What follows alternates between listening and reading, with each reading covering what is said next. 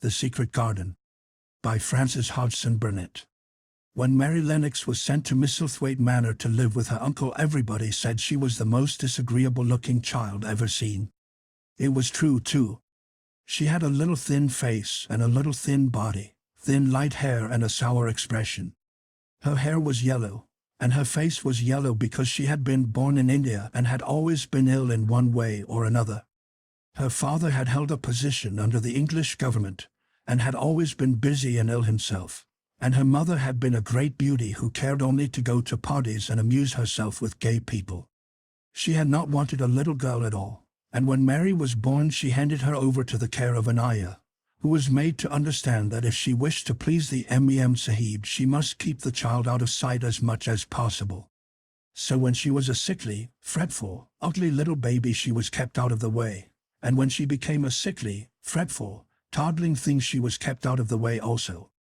She never remembered seeing familiarly anything but the dark faces of her ayah and the other native servants, and as they always obeyed her and gave her her own way in everything, because the Mem Sahib would be angry if she was disturbed by her crying, by the time she was 6 years old she was as tyrannical and selfish a little pig as ever lived. The young English governess who came to teach her to read and write disliked her so much that she gave up her place in 3 months, and when other governesses came to try to fill it they always went away in a shorter time than the first one. So if Mary had not chosen to really want to know how to read books she would never have learned her letters at all. One frightfully hot morning, when she was about 9 years old, she awakened feeling very cross, and she became crosser still when she saw that the servant who stood by her bedside was not her ayah. "Why did you come?" she said to the strange woman. "I will not let you stay. Send my ayah to me." The woman looked frightened, but she only stammered that the ayah could not come, and when Mary threw herself into a passion and beat and kicked her, she looked only more frightened and repeated that it was not possible for the ayah to come to Missy Sahib. There was something mysterious in the air that morning. Nothing was done in its regular order, and several of the native servants seemed missing, or those whom Mary saw slunk or hurried about with ashy and scared faces. But no one would tell her anything, and her ayah did not come. She was actually left alone as the morning went on, and at last she wandered out into the garden and began to play by herself under a tree near the veranda. She pretended that she was making a flower bed, and she stuck big scarlet hibiscus blossoms into little heaps of earth, all the time growing more and more angry and muttering to herself the things she would say and the names she would call side-eye when she returned. "Pig! Pig! Daughter of pigs!" she said, because to call a native a pig is the worst insult of all. She was grinding her teeth and saying this over and over again when she heard her mother come out on the veranda with someone. She was with a fair young man, and they stood talking together in low, strange voices. Mary knew the fair young man who looked like a boy. She had heard that he was a very young officer who had just come from England. The child stared at him, but she stared most at her mother. She always did this when she had a chance to see her, because the Mem Sahib, Mary used to call her that oftener than anything else, was such a tall, slim, pretty person and wore such lovely clothes. Her hair was like curly silk, and she had a delicate little nose which seemed to be disdaining things, and she had large laughing eyes.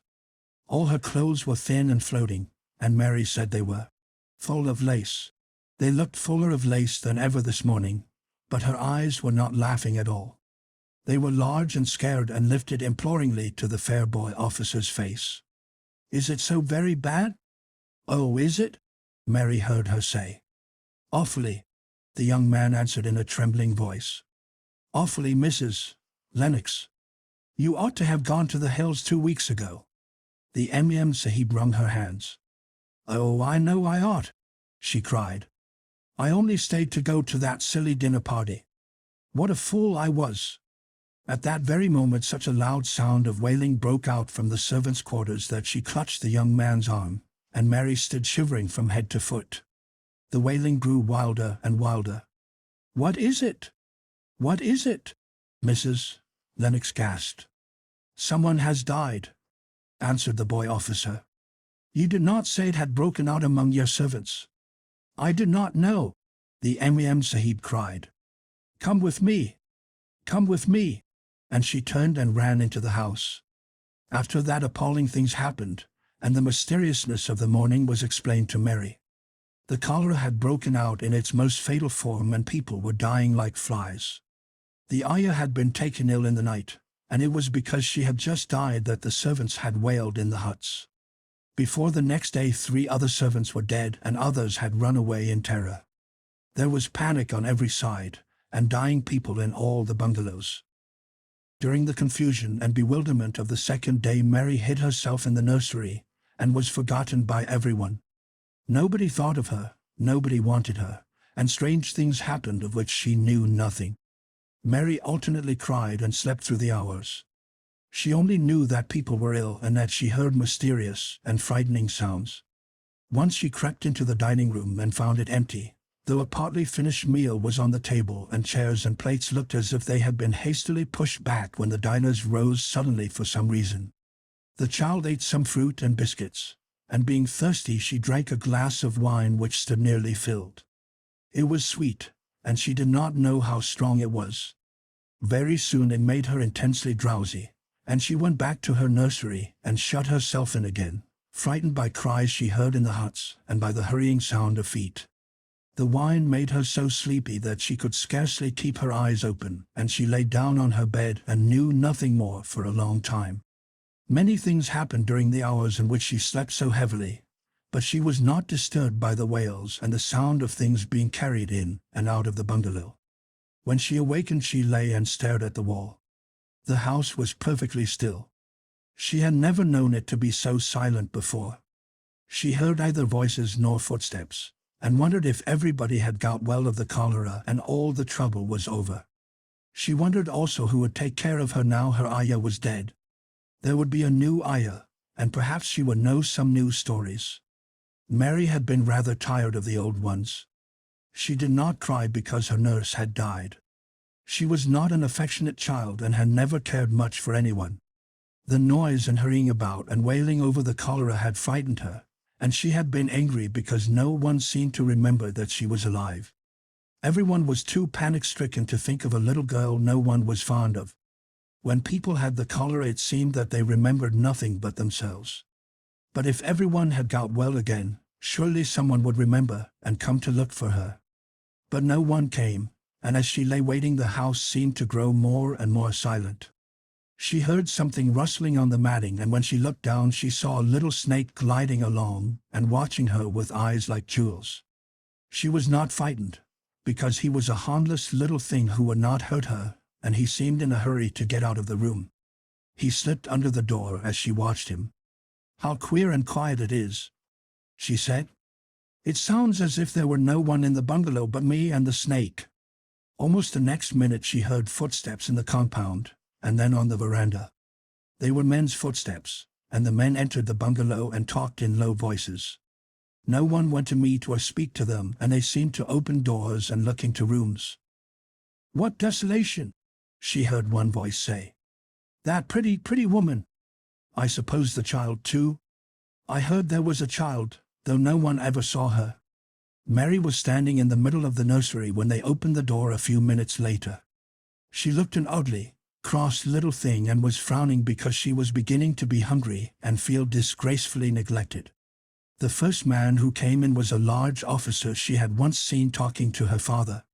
He looked tired and troubled, but when he saw her he was so startled that he almost jumped back. "Barney!" he cried out. "There is a child here. A child alone. In a place like this. Mercy on us, who is she?" "I am Mary Lennox," the little girl said, drawing herself up stiffly. She thought the man was very rude to call her father's bungalow a place like this. "I fell asleep when everyone had the cholera and I have only just wakened up. Why does nobody come? It is the child no one ever saw," exclaimed the man, turning to his companions. "She has actually been forgotten." "Why was I forgotten?" Mary said, stamping her foot. "Why does nobody come?" The young man whose name was Barney looked at her very sadly. Mary even thought she saw him wink his eyes as if to wink tears away. "Poor little kid," he said. "There is nobody left to come."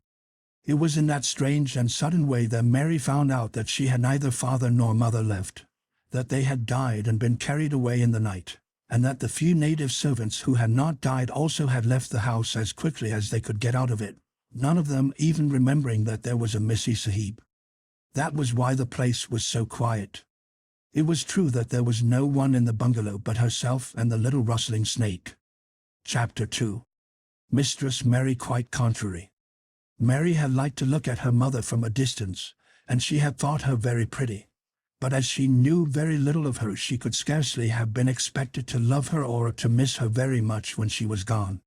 She did not miss her at all, in fact, and as she was a self-absorbed child she gave her entire thought to herself, as she had always done.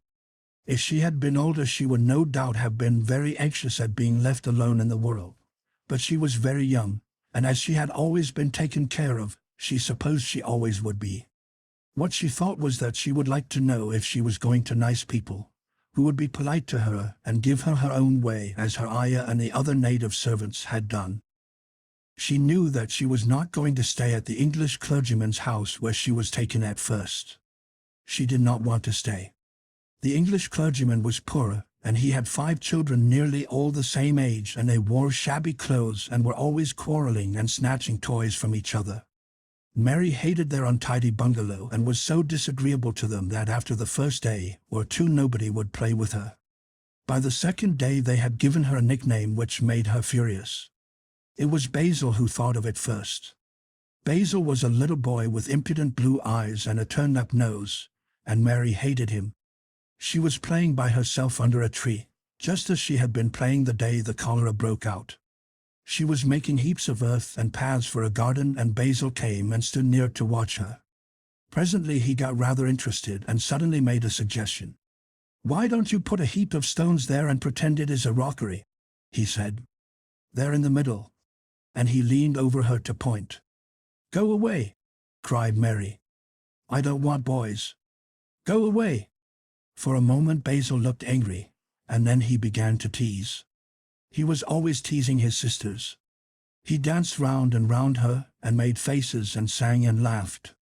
He sang it until the other children heard and laughed too, and the crosser Mary got, the more they sang. Mistress Mary, quite contrary. And after that, as long as she stayed with them, they called her Mistress Mary quite contrary, when they spoke of her to each other, and often when they spoke to her.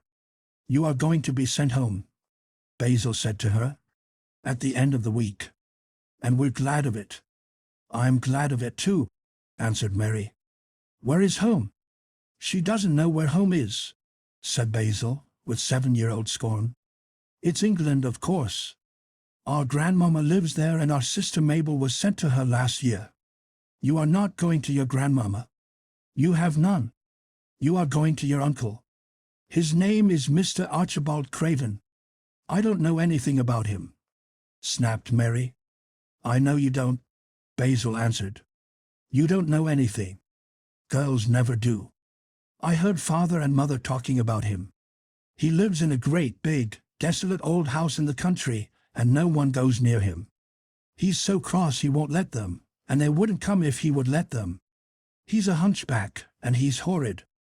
"I don't believe you," said Mary, and she turned her back and stuck her fingers in her ears, because she would not listen any more. But she thought over it a great deal afterward, and when Mrs. Crawford told her that night that she was going to sail away to England in a few days and go to her uncle, Mr. Archibald Craven, who lived at Misselthwaite Manor, she looked so stony and stubbornly uninterested that they did not know what to think about her. They tried to be kind to her, but she only turned her face away when Mrs. Crawford attempted to kiss her, and held herself stiffly when Mr. Crawford patted her shoulder. "She is such a plain child," Mrs. Crawford said pityingly afterward. "And her mother was such a pretty creature. She had a very pretty manner, too, and Mary has the most unattractive ways I ever saw in a child. The children call her Mistress Mary quite contrary, and though it's naughty of them, one can't help understanding it.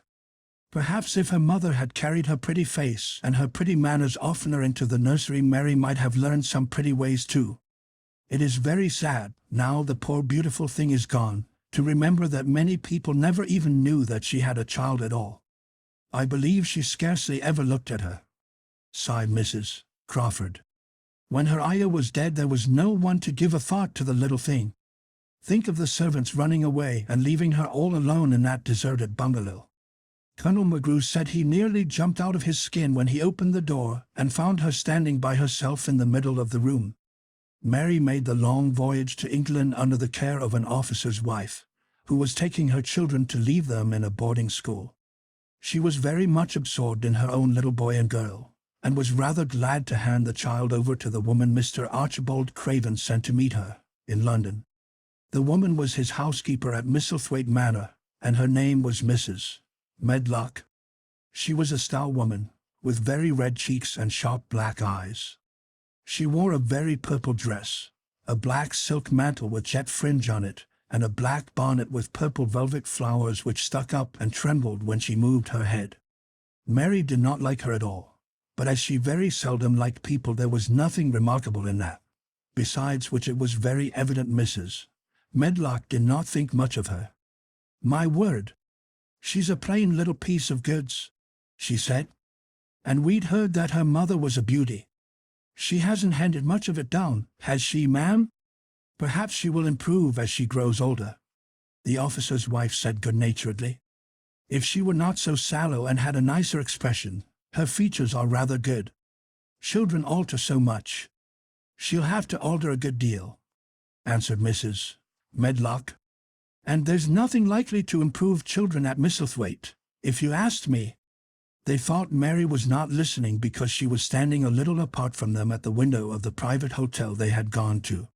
She was watching the passing buses and cabs and people, but she heard quite well and was made very curious about her uncle and the place he lived in. What sort of a place was it, and what would he be like? What was a hunchback? She had never seen one. Perhaps there were none in India.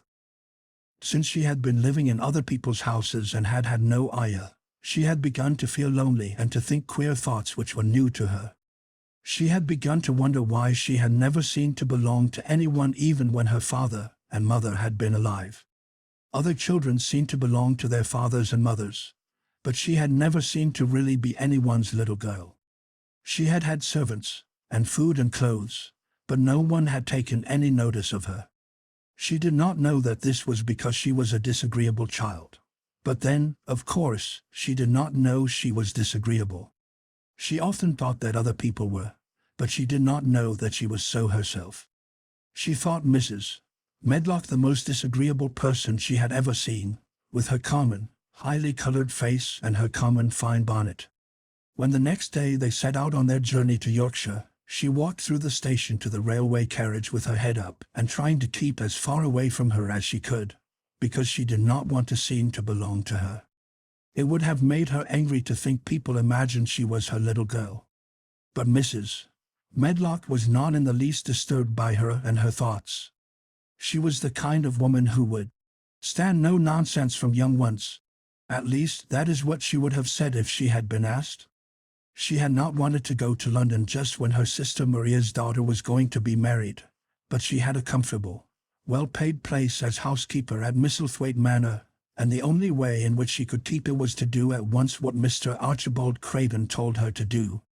She never dared even to ask a question. Captain Lennox and his wife died of the cholera. Mr. Craven had said in his short, cold way, "Captain Lennox was my wife's brother, and I am their daughter's guardian. The child is to be brought here. You must go to London and bring her yourself." So she packed her small trunk and made the journey. Mary sat in her corner of the railway carriage and looked plain and fretful. She had nothing to read or to look at, and she had folded her thin little black gloved hands in her lap. Her black dress made her look yellower than ever, and her limp light hair straggled from under her black crape hat.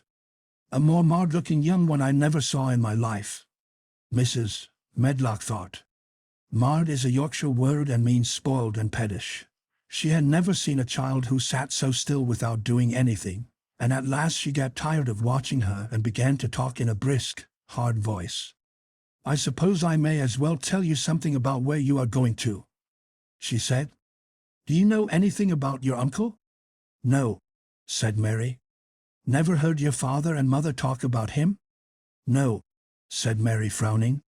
She frowned because she remembered that her father and mother had never talked to her about anything in particular. Certainly they had never told her things. "Humph," muttered Mrs. Medlock, staring at her queer, unresponsive little face. She did not say any more for a few moments, and then she began again.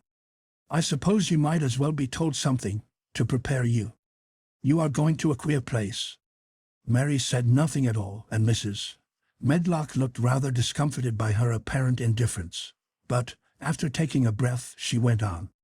"Not but that it's a grand big place in a gloomy way, and Mr. Craven's proud of it in his way, and that's gloomy enough, too.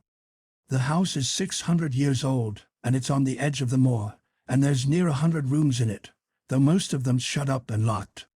And there's pictures and fine old furniture and things that's been there for ages, and there's a big park round it, and gardens and trees with branches trailing to the ground, some of them." She paused and took another breath. "But there's nothing else," she ended suddenly. Mary had begun to listen in spite of herself. It all sounded so unlike India, and anything new rather attracted her. But she did not intend to look as if she were interested. That was one of her unhappy, disagreeable ways. So she sat still. "Well," said Mrs. Medlock, "what do you think of it?" "Nothing," she answered. "I know nothing about such places." That made Mrs. Medlock laugh, a short sort of laugh. She said, "but you are like an old woman. Don't you care?" "It doesn't matter," said Mary, "whether I care or not." "You are right enough there," said Mrs. Medlock. "It doesn't. What you're to be kept at Misselthwaite Manor for I don't know, unless because it's the easiest way. He's not going to trouble himself about you, that's sure and certain. He never troubles himself about no one." She stopped herself as if she had just remembered something in time. "He's got a crooked back," she said. "That set him wrong. He was a sour young man and got no good of all his money in big place till he was married." Mary's eyes turned toward her in spite of her intention not to seem to care. She had never thought of the hunchbacks being married, and she was a trifle surprised. Mrs. Medlock saw this, and as she was a talkative woman she continued with more interest. This was one way of passing some of the time, at any rate. She was a sweet, pretty thing, and he'd have walked the world over to get her a blade o' grass she wanted. Nobody thought she'd marry him, but she did, and people said she married him for his money. But she didn't. Positively. When she died. Mary gave a little involuntary jump. "Oh, did she die?" she exclaimed, quite without meaning to. She had just remembered a French fairy story she had once read called Briquet à la Houpe. It had been about a poor hunchback and a beautiful princess, and it had made her suddenly sorry for Mr. Archibald Craven. "Yes, she died," Mrs. Medlock answered. "And it made him queerer than ever. He cares about nobody. He won't see people. Most of the time he goes away, and when he is at Misselthwaite he shuts himself up in the west wing and won't let anyone but Pitcher see him. Pitcher's an old fellow, but he took care of him when he was a child and he knows his ways." It sounded like something in a book, and it did not make Mary feel cheerful. A house with 100 rooms, nearly all shut up and with their doors locked, a house on the edge of a moor, whatsoever a moor was, sounded dreary. A man with a crooked back who shut himself up also. She stared out of the window with her lips pinched together, and it seemed quite natural that the rain should have begun to pour down and grace slanting lines and splash and stream down the window panes. If the pretty wife had been alive she might have made things cheerful by being something like her own mother, and by running in and out, and going to parties as she had done in frocks full of lace. But she was not there any more. "You needn't expect to see him, because 10 to 1 you won't," said Mrs. Medlock. "And you mustn't expect that there will be people to talk to you. You'll have to play about and look after yourself. You'll be told what rooms you can go into and what rooms you're to keep out of. There's gardens enough. But when you're in the house don't go wandering and poking about. Mr. Craven won't have it. I shall not want to go poking about." said sour little Mary, and just as suddenly as she had begun to be rather sorry for Mr. Archibald Craven, she began to cease to be sorry and to think he was unpleasant enough to deserve all that had happened to him. And she turned her face toward the streaming panes of the window of the railway carriage and gazed out at the grey rainstorm which looked as if it would go on forever and ever. She watched it so long and steadily that the greyness grew heavier and heavier before her eyes, and she fell asleep. Chapter 3. Across the moor. She slept a long time, and when she awakened Mrs. Medlock had bought a lunch basket at one of the stations, and they had some chicken and cold beef and bread and butter and some hot tea. The rain seemed to be streaming down more heavily than ever, and everybody in the station wore wet and glistening waterproofs. The guard lighted the lamps in the carriage, and Mrs. Medlock cheered up very much over her tea and chicken and beef. She ate a great deal and afterward fell asleep herself, and Mary sat and stared at her and watched her fine bonnet slip on one side until she herself fell asleep once more in the corner of the carriage, lulled by the splashing of the rain against the windows. It was quite dark when she awakened again. The train had stopped at a station and Mrs.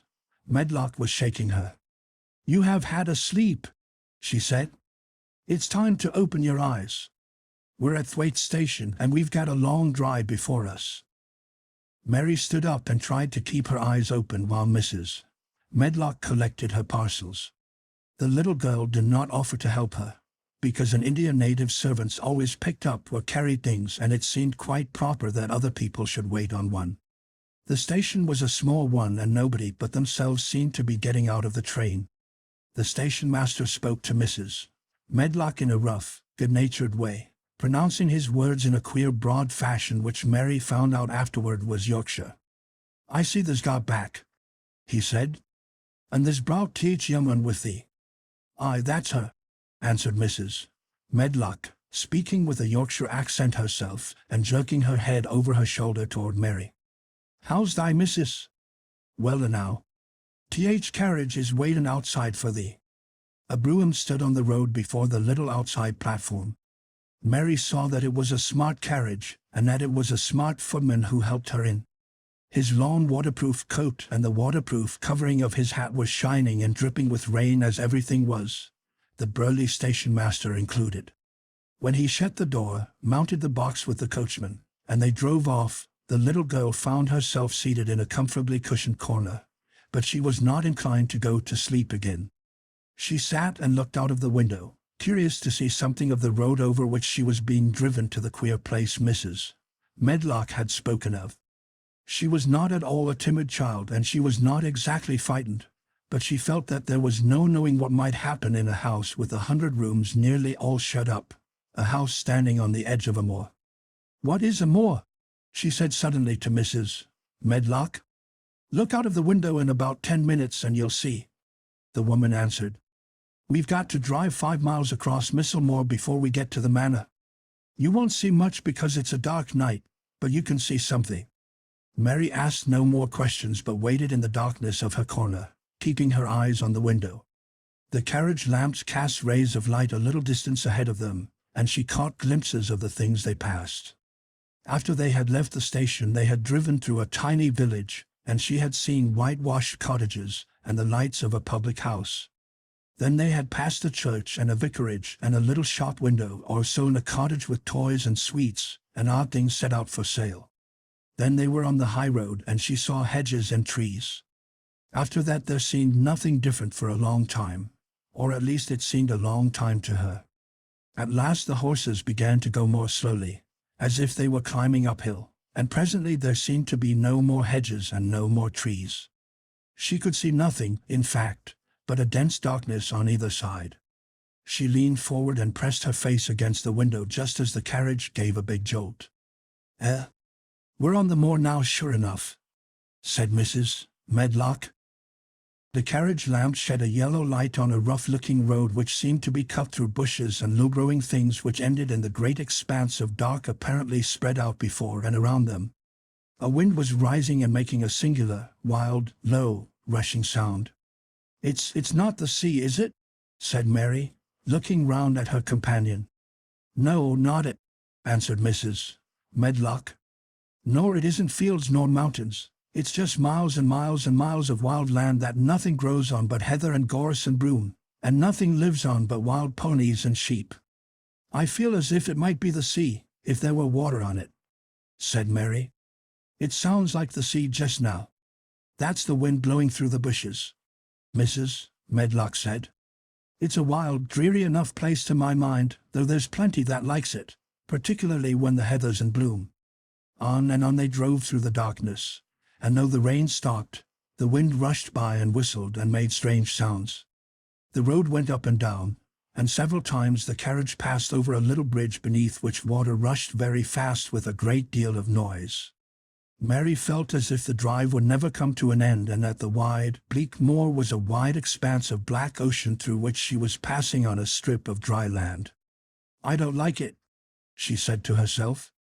"I don't like it," and she pinched her thin lips more tightly together. The horses were climbing up a hilly piece of road when she first caught sight of a light. Mrs. Medlock saw it as soon as she did and drew a long sigh of relief. I am glad to see that bit o' light twinkling," she exclaimed. "It's the light in the lodge window. We shall get a good cup of tea after a bit, at all events."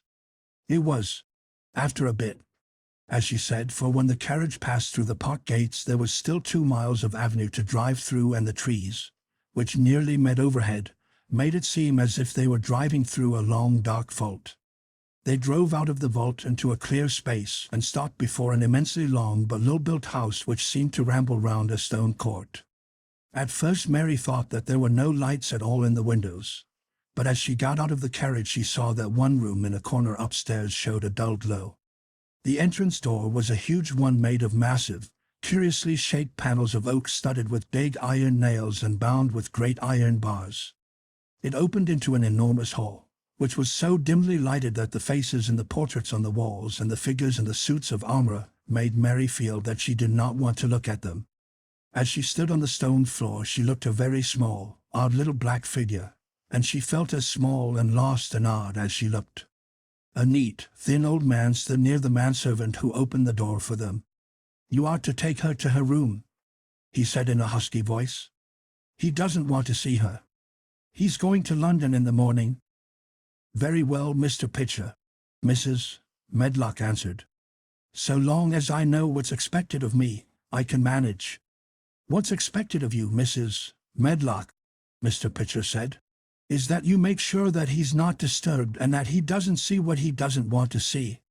And then Mary Lennox was led up a broad staircase and down a long corridor and up a short flight of steps and through another corridor and another, until a door opened in a wall, and she found herself in a room with a fire in it and a supper on a table.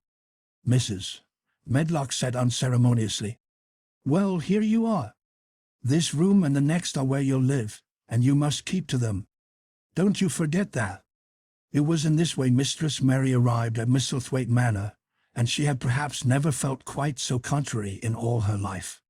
Chapter 4. Martha. When she opened her eyes in the morning it was because a young housemaid had come into her room to light the fire, and was kneeling on the hearthrug raking out the cinders noisily. Mary lay and watched her for a few moments, and then began to look about the room. She had never seen a room at all like it, and thought it curious and gloomy. The walls were covered with tapestry with a forest scene embroidered on it.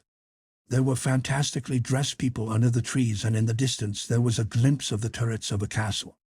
There were hunters and horses and dogs and ladies. Mary felt as if she were in the forest with them. Out of a deep window she could see a great climbing stretch of land which seemed to have no trees on it, and to look rather like an endless, dull, purplish sea. "What is that?" she said, pointing out of the window. Martha, the young housemaid, who had just risen to her feet, looked and pointed also. "That there?" she said. "Yes. That's Th. Moore," with a good-natured grin. "Does thee like it?" "No," answered Mary. "I hate it."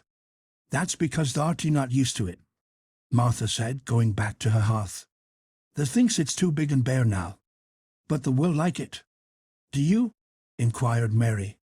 "Aye, that I do," answered Martha, cheerfully polishing away at the grate. "I just love it. It's none bare. It's covered wide growing things that smell sweet. It's fair lovely in spring and summer when gorse and broom and heathers in flower. It smells o' honey and there's such a lot o' fresh air, and sky looks so high and bees and skylarks make such a nice noise humming and singing. I wouldn't live away from more for anything. Mary listened to her with a grave, puzzled expression. The native servants she had been used to in India were not in the least like this. They were obsequious and servile and did not presume to talk to their masters as if they were their equals. They made salams and called them protector of the poor, and names of that sort. Indian servants were commanded to do things, not asked. It was not the custom to say, please, and thank you, and Mary had always slapped her Ayah in the face when she was angry. She wondered a little what this girl would do if one slapped her in the face. She was a round, rosy, good-natured-looking creature, but she had a sturdy way which made Mistress Mary wonder if she might not even slap back, if the person who slapped her was only a little girl.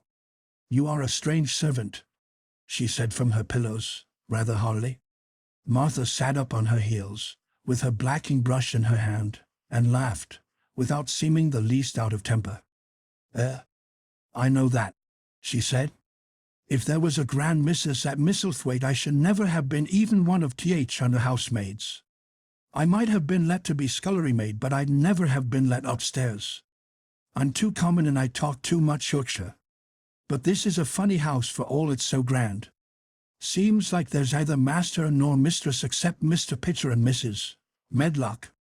Mr. Craven, he won't be troubled about anything when he's here, and he's nearly always away. Mrs.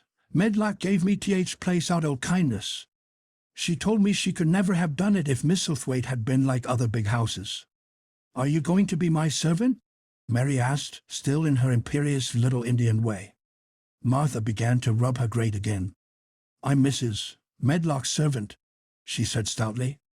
"And she's Mr. Craven's, but I'm to do the housemaid's work up here and wait on you a bit. But you won't need much waiting on." "Who is going to dress me?" demanded Mary. Martha sat up on her heels again and stared. She spoke in broad Yorkshire in her amazement. "Canna the dress Dyson?" she said. "What do you mean?" "I don't understand your language," said Mary. I forgot," Martha said. "Mrs. Medlock told me I'd have to be careful or you wouldn't know what I was saying. I mean, can't you put on your own clothes?" "No," answered Mary, quite indignantly. "I never did in my life. My Ayah dressed me, of course." "Well," said Martha, evidently not in the least aware that she was impudent. "It's time they should learn. They cannot begin younger. It'll do thee good to wait on nice and a bit. My mother always said she couldn't see why grand people's children didn't turn out fair fools, what with nurses and being washed and dressed and took out to walk as if they was puppies. It is different in India," said Mistress Mary disdainfully. She could scarcely stand this. But Martha was not at all crushed. "I can see it's different," she answered almost sympathetically. "I dare say it's because there's such a lot o' blacks there instead o' respectable white people. When I heard you was coming from India I thought you was a black too." Mary sat up in bed furious.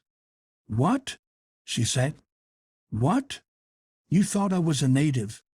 You daughter of a pig!" Martha stared and looked hot. "Who are you calling names?" she said. "You needn't be so vexed. That's not way for a young lady to talk. I've nothing against blacks.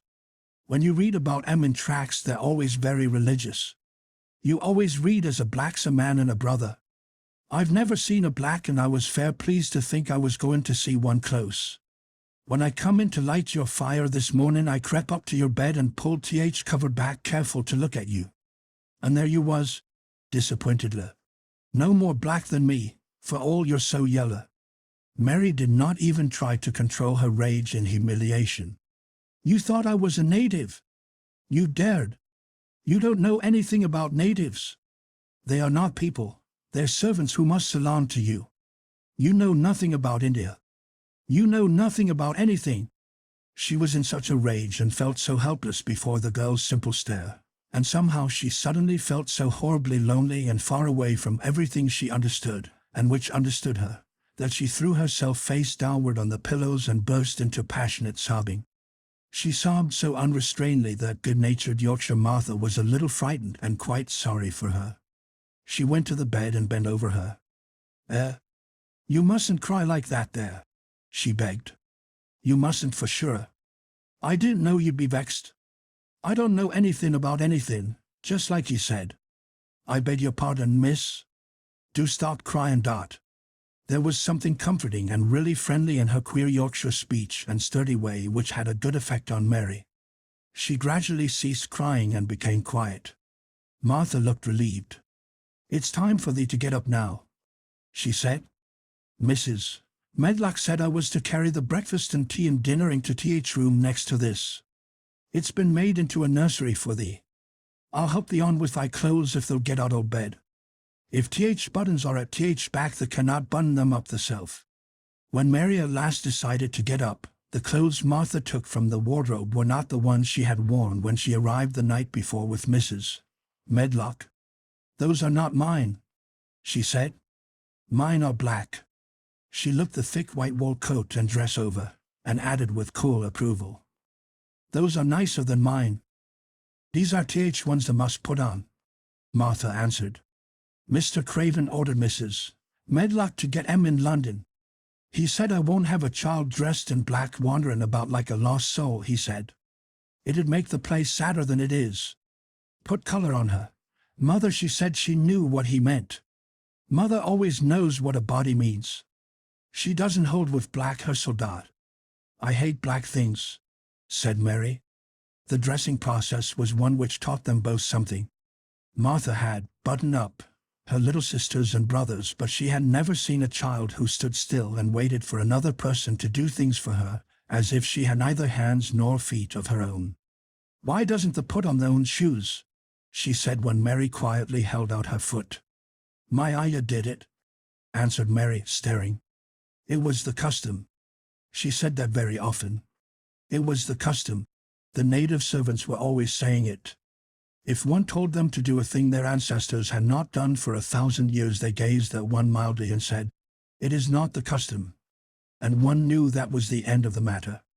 It had not been the custom that Mistress Mary should do anything but stand and allow herself to be dressed like a doll. But before she was ready for breakfast she began to suspect that her life at Misselthwaite Manor would end by teaching her a number of things quite new to her, things such as putting on her own shoes and stockings, and picking up things she let fall. If Martha had been a well-trained fine young lady's maid she would have been more subservient and respectful, and would have known that it was her business to brush hair, and button boots, and pick things up and lay them away. She was, however, only an untrained Yorkshire rustic who had been brought up in a moorland cottage with a swarm of little brothers and sisters who had never dreamed of doing anything but waiting on themselves and on the younger ones who were either babies in arms or just learning to totter about and tumble over things. If Mary Lennox had been a child who was ready to be amused she would perhaps have laughed at Martha's readiness to talk, but Mary only listened to her coldly and wondered at her freedom of manner. At first she was not at all interested, but gradually, as the girl rattled on in her good-tempered, homely way, Mary began to notice what she was saying. You should see 'em all," she said. "There's 12 of us and my father only gets 16 shilling a week. I can tell you my mother's put to it to get porridge for 'em all.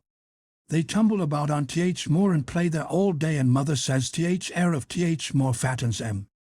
She says she believes they eat th grass same as th wild ponies do. Our Dickon, he's 12 years old, and he's got a young pony he calls his own." "Where did he get it?" asked Mary. "He found it on th moor with its mother when it was a little one, and he began to make friends with it and give it bits o' bread and pluck young grass for it. And it got to like him so it follows him about and it lets him get on its back. Dickon's a kind lad and animals likes him."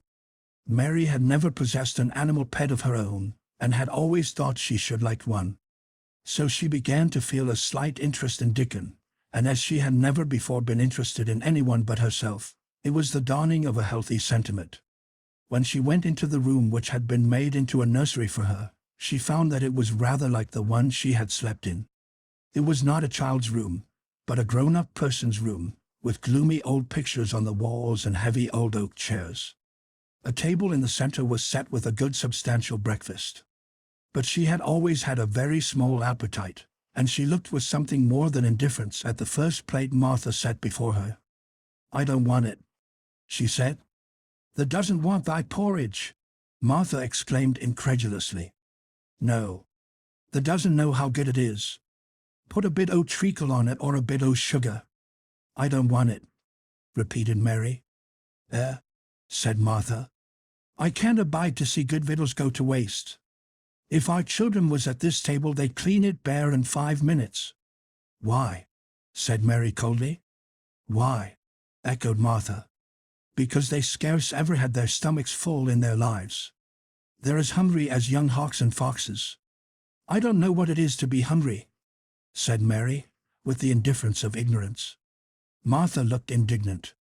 "Well, it would do thee good to try it. I can see that plain enough," she said outspokenly. "I've no patience with folk as sits and just stares at good bread and meat. My word! Don't I wish Dickon and Phil and Jane and rest of them had what's here under their pinafores." "Why don't you take it to them?" suggested Mary. "It's not mine," answered Martha stoutly. "And this isn't my day out. I get my day out once a month same as rest. Then I go home and clean up for Mother and give her a day's rest." Mary drank some tea and ate a little toast and some marmalade. "You wrap up warm and run out and play, you," said Martha. "It'll do you good and give you some stomach for your meat." Mary went to the window. There were gardens and paths and big trees, but everything looked dull and wintry. "Out? Why should I go out on a day like this?" "Well, if thee doesn't go out there'll have to stay in, and what has thee got to do?" Mary glanced about her. There was nothing to do. When Mrs. Medlock had prepared the nursery she had not thought of amusement. Perhaps it would be better to go and see what the gardens were like. "Who will go with me?" she inquired. Martha stared. "You'll go by yourself," she answered. "You'll have to learn to play like other children does when they haven't got sisters and brothers. Our Dickon goes off on more by himself and plays for hours. That's how he made friends with Pony. He's got sheep on more that knows him, and birds as comes and eats out of his hand. However little there is to eat, he always saves a bit o' his bread to coax his pets." It was really this mention of Dickon which made Mary decide to go out, though she was not aware of it. There would be birds outside, though there would not be ponies or sheep. They would be different from the birds in India, and it might amuse her to look at them. Martha found her coat and hat for her and a pair of stout little boots, and she showed her way downstairs. "If the goes round that way they'll come to Gardens," she said, pointing to a gate in a wall of shrubbery. "There's lots o' flowers in summertime, but there's nothing bloomin' now." She seemed to hesitate a second before she added, "One of Gardens is locked up. No one has been in it for 10 years. "Why?" asked Mary in spite of herself. Here was another locked door added to the 100 in the strange house. "Mr. Craven had it shut when his wife died so sudden. He won't let no one go inside. It was her garden. He locked door and dug a hole and buried key. There's Mrs. Medlock's bell ringing. I must run." After she was gone, Mary turned down the walk which led to the door in the shrubbery. She could not help thinking about the garden which no one had been into for 10 years. She wondered what it would look like and whether there were any flowers still alive in it. When she had passed through the shrubbery gate she found herself in great gardens, with wide lawns and winding walks with clipped borders. There were trees, and flower beds, and evergreens clipped into strange shapes, and a large pool with an old grey fountain in its midst. But the flower beds were bare and wintry, and the fountain was not playing. This was not the garden which was shed up. How could a garden be shed up? You could always walk into a garden. She was just thinking this when she saw that, at the end of the path she was following, there seemed to be a long wall, with ivy growing over it. She was not familiar enough with England to know that she was coming upon the kitchen gardens where the vegetables and fruit were growing. She went toward the wall and found that there was a green door in the ivy, and that it stood open. This was not the closed garden, evidently, and she could go into it. She went through the door and found that it was a garden with walls all round it, and that it was only one of several walled gardens which seemed to open into one another. She saw another open green door, revealing bushes and pathways between beds containing winter vegetables. Fruit trees were trained flat against the wall, and over some of the beds there were glass frames. The place was bare and ugly enough, Mary thought, as she stood and stared about her. It might be nicer in summer when things were green, but there was nothing pretty about it now. Presently an old man with a spade over his shoulder walked through the door leading from the second garden. He looked startled when he saw Mary, and then touched his cap. He had a surly old face, and did not seem at all pleased to see her, but then she was displeased with his garden and wore her, quite contrary, expression, and certainly did not seem at all pleased to see him. "What is this place?" she asked. "One OTH Kitchen Gardens," he answered. "What is that?" said Mary, pointing through the other green door. "Another of them," shortly. "There's another on t'other side o' th wall, and there's th orchard t'other side o' that." "Can I go in them?" asked Mary. "If the likes. But there's naught to see." Mary made no response. She went down the path and through the second green door. There, she found more walls and winter vegetables and glass frames, but in the second wall there was another green door, and it was not open. Perhaps it led into the garden which no one had seen for 10 years. As she was not at all a timid child and always did what she wanted to do, Mary went to the green door and turned the handle. She hoped the door would not open because she wanted to be sure she had found the mysterious garden. But it did open quite easily, and she walked through it and found herself in an orchard. There were walls all round it also, and trees trained against them, and there were bare fruit trees growing in the winter-brown grass. But there was no green door to be seen anywhere. Mary looked for it, and yet when she had entered the upper end of the garden she had noticed that the wall did not seem to end with the orchard but to extend beyond it, as if it enclosed the place at the other side. She could see the tops of trees above the wall, and when she stood still she saw a bird with a bright red breast sitting on the topmost branch of one of them, and suddenly he burst into his winter song, almost as if he had caught sight of her and was calling to her. She stopped and listened to him, and somehow his cheerful, friendly little whistle gave her a pleased feeling. Even a disagreeable little girl may be lonely, and the big closed house and big bare moor and big bare gardens had made this one feel as if there was no one left in the world but herself. If she had been an affectionate child, who had been used to being loved, she would have broken her heart, but even though she was Mistress Mary quite contrary, she was desolate, and the bright-breasted little bird brought a look into her sour little face which was almost a smile. She listened to him until he flew away. He was not like an Indian bird, and she liked him, and wondered if she should ever see him again. Perhaps he lived in the mysterious garden and knew all about it. Perhaps it was because she had nothing whatever to do that she thought so much of the deserted garden. She was curious about it, and wanted to see what it was like. Why had Mr. Archibald Craven buried the key? If he had liked his wife so much, why did he hate her garden? She wondered if she should ever see him, but she knew that if she did she should not like him, and he would not like her, and that she should only stand and stare at him and say nothing, though she should be wanting dreadfully to ask him why he had done such a queer thing.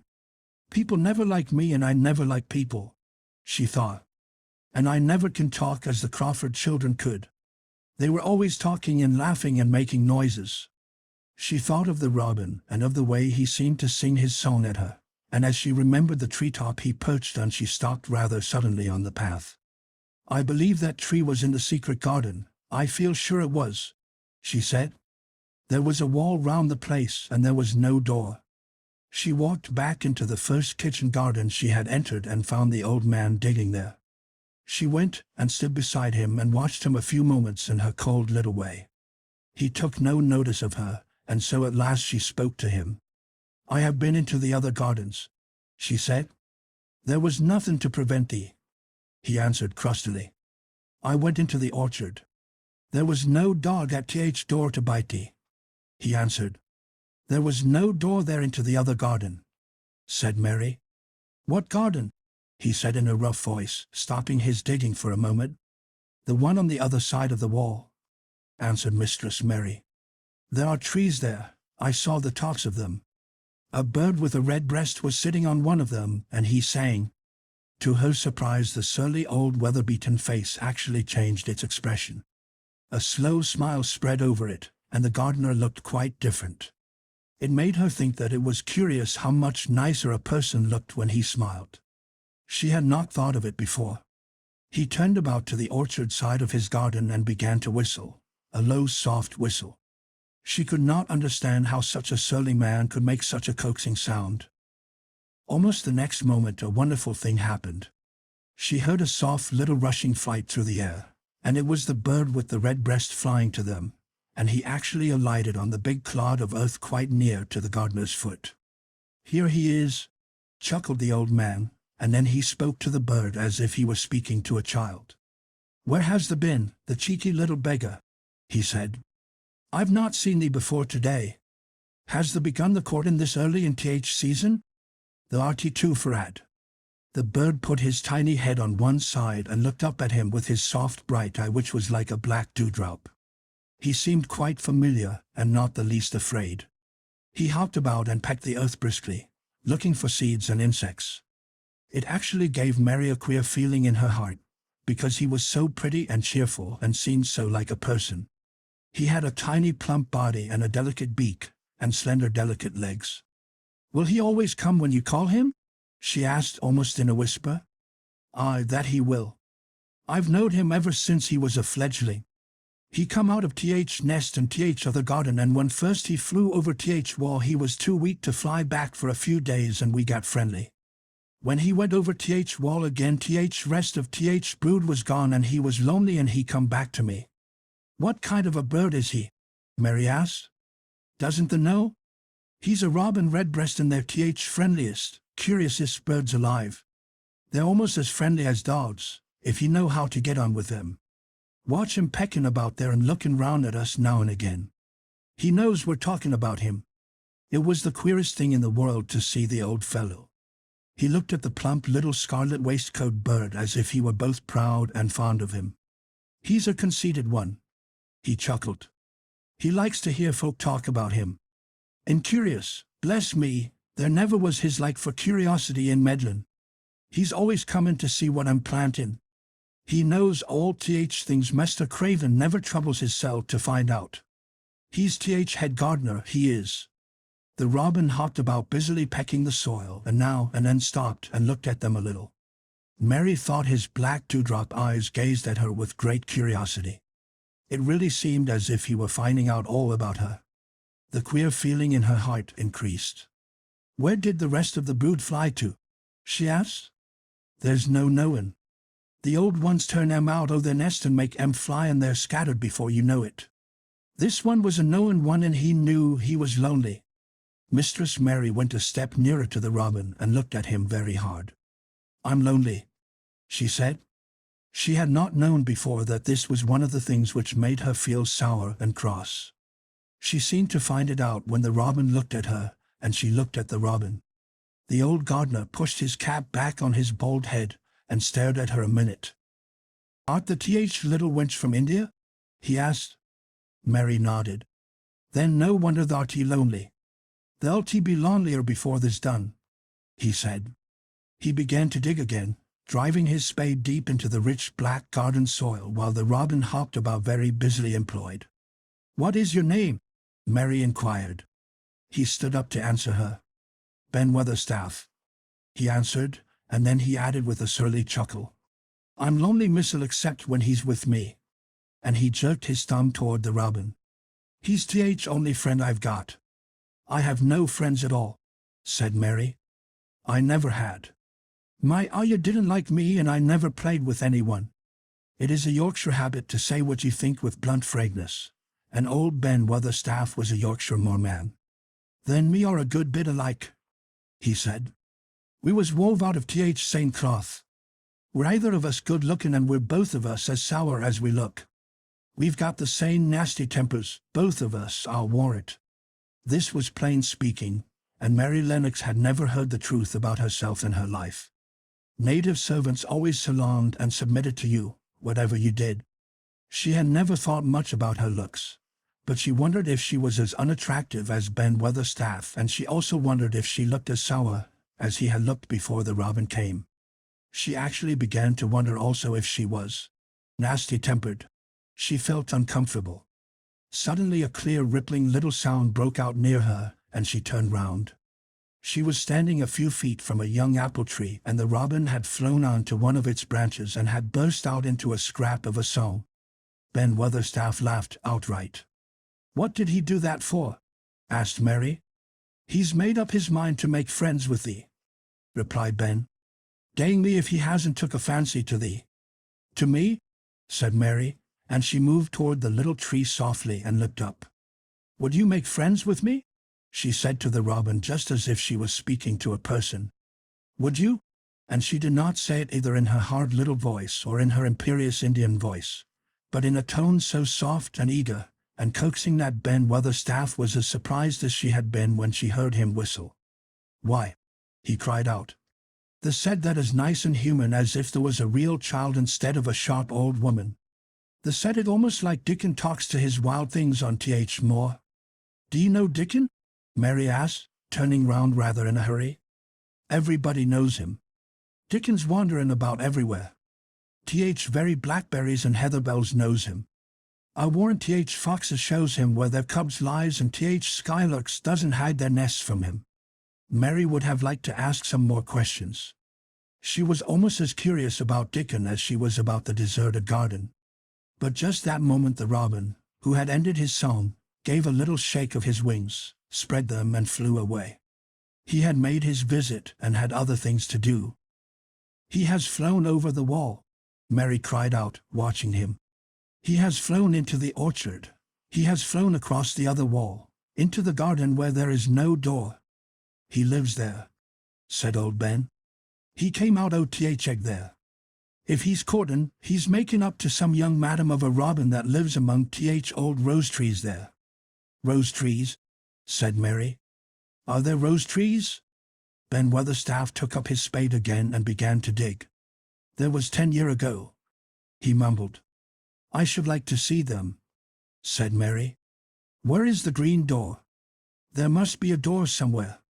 Ben drove his spade deep and looked as uncompanionable as he had looked when she first saw him.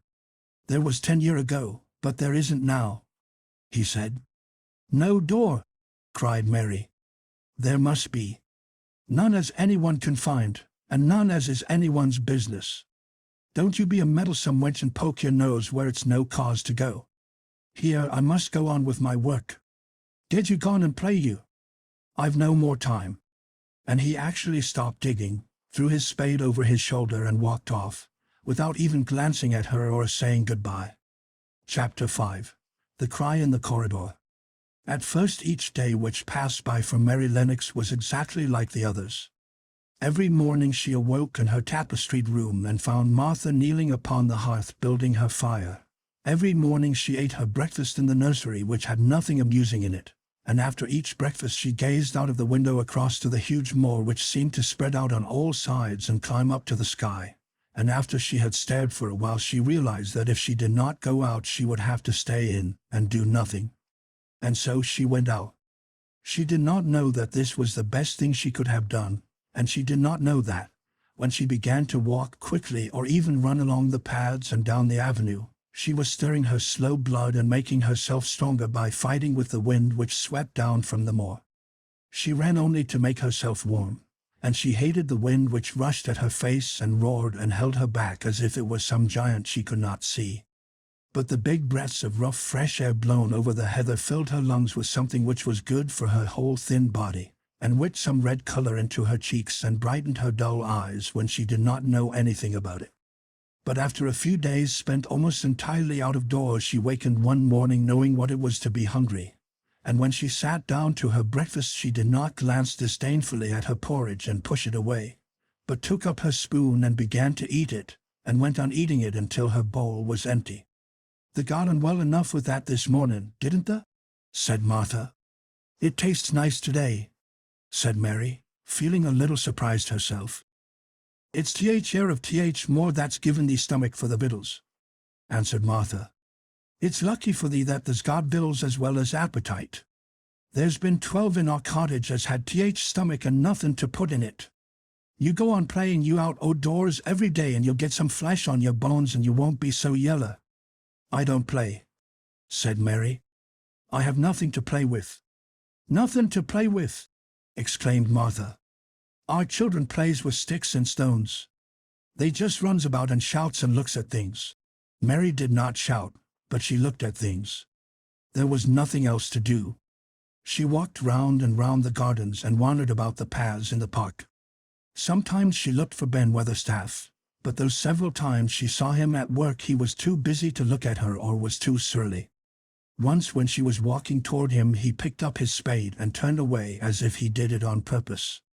One place she went to oftener than to any other. It was the long walk outside the gardens with the walls round them. There were bare flower beds on either side of it, and against the walls ivy grew thickly. There was one part of the wall where the creeping dark green leaves were more bushy than elsewhere. It seemed as if for a long time that part had been neglected. The rest of it had been clipped and made to look neat, but at this lower end of the walk it had not been trimmed at all. A few days after she had talked to Ben Weatherstaff, Mary stopped to notice this and wondered why it was so. She had just paused and was looking up at a long spray of ivy swinging in the wind when she saw a gleam of scarlet and heard a brilliant chirp, and there, on the top of the wall, perched Ben Weatherstaff's robin redbreast, tilting forward to look at her with his small head on one side. "Oh," she cried out. "Is it you? Is it you?" And it did not seem at all queer to her that she spoke to him as if she was sure that he would understand and answer her. He did answer. He twittered and chirped and hopped along the wall as if he were telling her all sorts of things. It seemed to Mistress Mary as if she understood him, too, though he was not speaking in words. It was as if he said, "Good morning. Isn't the wind nice? Isn't the sun nice? Isn't everything nice? Let us both chirp and hop and twitter. Come on. Come on." Mary began to laugh, and as he hopped and took little flights along the wall she ran after him. Poor little thin, sallow, ugly Mary, she actually looked almost pretty for a moment. "I like you. I like you," she cried out, pattering down the walk, and she chirped and tried to whistle, which last she did not know how to do in the least. But the robin seemed to be quite satisfied and chirped and whistled back at her. At last he spread his wings and made a darting flight to the top of a tree, where he perched and sang loudly. That reminded Mary of the first time she had seen him. He had been swinging on a treetop then, and she had been standing in the orchard. Now she was on the other side of the orchard and standing in the path outside a wall, much lower down, and there was the same tree inside. "It's in the garden no one can go into," she said to herself. "It's the garden without a door. He lives in there. How I wish I could see what it is like." She ran up the walk to the green door she had entered the first morning. Then she ran down the path through the other door and then into the orchard, and when she stood and looked up there was the tree on the other side of the wall, and there was the robin just finishing his song and beginning to preen his feathers with his beak. "It is the garden," she said. "I am sure it is." She walked round and looked closely at that side of the orchard wall, but she only found what she had found before, that there was no door in it. Then she ran through the kitchen gardens again and out into the walk outside the long ivy-covered wall, and she walked to the end of it and looked at it, but there was no door, and then she walked to the other end, looking again, but there was no door. "It's very queer," she said. "Ben Weatherstaff said there was no door, and there is no door. But there must have been one 10 years ago, because Mr. Craven buried the key." This gave her so much to think of that she began to be quite interested and feel that she was not sorry that she had come to Misselthwaite Manor. In India she had always felt hot and too languid to care much about anything. The fact was that the fresh wind from the moor had begun to blow the cobwebs out of her young brain and to waken her up a little. She stayed out of doors nearly all day, and when she sat down to her supper at night she felt hungry and drowsy and comfortable. She did not feel cross when Martha chattered away. She felt as if she rather liked to hear her, and at last she thought she would ask her a question. She asked it after she had finished her supper and had sat down on the hearthrug before the fire. "Why did Mr. Craven hate the garden?" she said. She had made Martha stay with her, and Martha had not objected at all. She was very young, and used to a crowded cottage full of brothers and sisters, and she found it dull in the great servants' hall downstairs, where the footmen and upper housemaids made fun of her Yorkshire speech and looked upon her as a common little thing, and sat and whispered among themselves. Martha liked to talk, and the strange child who had lived in India, and been waited upon by blacks, was novelty enough to attract her. She sat down on the hearth herself without waiting to be asked. "Art thou thinking about that garden yet?" she said. "I knew thou would. That was just the way with me when I first heard about it." "Why did he hate it?" Mary persisted. Martha tucked her feet under her and made herself quite comfortable. "Listen to th wind wuthering round the house," she said. "You could bear stand up on the moor if he was out on it tonight." Mary did not know what "wuther it" meant until she listened, and then she understood. It must mean that hollow, shuddering sort of roar which rushed round and round the house as if the giant no one could see were buffeting it, and beating at the walls and windows to try to break in. But one knew he could not get in, and somehow it made one feel very safe and warm inside a room with a red coal fire. "But why did he hate it so?" she asked, after she had listened. She intended to know if Martha did. Then Martha gave up her store of knowledge. "Mine," she said. "Mrs. Medlock said it's not to be talked about. There's lots o' things in this place that's not to be talked over. That's Mr. Craven's orders. His troubles are none servant's business, he says. But for th garden he wouldn't be like he is." It was Mrs. Craven's garden that she had made when first they were married, and she just loved it, and they used to tend the flowers themselves.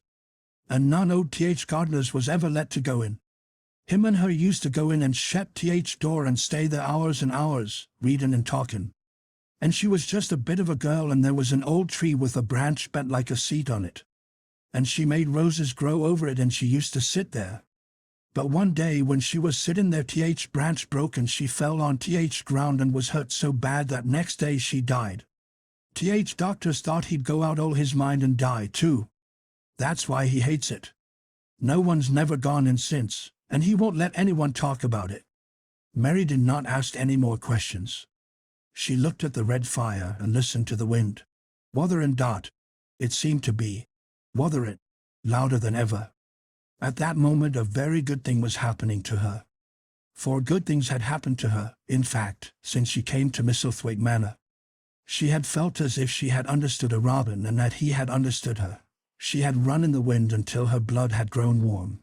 She had been healthily hungry for the first time in her life, and she had found out what it was to be sorry for someone. But as she was listening to the wind, she began to listen to something else. She did not know what it was, because at first she could scarcely distinguish it from the wind itself. It was a curious sound. It seemed almost as if a child were crying somewhere. Sometimes the wind sounded rather like a child crying, but presently Mistress Mary felt quite sure this sound was inside the house, not outside it. It was far away, but it was inside. She turned round and looked at Martha. "Do you hear anyone crying?" she said. Martha suddenly looked confused. "No," she answered. "It's th wind. Sometimes it sounds like as if someone was lost on th moor and wailin'. It's got all sorts o' sounds. But listen," said Mary. "It's in the house, down one of those long corridors." And at that very moment a door must have been opened somewhere downstairs, for a great rushing draught blew along the passage, and the door of the room they sat in was blown open with a crash, and as they both jumped to their feet the light was blown out, and the crying sound was swept down the far corridor so that it was to be heard more plainly than ever. "There," said Mary. "I told you so. It is someone crying, and it isn't a grown-up person." Martha ran and shut the door and turned the key, but before she did it they both heard the sound of a door in some far passage shutting with a bang, and then everything was quiet, for even the wind ceased. "Wuther it," for a few moments.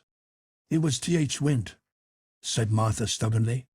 "And if it wasn't, it was little Betty Butterworth, th scullery maid." She's had toothache all day.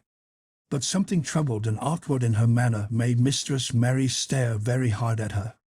She did not believe she was speaking the truth. Chapter 6. There was someone crying, there was.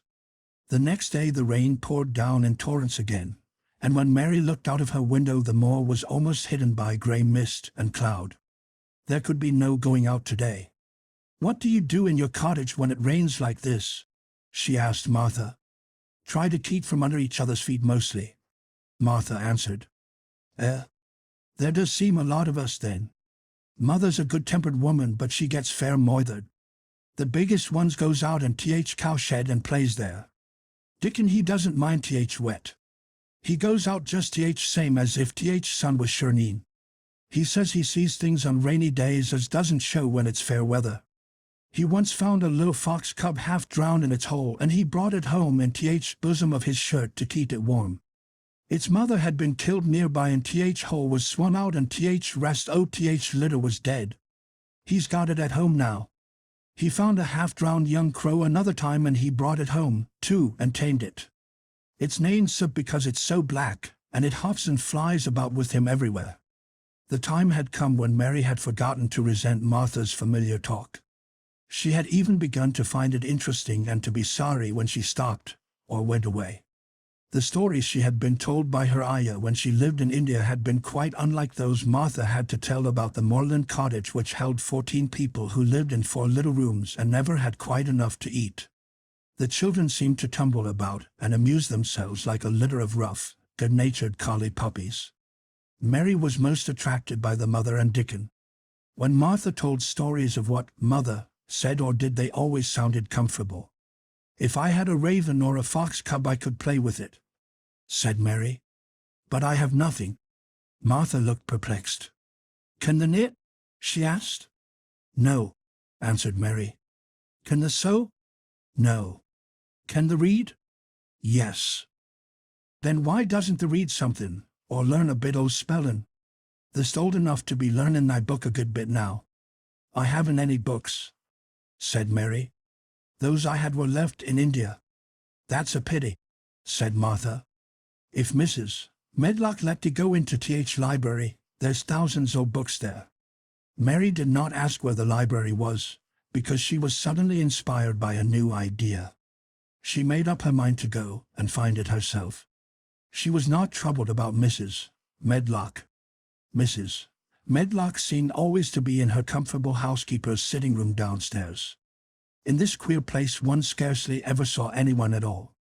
In fact, there was no one to see but the servants, and when their master was away they lived a luxurious life below stairs, where there was a huge kitchen hung about with shining brass and pewter, and a large servants' hall where there were 4 or 5 abundant meals eaten every day, and where a great deal of lively romping went on when Mrs. Medlock was out of the way. Mary's meals were served regularly, and Martha waited on her, but no one troubled themselves about her in the least. Mrs. Medlock came and looked at her every day or two, but no one inquired what she did or told her what to do. She supposed that perhaps this was the English way of treating children. In India she had always been attended by her ayah, who had followed her about and waited on her, hand and foot. She had often been tired of her company. Now she was followed by nobody and was learning to dress herself because Martha looked as though she thought she was silly and stupid when she wanted to have things handed to her and put on. "Hasn't the got good sense?" she said once, when Mary had stood waiting for her to put on her gloves for her. "Our Susan and is twice as sharp as thee, and she's only 4-year-old. Sometimes the looks fair soft in head." Mary had worn her contrary scowl for an hour after that, but it made her think several entirely new things. She stood at the window for about 10 minutes this morning after Martha had swept up the hearth for the last time and gone downstairs. She was thinking over the new idea which had come to her when she heard of the library. She did not care very much about the library itself, because she had read very few books, but to hear of it brought back to her mind the 100 rooms with closed doors. She wondered if they were all really locked, and what she would find if she could get into any of them. Were there 100 really? Why shouldn't she go and see how many doors she could count? It would be something to do on this morning when she could not go out. She had never been taught to ask permission to do things, and she knew nothing at all about authority, so she would not have thought it necessary to ask Mrs. Medlock if she might walk about the house, even if she had seen her. She opened the door of the room and went into the corridor, and then she began her wanderings. It was a long corridor, and it branched into other corridors, and it led her up short flights of steps which mounted to others again. There were doors and doors, and there were pictures on the walls. Sometimes they were pictures of dark, curious landscapes, but oftenest they were portraits of men and women in queer, grand costumes made of satin and velvet. She found herself in one long gallery whose walls were covered with these portraits. She had never thought there could be so many in any house. She walked slowly down this place and stared at the faces which also seemed to stare at her.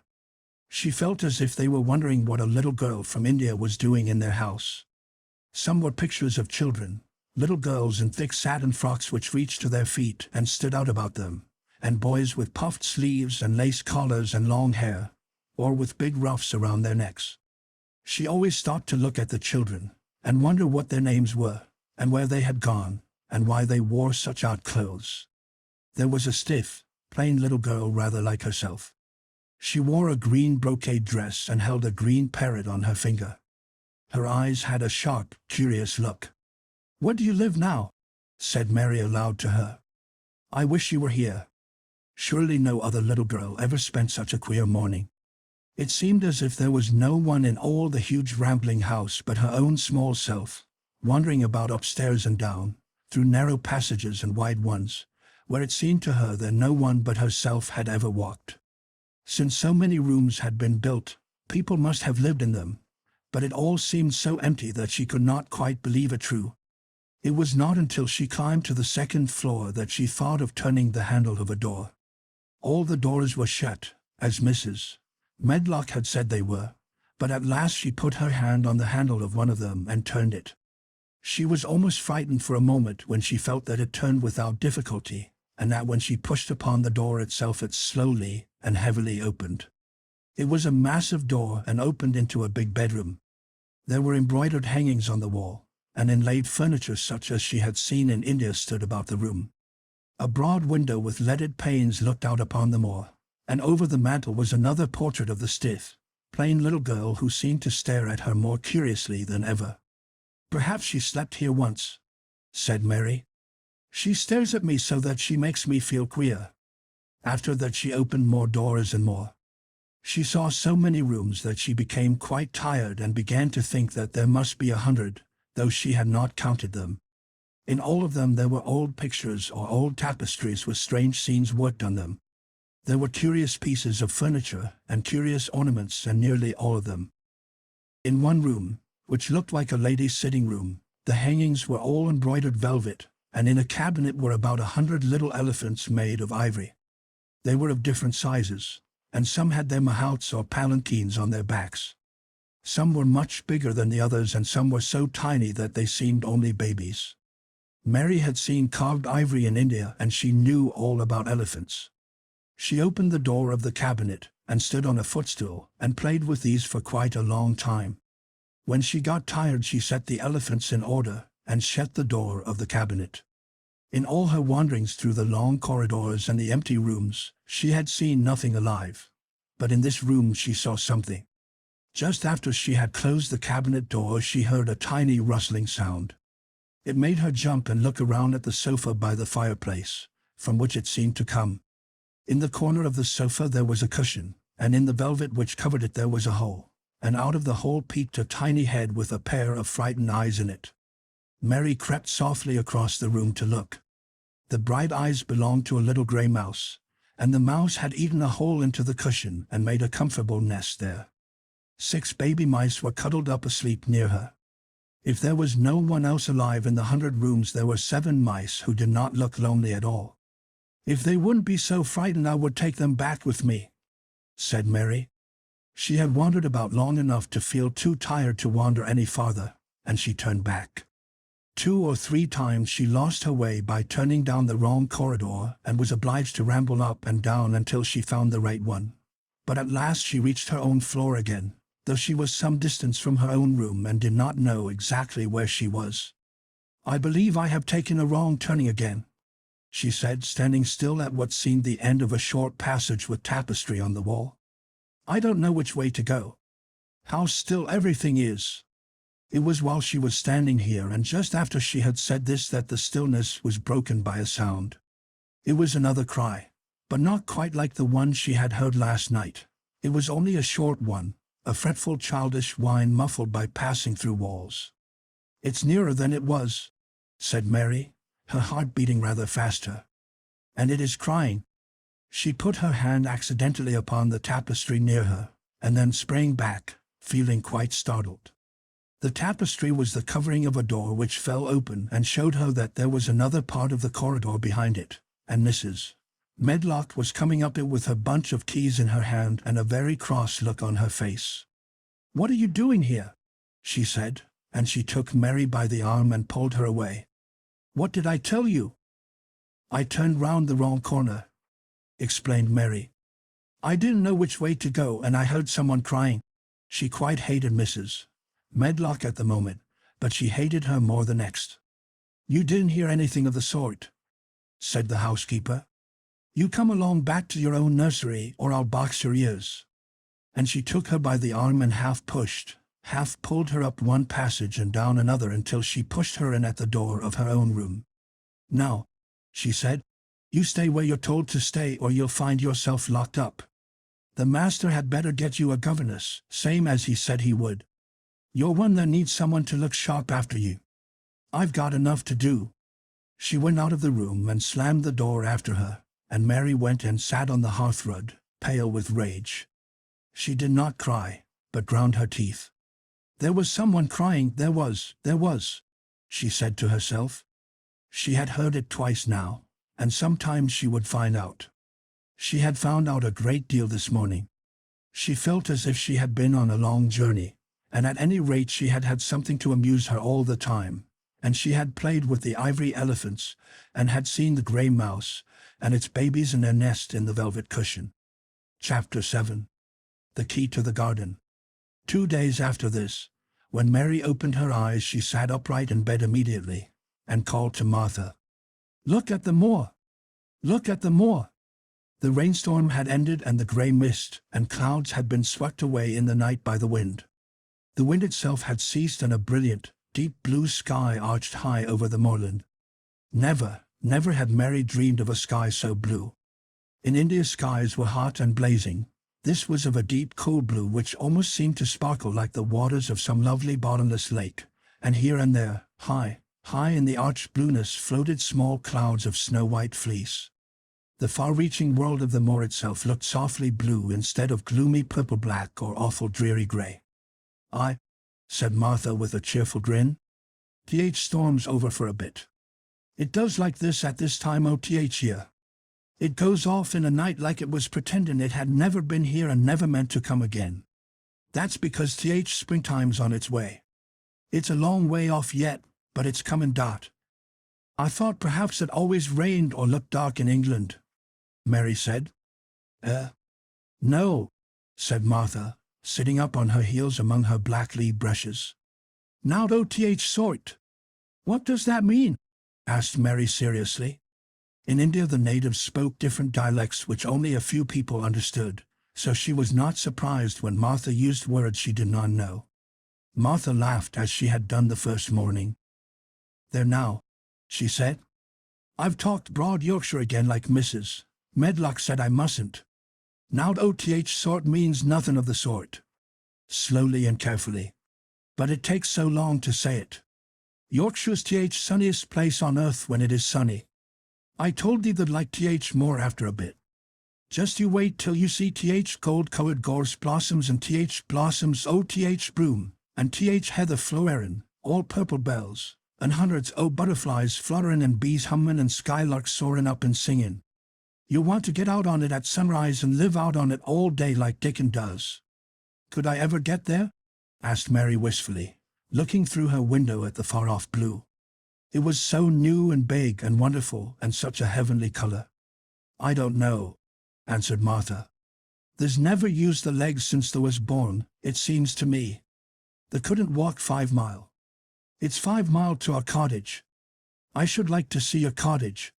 Martha stared at her a moment curiously before she took up her polishing brush and began to rub the grate again. She was thinking that the small plain face did not look quite as sour at this moment as it had done the first morning she saw it. It looked just a trifle like little Susan Ann's when she wanted something very much. "I'll ask my mother about it," she said. "She's one of them that nearly always sees a way to do things. It's my day out today and I'm going home." I am glad. Mrs. Medlock thinks a lot o' mother. Perhaps she could talk to her." "I like your mother," said Mary. "I should think they did," agreed Martha, polishing away.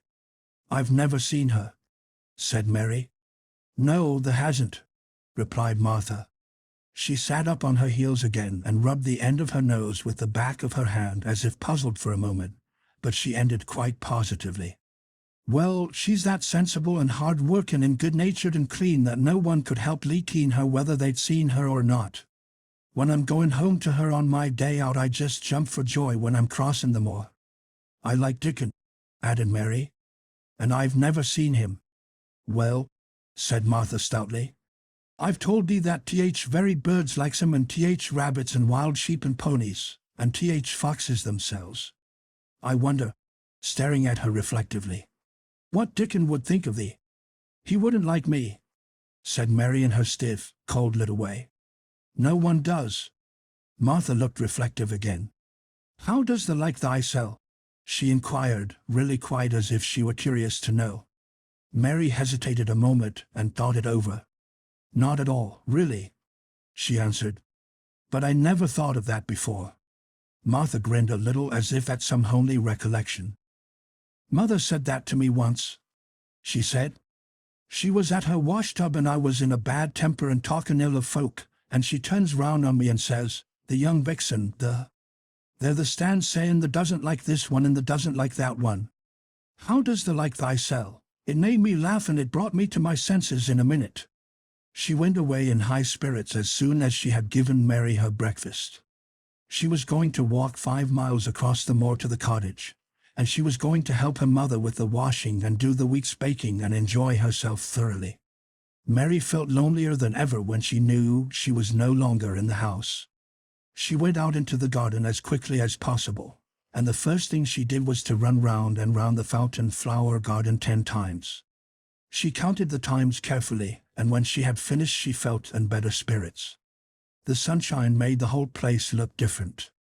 The high, deep, blue sky arched over Misselthwaite as well as over the moor, and she kept lifting her face and looking up into it, trying to imagine what it would be like to lie down on one of the little snow-white clouds and float about. She went into the first kitchen garden and found Ben Weatherstaff working there with 2 other gardeners. The change in the weather seemed to have done him good. He spoke to her of his own accord. "Springtime's comin'," he said. "Cannot thee smell it?" Mary sniffed and thought she could. "I smell something nice and fresh and damp," she said. "That's good truth," he answered, digging away. "It's in a good humour making ready to grow things. It's glad when planting time comes. It's dull in winter when it's got naught to do. In flower gardens out there things will be stirring down below in dark. Sun's warm in 'em. You'll see bits o' green spikes sticking out o' black earth after a bit." "What will they be?" asked Mary. "Crocuses and snowdrops and daffodils. Has thee never seen them?" "No, everything is hot and wet and green after the rains in India," said Mary. "And I think things grow up in a night." "These won't grow up in a night," said Weatherstaff. "They'll have to wait for 'em. They'll poke up a bit higher here, and push out a spike more there, and uncull a leaf this day and another that. You watch 'em." "I am going to," answered Mary. Very soon she heard the soft rustling flight of wings again, and she knew at once that the robin had come again. He was very pert and lively, and hopped about so close to her feet, and put his head on one side and looked at her so slyly that she asked Ben Weatherstaff a question. "Do you think he remembers me?" she said. "Remembers thee?" said Weatherstaff indignantly. "He knows every cabbage stump in TH Gardens, let alone TH people. He's never seen a little wench here before, and he's bent on finding out all about thee. There's no need to try to hide anything from him." "Are things stirring down below in the dark in that garden where he lives?" Mary inquired. "What garden?" grunted Weatherstaff, becoming surly again. "The one where the old rose trees are." She could not help asking, because she wanted so much to know. "Are all the flowers dead, or do some of them come again in the summer? Are there ever any roses?" "Ask him," said Ben Weatherstaff, hunching his shoulders toward the robin. "He's the only one as knows. No one else has seen inside it for 10 year dot." 10 years was a long time, Mary thought. She had been born 10 years ago. She walked away, slowly thinking. She had begun to like the garden just as she had begun to like the robin and Dickon and Martha's mother. She was beginning to like Martha, too. That seemed a good many people to like, when you were not used to liking. She thought of the robin as one of the people. She went to her walk outside the long, ivy-covered wall over which she could see the treetops, and the second time she walked up and down the most interesting and exciting thing happened to her, and it was all through Ben Weatherstaff's robin. She heard a chirp and a twitter, and when she looked at the bare flower bed at her left side, there he was hopping about, and pretending to peck things out of the earth to persuade her that he had not followed her. But she knew he had followed her, and the surprise so filled her with delight that she almost trembled a little. "You do remember me," she cried out. "You do. You are prettier than anything else in the world." She chirped, and talked, and coaxed, and he hopped, and flirted his tail and twittered. It was as if he were talking. His red waistcoat was like satin, and he puffed his tiny breast out, and was so fine and so grand and so pretty that it was really as if he was showing her how important and like a human person a robin could be. Mistress Mary forgot that she had ever been contrary in her life when he allowed her to draw closer and closer to him, and bend down, and talk and try to make something like robin sounds. Oh, to think that he should actually let her come as near to him as that. He knew nothing in the world would make her put out her hand toward him or startle him in the least tiniest way. He knew it because he was a real person, only nicer than any other person in the world. She was so happy that she scarcely dared to breathe. The flower bed was not quite bare. It was bare of flowers because the perennial plants had been cut down for their winter rest. But there were tall shrubs and low ones which grew together at the back of the bed, and as the robin hopped about under them she saw him hop over a small pile of freshly turned up earth. He stopped on it to look for a worm. The earth had been turned up because a dog had been trying to dig up a mole, and he had scratched quite a deep hole. Mary looked at it, not really knowing why the hole was there, and as she looked she saw something almost buried in the newly turned soil. It was something like a ring of rusty iron or brass, and when the robin flew up into a tree nearby she put out her hand and picked the ring up. It was more than a ring, however. It was an old key which looked as if it had been buried a long time. Mistress Mary stood up and looked at it with an almost frightened face as it hung from her finger. "Perhaps it has been buried for 10 years, she said in a whisper. "Perhaps it is the key to the garden." Chapter 8. The Robin Who Showed the Way. She looked at the key quite a long time. She turned it over and over, and thought about it. As I have said before, she was not a child who had been trained to ask permission or consult her elders about things. All she thought about the key was that if it was the key to the closed garden, and she could find out where the door was, she could perhaps open it and see what was inside the walls, and what had happened to the old rose trees. It was because it had been shut up so long that she wanted to see it. It seemed as if it must be different from other places, and that something strange must have happened to it during 10 years. Besides that, if she liked it she could go into it every day and shut the door behind her, and she could make up some play of her own and play it quite alone, because nobody would ever know where she was, but would think the door was still locked and the key buried in the earth. The thought of that pleased her very much. Living as it were, all by herself in a house with 100 mysteriously closed rooms and having nothing whatever to do to amuse herself, had set her inactive brain to working and was actually awakening her imagination. There is no doubt that the fresh, strong, Pure air from the moor had a great deal to do with it. Just as it had given her an appetite, and fighting with the wind had stirred her blood, so the same things had stirred her mind.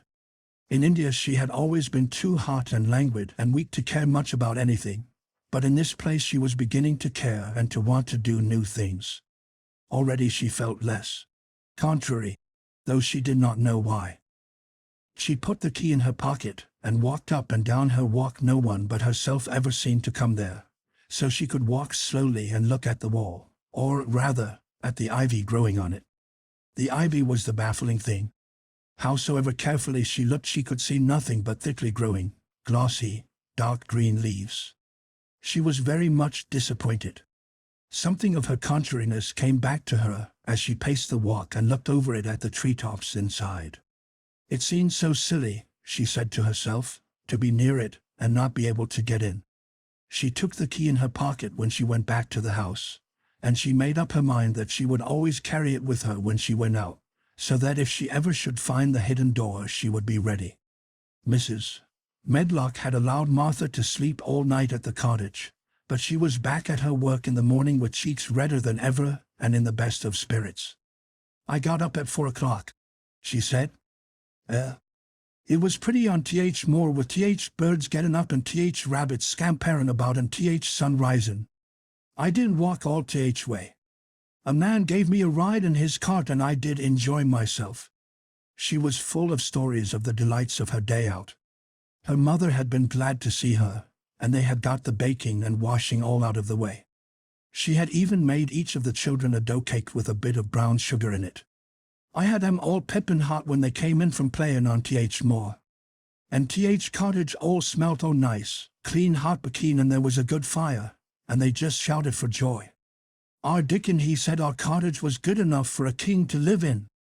In the evening they had all sat round the fire, and Martha and her mother had sewed patches on torn clothes and mended stockings, and Martha had told them about the little girl who had come from India and who had been waited on all her life by what Martha called blacks, until she didn't know how to put on her own stockings. They did like to hear about you," said Martha. "They wanted to know all about blacks and about ship you came in. I couldn't tell them enough." Mary reflected a little. "I'll tell you a great deal more before your next day out," she said, "so that you will have more to talk about. I dare say they would like to hear about riding on elephants and camels, and about the officers going to hunt tigers."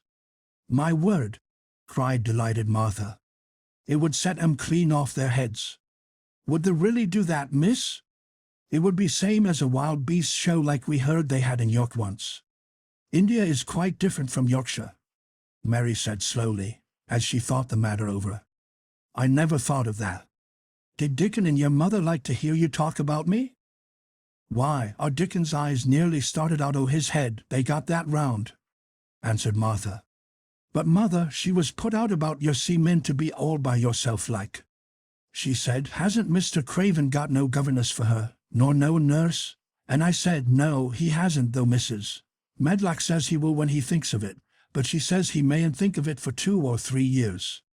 "I don't want a governess," said Mary sharply.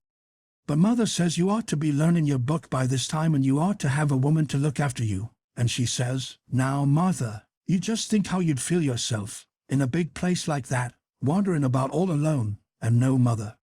You do your best to cheer her up,' she says, and I said I would." Mary gave her a long, steady look. "You do cheer me up," she said. "I like to hear you talk." Presently Martha went out of the room and came back with something held in her hands under her apron. "What does thee think?" she said with a cheerful grin. "I've brought thee a present."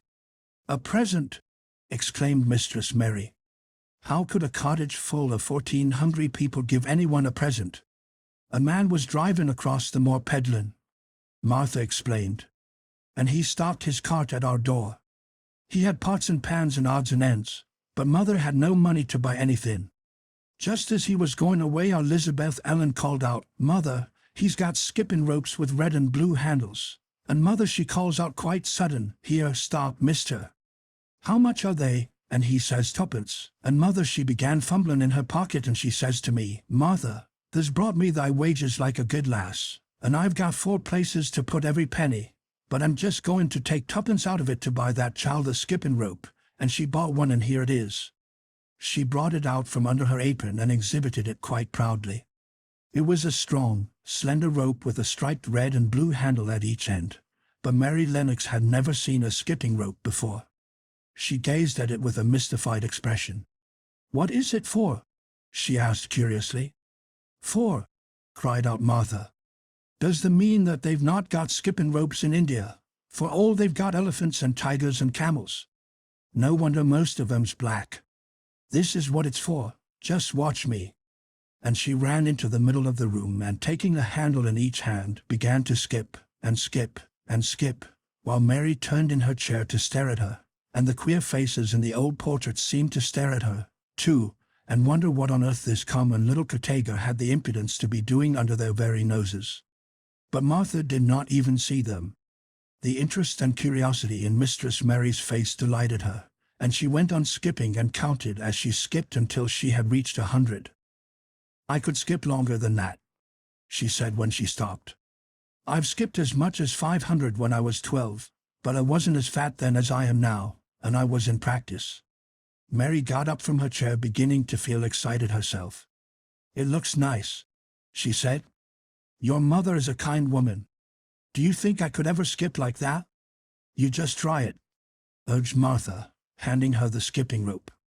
"You can't skip 100 at first, but if you practice you'll mount up. That's what Mother said. She says nothing will do her more good than skipping rope. It's the sensiblest toy a child can have. Let her play out in fresh air skipping, and it'll stretch her legs and arms and give her some strength in 'em." It was plain that there was not a great deal of strength in Mistress Mary's arms and legs when she first began to skip. She was not very clever at it, but she liked it so much that she did not want to stop. "Put on the things and run and skip out o'doors," said Martha. "Mother said I must tell you to keep out o'doors as much as you could, even when it rains a bit, so as to wrap up warm." Mary put on her coat and hat and took her skipping rope over her arm. She opened the door to go out, and then suddenly thought of something and turned back rather slowly. "Martha," she said, "they were your wages. It was your 2pence really." "Thank you." She said it stiffly because she was not used to thanking people or noticing that they did things for her. "Thank you," she said, and held out her hand because she did not know what else to do. Martha gave her hand a clumsy little shake, as if she was not accustomed to this sort of thing either. Then she laughed. "'Th' a queer, old womanish thing," she said. "If there'd been Elizabeth Ellen that'd have given me a kiss." Mary looked stiffer than ever. "Do you want me to kiss you?" Martha laughed again. "Nay, not me," she answered. "If there was different, perhaps they'd want to thyself. But there isn't. Run off outside and play with thy rope." Mistress Mary felt a little awkward as she went out of the room. Yorkshire people seemed strange, and Martha was always rather a puzzle to her. At first she had disliked her very much, but now she did not. The skipping rope was a wonderful thing. She counted and skipped and counted, until her cheeks were quite red, and she was more interested than she had ever been since she was born.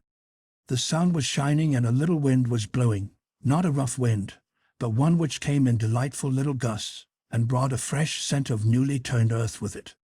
She skipped round the fountain garden, and up one walk and down another. She skipped at last into the kitchen garden, and saw Ben Weatherstaff digging and talking to his robin, which was hopping about him. She skipped down the walk toward him, and he lifted his head and looked at her with a curious expression. She had wondered if he would notice her. She wanted him to see her skip. "Well," he exclaimed, "upon my word. Perhaps thou art a young un, after all, and perhaps there's got child's blood in thy veins instead of sour buttermilk. There's skipped red into thy cheeks as sure as my name's Ben Weatherstaff. I wouldn't have believed they could do it." "I never skipped before," Mary said. "I'm just beginning. I can only go up to 20. "They keep on," said Ben. "The shake's well enough at it for a young un that's lived with heathen. Just see how he's watching thee," jerking his head toward the robin. "He followed after thee yesterday. He'll be at it again today. He'll be bound to find out what skipping rope is. He's never seen one. Shaking his head at the bird. The curiosity will be death of thee sometime if the doesn't look sharp. Mary skipped round all the gardens and round the orchard, resting every few minutes. At length she went to her own special walk and made up her mind to try if she could skip the whole length of it. It was a good long skip and she began slowly, but before she had gone halfway down the path she was so hot and breathless that she was obliged to stop. She did not mind much, because she had already counted up to 30. She stopped with a little laugh of pleasure, and there, lo and behold, was the robin swaying on a long branch of ivy. He had followed her, and he greeted her with a chirp. As Mary had skipped toward him she felt something heady in her pocket strike against her at each jump, and when she saw the robin she laughed again. "You showed me where the key was yesterday," she said. "You ought to show me the door today, but I don't believe you know." The robin flew from his swinging spray of ivy on to the top of the wall, and he opened his beak and sang a loud, lovely trill, merely to show off. Nothing in the world is quite as adorably lovely as a robin when he shows off, and they are nearly always doing it. Mary Lennox had heard a great deal about magic in her ayah's stories, and she always said that what happened almost at that moment was magic. One of the nice little gusts of wind rushed down the walk, and it was a stronger one than the rest. It was strong enough to wave the branches of the trees, and it was more than strong enough to sway the trailing sprays of untrimmed ivy hanging from the wall. Mary had stepped close to the robin, and suddenly the gust of wind swung aside some loose ivy trails, and more suddenly still she jumped toward it and caught it in her hand. This she did because she had seen something under it, a round knob which had been covered by the leaves hanging over it. It was the knob of a door. She put her hands under the leaves and began to pull and push them aside. Thick as the ivy hung, it nearly all was a loose and swinging curtain, though some had cracked over wood and iron. Mary's heart began to thump and her hands to shake a little in her delight and excitement. The robin kept singing and twittering away and tilting his head on one side, as if he were as excited as she was. What was this under her hands which was square and made of iron and which her fingers found a hole in? It was the lock of the door which had been closed 10 years, and she put her hand in her pocket, drew out the key and found it fitted the keyhole. She put the key in and turned it. It took 2 hands to do it, but it did turn. And then she took a long breath and looked behind her up the long walk to see if anyone was coming. No one was coming. No one ever did come, it seemed, and she took another long breath, because she could not help it, and she held back the swinging curtain of ivy and pushed back the door, which opened slowly, slowly. Then she slipped through it, and shut it behind her, and stood with her back against it, looking about her and breathing quite fast with excitement, and wonder, and delight. She was standing inside the secret garden. Chapter 9. The strangest house anyone ever lived in. It was the sweetest, most mysterious-looking place anyone could imagine. The high walls which shut it in were covered with the leafless stems of climbing roses which were so thick that they were matted together. Mary Lennox knew they were roses because she had seen a great many roses in India. All the ground was covered with grass of a wintry brown, and out of it grew clumps of bushes which were surely rose bushes if they were alive. There were numbers of standard roses which had so spread their branches that they were like little trees. There were other trees in the garden, and one of the things which made the place look strangest and loveliest was that climbing roses had run all over them and swung down long tendrils which made light swaying curtains, and here and there they had caught at each other or at a far-reaching branch and had crept from one tree to another and made lovely bridges of themselves.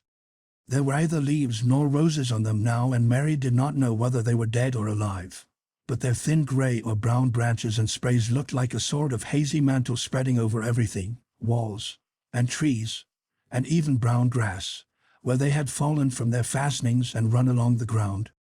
It was this hazy tangle from tree to tree which made it all look so mysterious.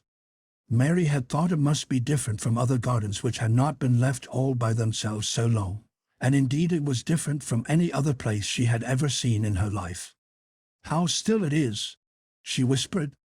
"How still!" Then she waited a moment and listened at the stillness.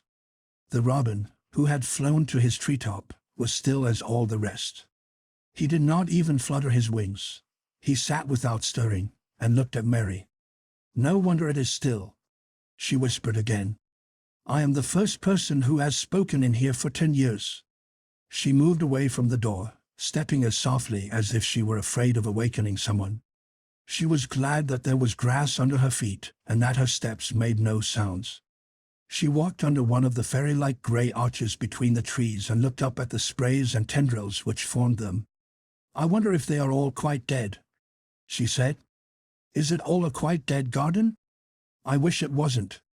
If she had been Ben Weatherstaff, she could have told whether the wood was alive by looking at it, but she could only see that there were only grey or brown sprays and branches, and none showed any signs of even a tiny leaf bud anywhere. But she was inside the wonderful garden, and she could come through the door under the ivy any time, and she felt as if she had found a world all her own. The sun was shining inside the four walls, and the high arch of blue sky over this particular piece of Misselthwaite seemed even more brilliant and soft than it was over the moor. The robin flew down from his treetop and hopped about or flew after her from one bush to another. He chirped a good deal and had a very busy air, as if he was showing her things.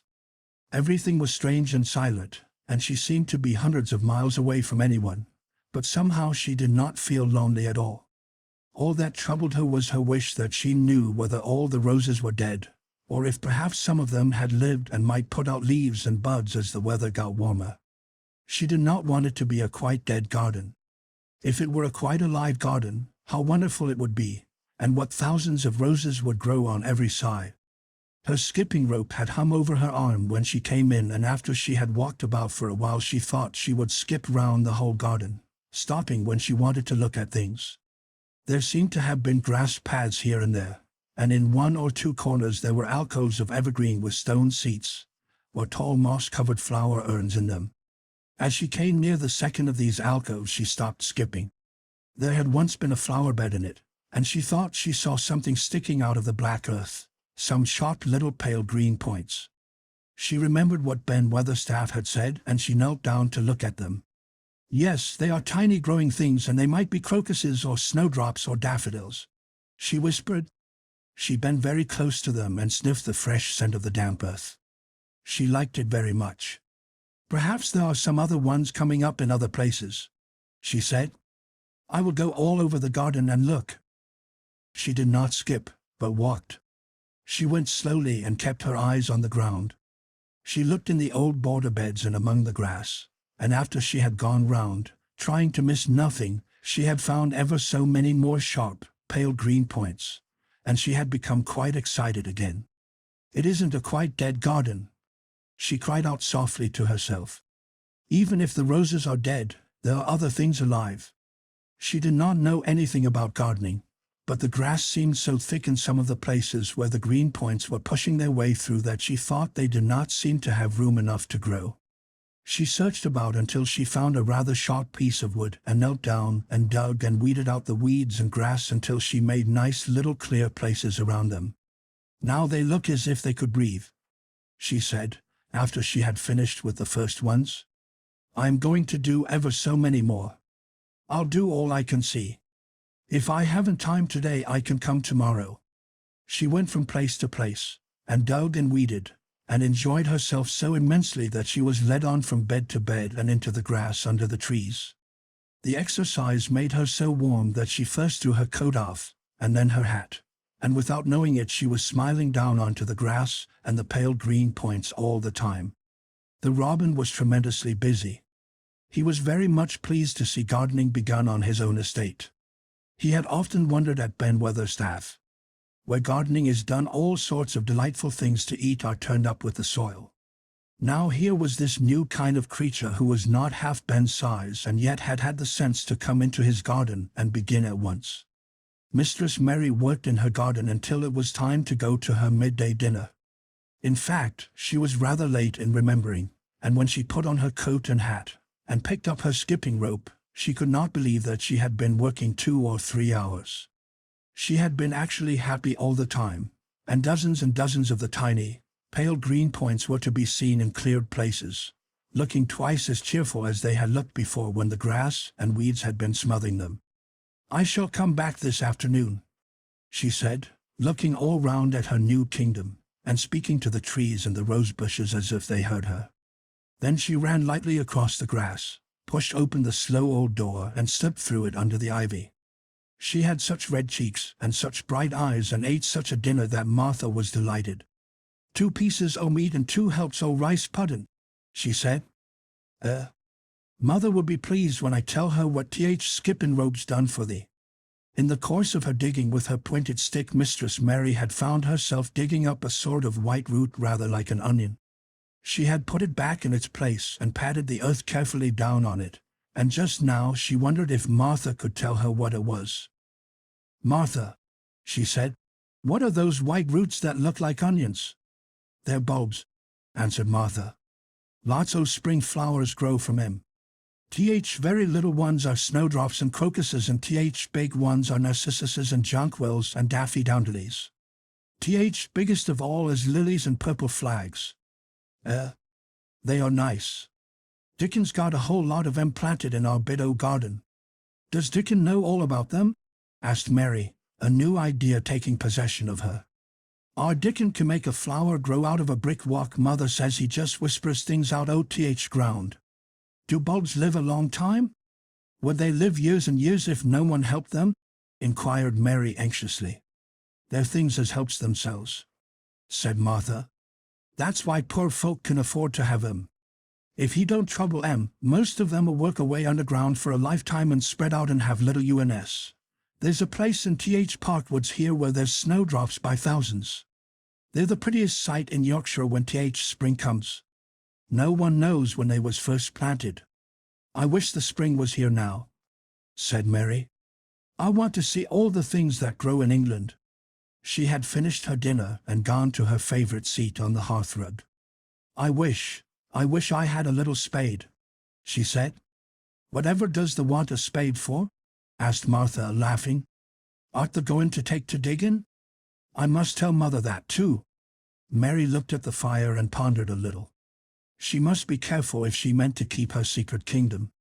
She wasn't doing any harm, but if Mr. Craven found out about the open door he would be fearfully angry and get a new key and lock it up forevermore. She really could not bear that. "This is such a big lonely place," she said slowly, as if she were turning matters over in her mind. "The house is lonely, and the park is lonely, and the gardens are lonely. So many places seem shut up. I never did many things in India, but there were more people to look at, natives and soldiers marching by, and sometimes bands playing, and my ayah told me stories. There is no one to talk to here except you and Ben Weatherstaff. And you have to do your work, and Ben Weatherstaff won't speak to me often. I thought if I had a little spade I could dig somewhere as he does, and I might make a little garden if he would give me some seeds." Martha's face quite lighted up. "There now!" she exclaimed. "If that wasn't one of things Mother said. She says there's such a lot o' room in that big place. Why don't they give her a bit for herself, even if she doesn't plant nothing but parsley and radishes? She'd dig and rake away and be right down happy over it. Them was the very words she said." "Were they?" said Mary. "How many things she knows, doesn't she?" Said Martha. "It's like she says, a woman as brings up 12 children learns something besides her ABC. Children's as good as arithmetic to set you find in out things." "How much would a spade cost, a little one?" Mary asked. "Well," was Martha's reflective answer, "at Thwaite village there's a shop or so, and I saw little garden sets with a spade and a rake and a fork all tied together for 2 shillings. And they was stout enough to work with, too. I've got more than that in my purse," said Mary. "Mrs. Morrison gave me 5 shillings, and Mrs. Medlock gave me some money from Mr. Craven." "Did he remember thee that much?" exclaimed Martha. "Mrs. Medlock said I was to have a shilling a week to spend. She gives me one every Saturday. I didn't know what to spend it on." "My word! That's riches," said Martha. "They can buy anything in world the wants. Rent of our cottage is only 1 and 3pence, and it's like pulling eye teeth to get it. Now I've just thought of something," putting her hands on her hips. "What?" said Mary eagerly. In the shop at Thwaite they sell packages old flower seeds for a penny each, and our Dickon he knows which is th prettiest ones and how to make 'em grow. He walks over to Thwaite many a day just for th fun of it. Does thee know how to print letters? Suddenly. I know how to write, Mary answered. Martha shook her head. Our Dickon can only read printin'. If they could print we could write a letter to him and ask him to go and buy th garden tools and th seeds at th same time. Oh, you're a good girl, Mary cried. You are really. I didn't know you were so nice. I know I can print letters if I try. Let's ask Mrs. Medlock for a pen and ink and some paper. I've got some of my own, said Martha. I bought 'em so I could print a bit of a letter to Mother of a Sunday. I'll go and get it. She ran out of the room, and Mary stood by the fire and twisted her thin little hands together with sheer pleasure.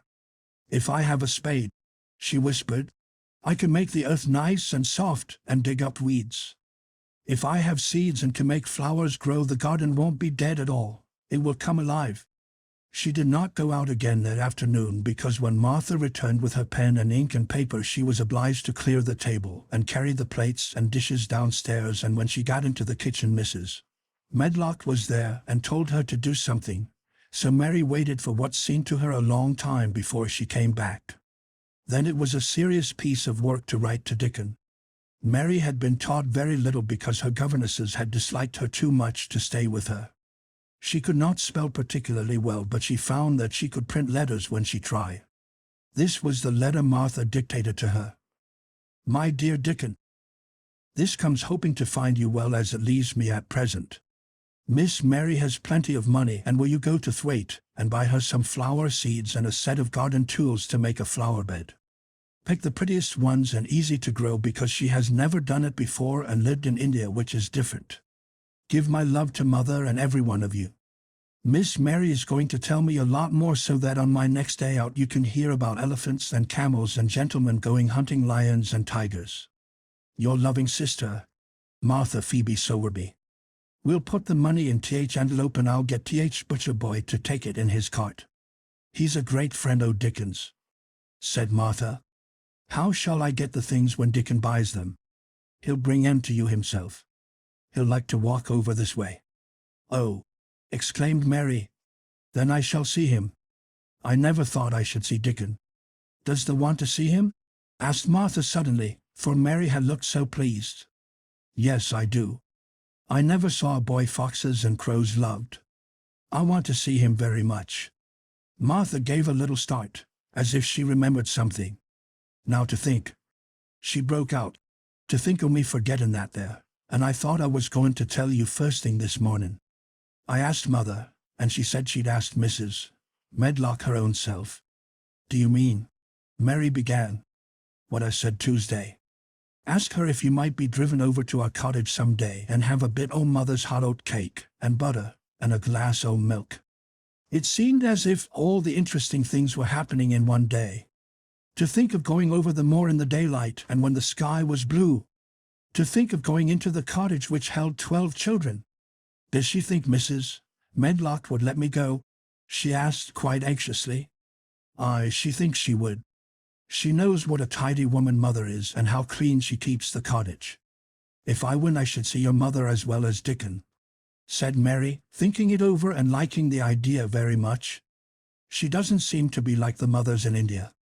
Her work in the garden and the excitement of the afternoon ended by making her feel quiet and thoughtful. Martha stayed with her until tea time, but they sat in comfortable quiet and talked very little. But just before Martha went downstairs for the tea tray, Mary asked a question. Martha, she said, has the scullery maid had the toothache again today? Martha suddenly started slightly. What makes thee ask that? She said. Because when I waited so long for you to come back I opened the door and walked down the corridor to see if you were coming. And I heard that far-off crying again, just as we heard it the other night. There isn't a wind today, so you see it couldn't have been the wind. Said Martha restlessly. They mustn't go walking about in corridors and listening. Mr. Craven would be that they're angry there's no knowing what he'd do. I wasn't listening, said Mary. I was just waiting for you, and I heard it. That's 3 times. My word. There's Mrs. Medlock's bell, said Martha, and she almost ran out of the room. It's the strangest house anyone ever lived in, said Mary drowsily, as she dropped her head on the cushioned seat of the armchair near her. Fresh air, and digging, and skipping rope had made her feel so comfortably tired that she fell asleep. Chapter 10, Dickon. The sun shone down for nearly a week on the secret garden. The secret garden was what Mary called it when she was thinking of it. She liked the name, and she liked still more the feeling that when its beautiful old walls shut her and no one knew where she was. It seemed almost like being shut out of the world in some fairy place. The few books she had read and liked had been fairy story books, and she had read of secret gardens in some of the stories. Sometimes people went to sleep in them for 100 years, which she had thought must be rather stupid. She had no intention of going to sleep, and in fact, she was becoming wider awake every day which passed at Misselthwaite. She was beginning to like to be out of doors. She no longer hated the wind, but enjoyed it. She could run faster and longer, and she could skip up to 100.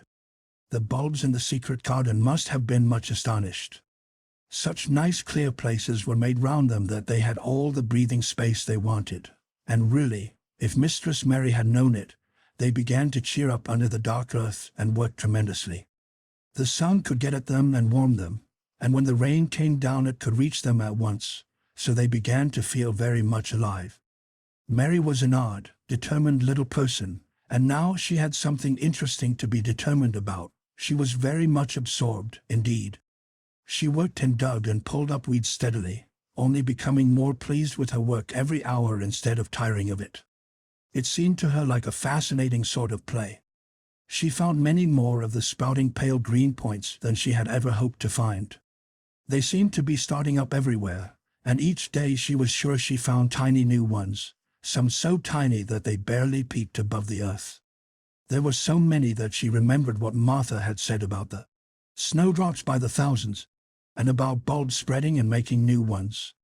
These had been left to themselves for 10 years, and perhaps they had spread, like the snowdrops, into thousands.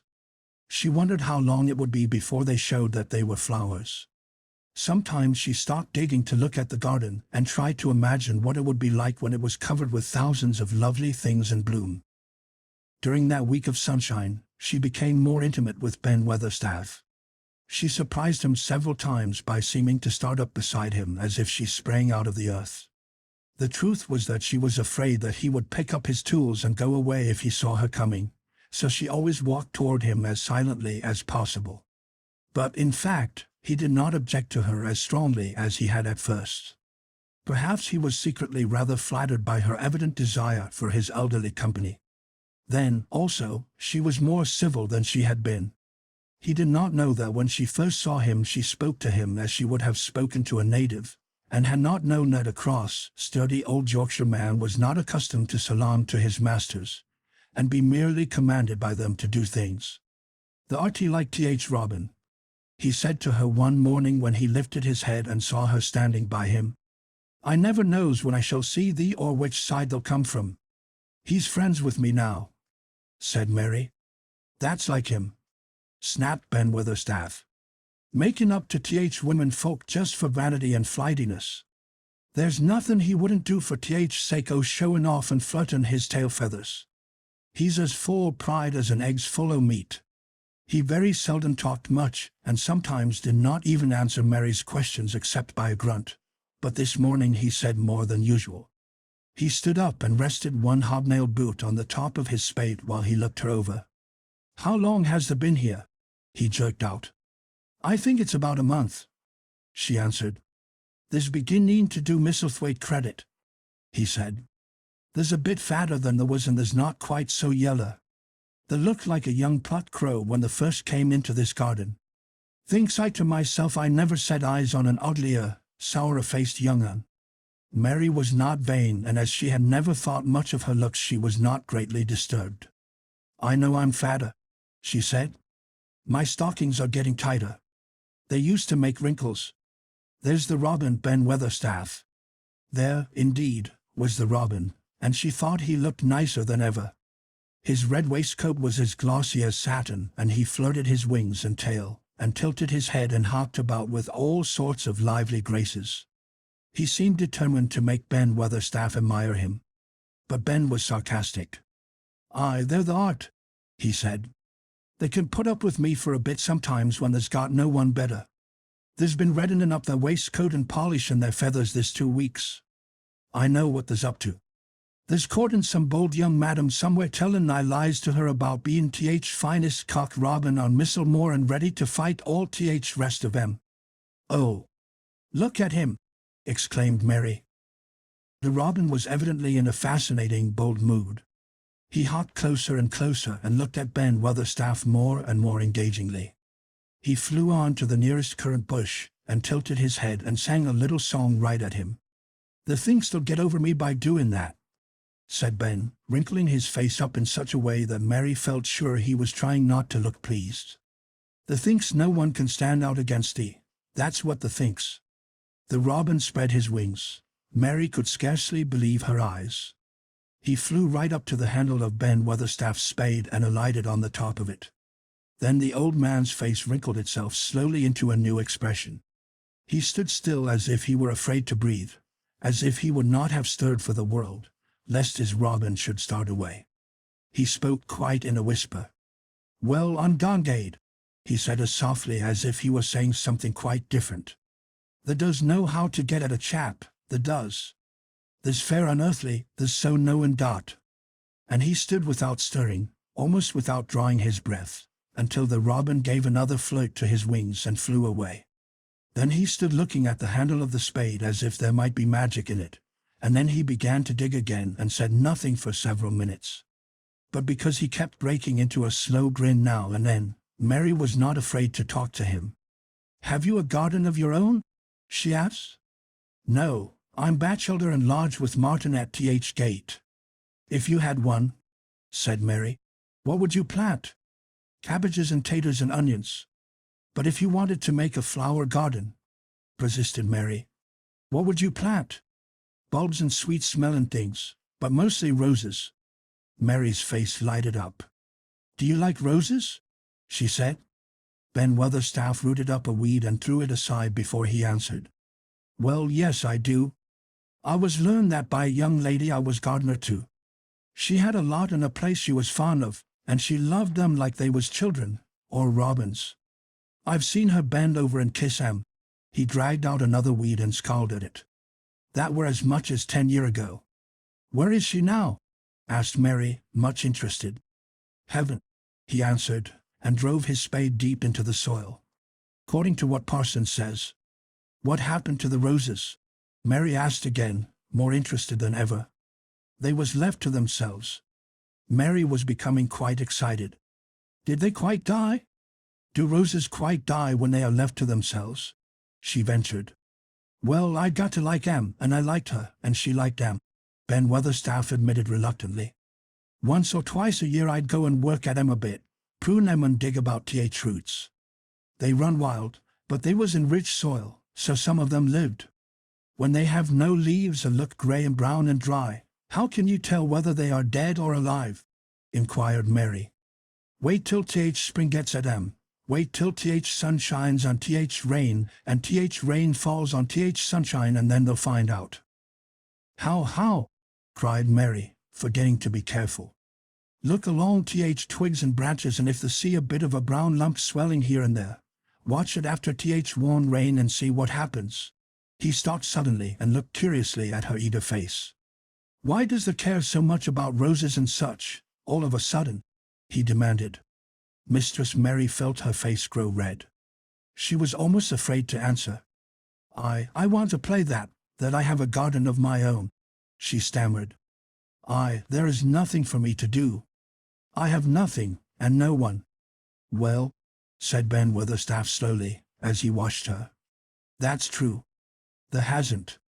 He said it in such an odd way that Mary wondered if he was actually a little sorry for her. She had never felt sorry for herself. She had only felt tired and cross, because she disliked people and things so much. But now the world seemed to be changing and getting nicer. If no one found out about the secret garden, she should enjoy herself always. She stayed with him for 10 or 15 minutes longer, and asked him as many questions as she dared. He answered every one of them in his queer grunting way, and he did not seem really cross and did not pick up his spade and leave her. He said something about roses just as she was going away, and it reminded her of the ones he had said he had been fond of. "Do you go and see those other roses now?" she asked. "Not been this year. My rheumatics has made me too stiff in th joints." He said it in his grumbling voice, and then quite suddenly he seemed to get angry with her, though she did not see why he should. "Now look here," he said sharply. "Don't they ask so many questions? The RTTH worst wench for a skin questions I've ever come across. Get to gone and play thee. I'd done talking for today." And he said it so crossly that she knew there was not the least use in staying another minute. She went skipping slowly down the outside walk, thinking him over and saying to herself that, queer as it was, here was another person whom she liked in spite of his crossness. She liked old Ben Weatherstaff. Yes, she did like him. She always wanted to try to make him talk to her. Also, she began to believe that he knew everything in the world about flowers. There was a laurel hedge walk which curved round the secret garden and ended at a gate which opened into a wood, in the park. She thought she would slip round this walk and look into the wood and see if there were any rabbits hopping about. She enjoyed the skipping very much, and when she reached the little gate she opened it, and went through because she heard a low, peculiar whistling sound and wanted to find out what it was. It was a very strange thing indeed. She quite caught her breath as she stopped to look at it. A boy was sitting under a tree, with his back against it, playing on a rough wooden pipe. He was a funny-looking boy about 12. He looked very clean and his nose turned up and his cheeks were as red as poppies, and never had Mistress Mary seen such round and such blue eyes in any boy's face. And on the trunk of the tree he leaned against, a brown squirrel was clinging and watching him, and from behind a bush nearby a cock pheasant was delicately stretching his neck to peep out, and quite near him were 2 rabbits sitting up and sniffing with tremulous noses. And actually it appeared as if they were all drawing near to watch him and listen to the strange low little call his pipe seemed to make. When he saw Mary he held up his hand and spoke to her in a voice almost as low as and rather like his piping. "Don't the move," he said. "It'd flight 'em." Mary remained motionless. He stopped playing his pipe and began to rise from the ground. He moved so slowly that it scarcely seemed as though he were moving at all. But at last he stood on his feet, and then the squirrel scampered back up into the branches of his tree. The pheasant withdrew his head, and the rabbits dropped on all fours and began to hop away, though not at all as if they were frightened. "I'm Dickon," the boy said. "I know thou'rt Miss Mary." Then Mary realized that somehow she had known at first that he was Dickon. Who else could have been charming rabbits and pheasants as the natives charmed snakes in India? He had a wide, red, curving mouth and his smile spread all over his face. "I got up slow," he explained, "because if they makes a quick move it startles 'em. A body as to move gentle and speak low when wild things is about." He did not speak to her as if they had never seen each other before, but as if he knew her quite well. Mary knew nothing about boys, and she spoke to him a little stiffly because she felt rather shy. "Did you get Martha's letter?" she asked. He nodded his curly, rust-colored head. "That's why I come." He stooped to pick up something which had been lying on the ground beside him when he piped. "I've got garden tools. There's a little spade and rake and a fork and hoe." They are good UNS. There's a trowel, too. And woman in shock threw in a packet o' white poppy and one o' blue larkspur when I bought other seeds." "Will you show the seeds to me?" Mary said. She wished she could talk as he did. His speech was so quick and easy. It sounded as if he liked her and was not the least afraid she would not like him, though he was only a common moor boy, in patched clothes and with a funny face and a rough, rusty red head. As she came closer to him she noticed that there was a clean, fresh scent of heather and grass and leaves about him, almost as if he were made of them. She liked it very much, and when she looked into his funny face with the red cheeks and round blue eyes she forgot that she had felt shy. "Let us sit down on this log and look at them," she said. They sat down, and he took a clumsy little brown paper package out of his coat pocket. He untied the string, and inside there were ever so many neater and smaller packages with a picture of a flower on each one. "There's a lot o' mignonette and poppies," he said. "Mignonette's the sweetest smellin' thing as grows, and it'll grow wherever you cast it, same as poppies will.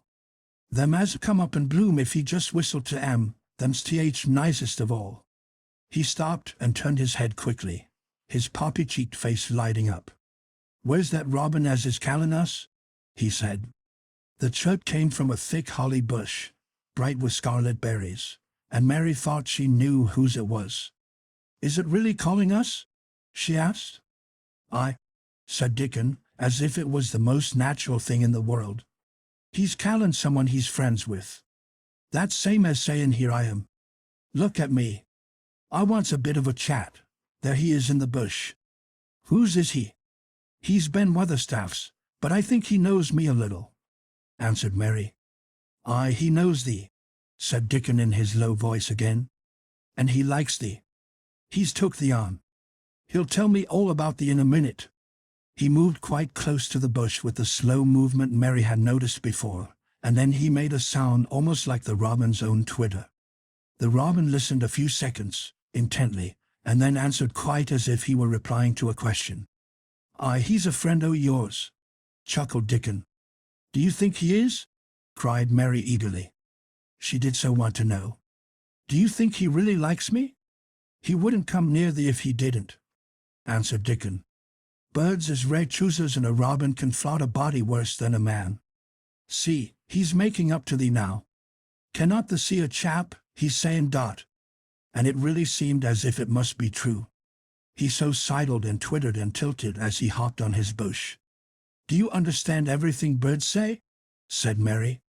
Dickon's grin spread until he seemed all wide, red, curving mouth, and he rubbed his rough head. "I think I do, and they think I do," he said. "I've lived on th moor with them so long.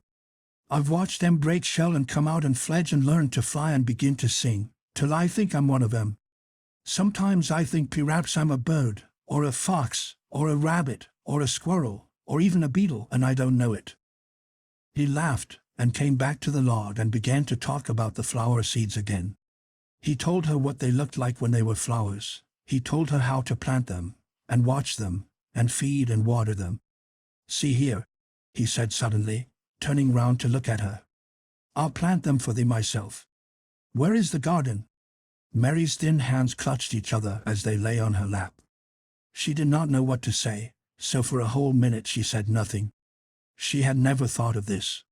She felt miserable, and she felt as if she went red and then pale. "There's got a bit o' garden, hasn't there?" Dickon said. It was true that she had turned red and then pale.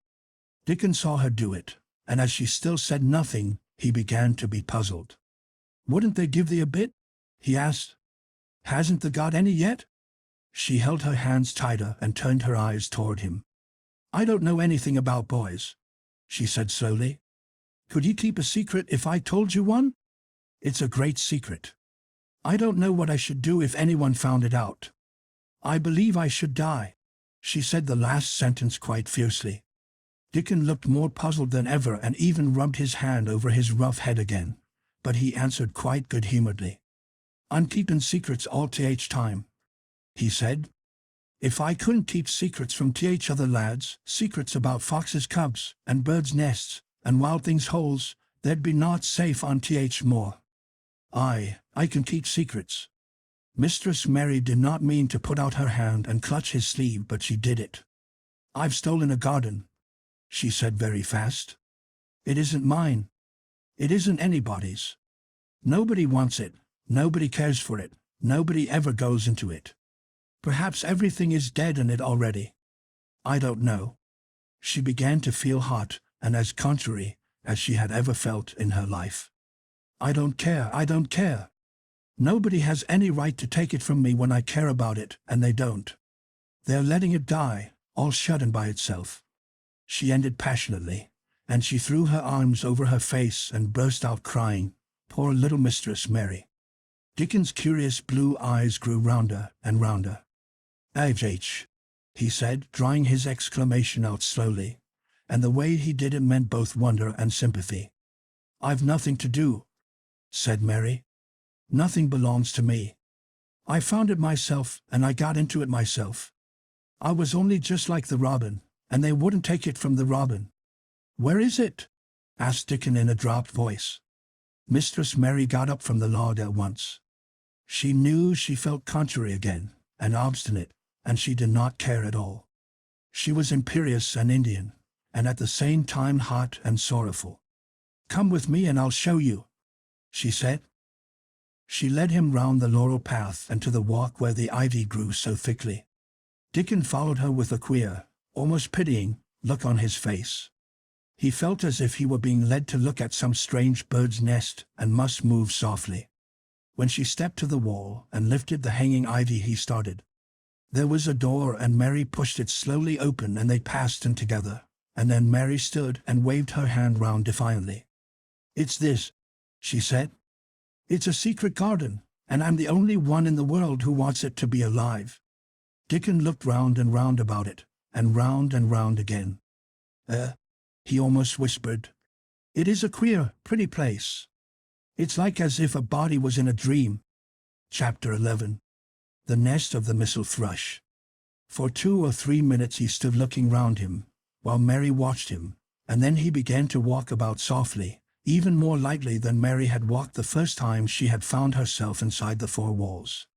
His eyes seemed to be taking in everything, the great trees with the grey creepers climbing over them and hanging from their branches, the tangle on the walls and among the grass, the evergreen alcoves with the stone seats and tall flower urns standing in them. "I never thought I'd see this place," he said at last in a whisper. "Did you know about it?" asked Mary. She had spoken aloud and he made a sign to her. "We must talk low," he said, "or someone will hear us and wonder what's to do in here." "Oh, I forgot," said Mary, feeling frightened and putting her hand quickly against her mouth. "Did you know about the garden?" she asked again when she had recovered herself. Dickon nodded. "Martha told me there was one as no one ever went inside," he answered. "Us used to wonder what it was like." He stopped and looked round at the lovely grey tangle about him, and his round eyes looked queerly happy. The nest as'll be here come springtime," he said. "It'd be safest nest and place in England. No one never comin' near and tangles o' trees and roses to build in. I wonder all birds on moor don't build here." Mistress Mary put her hand on his arm again without knowing it. "Will there be roses?" she whispered. "Can you tell? I thought perhaps they were all dead." "No, not them, not all of them," he answered. "Look here." He stepped over to the nearest tree, an old one with grey lichen all over its bark, but upholding a curtain of tangled sprays and branches. He took a thick knife out of his pocket and opened one of its blades. "There's lots o' dead wood as ought to be cut out," he said, "and there's a lot o' old wood, but it made some new last year. This here's a new bit," and he touched a shoot which looked brownish-green instead of hard, dry grey. Mary touched it herself in an eager, reverent way. "That one?" she said. "Is that one quite alive, quite?" Dickon curved his wide, smiling mouth. "It's as wick as you or me," he said, and Mary remembered that Martha had told her that wick meant alive, or lively. "I'm glad it's wick," she cried out in her whisper. "I want them all to be wick. Let us go round the garden and count how many wick ones there are." She quite panted with eagerness, and Dickon was as eager as she was. They went from tree to tree and from bush to bush. Dickon carried his knife in his hand and showed her things which she thought wonderful. "They've run wild," he said, "but strongest ones has fair thrived on it. The delicatest ones has died out, but others has growed and spread, till they's a wonder. See here," and he pulled down a thick grey, dry-looking branch. "A body might think this was dead wood, but I don't believe it is, down to root. I'll cut it low down and see." He knelt and with his knife cut the lifeless-looking branch through, not far above the earth. "There," he said exultantly. "I told thee so. There's green in that wood yet. Look at it.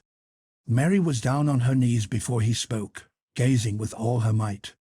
When it looks a bit greenish and juicy like that, it's wick, he explained. When th inside is dry and breaks easy, like this here piece I've cut off, it's done for. There's a big root here as all this live wood sprung out of, and if th old wood's cut off and it's dug round, and took care of, there'll be. He stopped and lifted his face to look up at the climbing and hanging sprays above him. There'll be a fountain o' roses here this summer.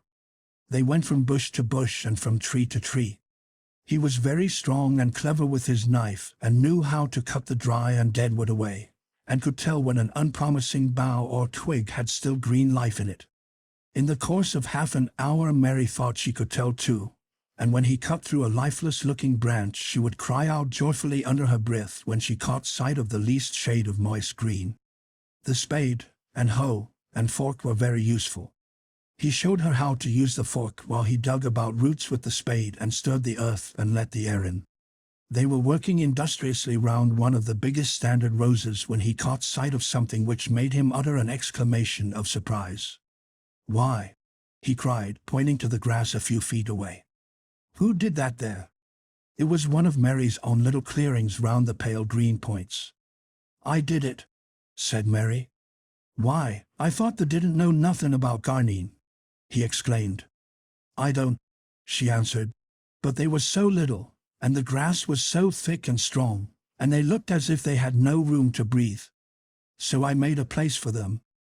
I don't even know what they are." Dickon went and knelt down by them, smiling his wide smile. "Thou was right," he said. "A gardener couldn't have told thee better.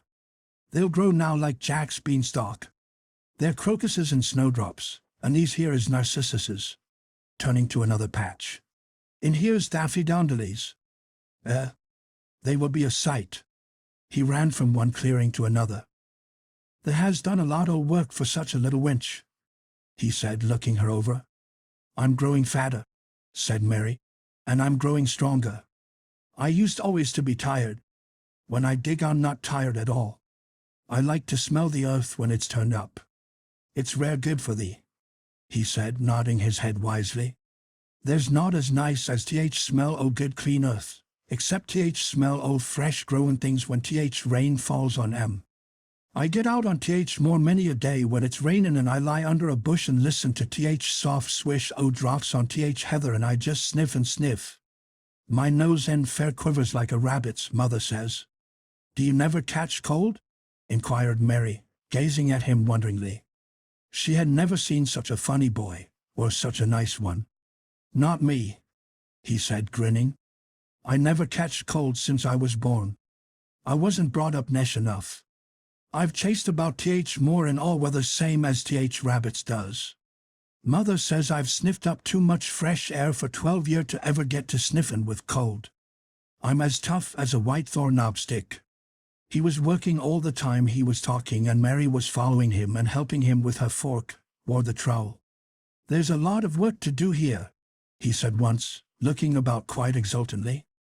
"Will you come again and help me to do it?" Mary begged. "I'm sure I can help, too. I can dig and pull up weeds, and do whatever you tell me." "Oh, do come, Dickon.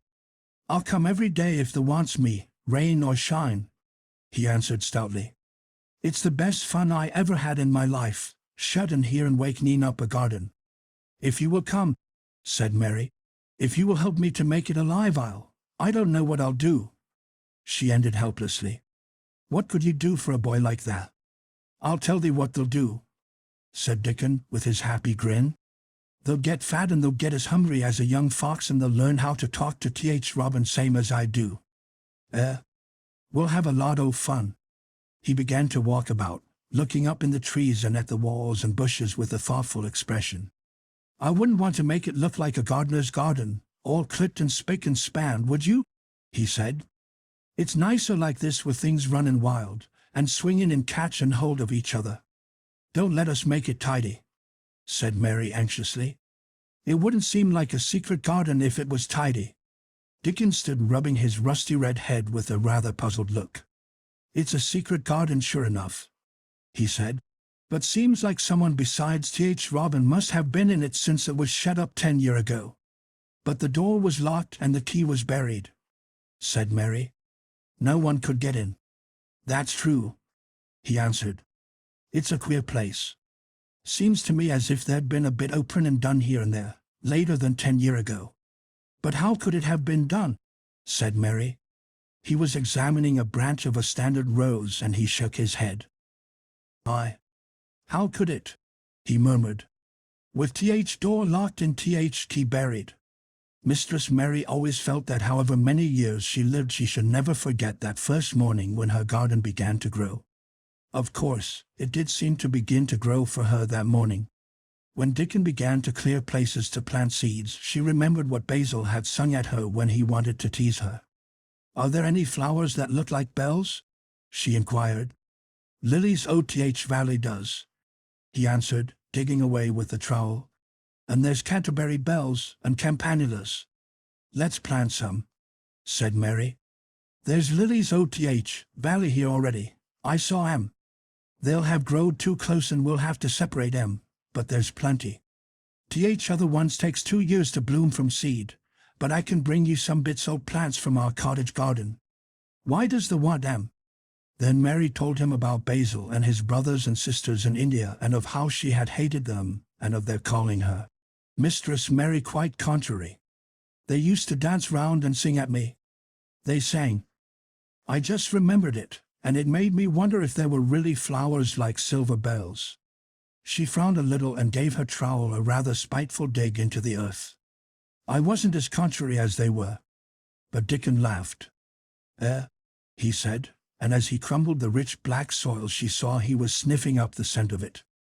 There doesn't seem to be no need for no one to be contrary when there's flowers and such like, and such lots o' friendly wild things running about making homes for themselves, or building nests and singing and whistling, does there?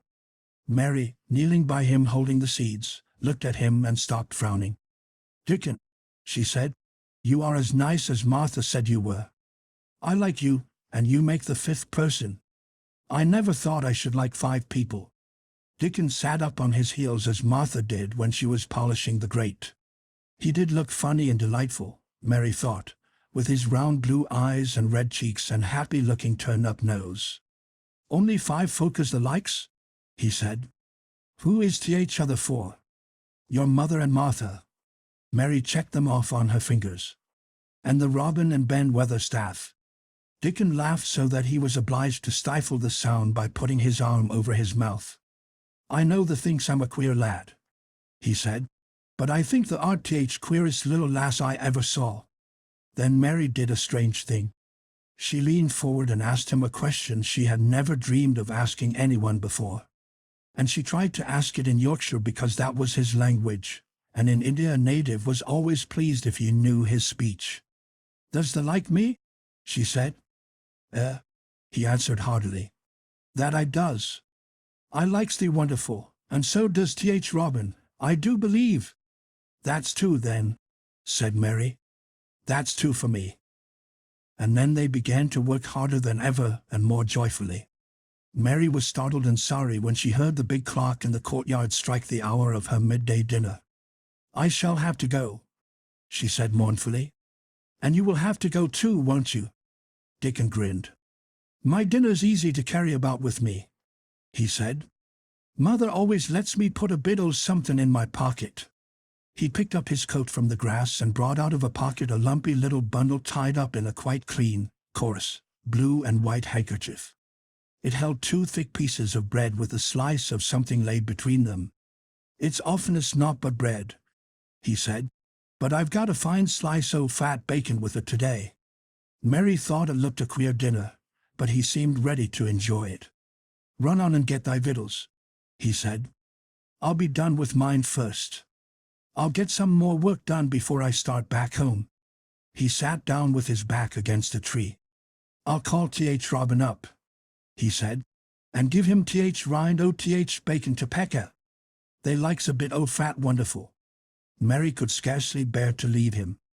Suddenly it seemed as if he might be a sort of wood fairy who might be gone when she came into the garden again.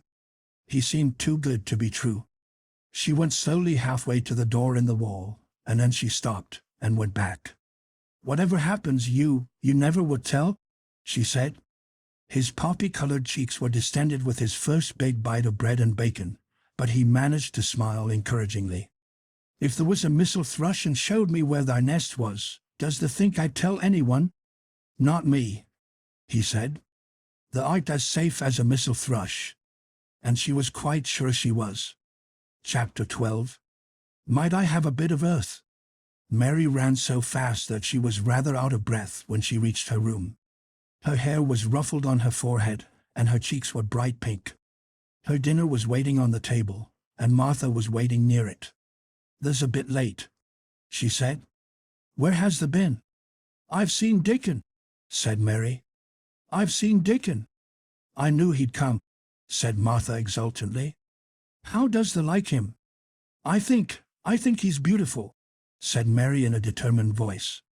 Martha looked rather taken aback, but she looked pleased, too. "Well," she said, "he's Th's best lad as ever was born, but us never thought he was handsome. His nose turns up too much." "I like it to turn up," said Mary. "And his eyes is so round," said Martha, a trifle doubtful. "Though they're a nice colour." "I like them round," said Mary. "And they are exactly the colour of the sky over the moor." Martha beamed with satisfaction. "Mother says he made 'em that colour with always looking up at birds and clouds. But he has got a big mouth, hasn't he, now?" "I love his big mouth," said Mary obstinately. "I wish mine were just like it." Martha chuckled delightedly. "It'd have looked rare and funny in thy bit of a face," she said. "But I knowed it would be that way when they saw him." "How did they like seeds and garden tools? How did you know he brought them?" asked Mary. I never thought of him not bringing 'em. He'd be sure to bring 'em if they was in Yorkshire. He's such a trusty lad." Mary was afraid that she might begin to ask difficult questions, but she did not. She was very much interested in the seeds and gardening tools, and there was only one moment when Mary was frightened. This was when she began to ask where the flowers were to be planted. "Who did they ask about it?" she inquired. "I haven't asked anybody yet," said Mary, hesitating. "Well, I wouldn't ask head gardener. He's too grand, Mr. Roach's." "I've never seen him," said Mary. "I've only seen under gardeners and Ben Weatherstaff." "If I was you, I'd ask Ben Weatherstaff," advised Martha. "He's not half as bad as he looks, for all he's so crabbed.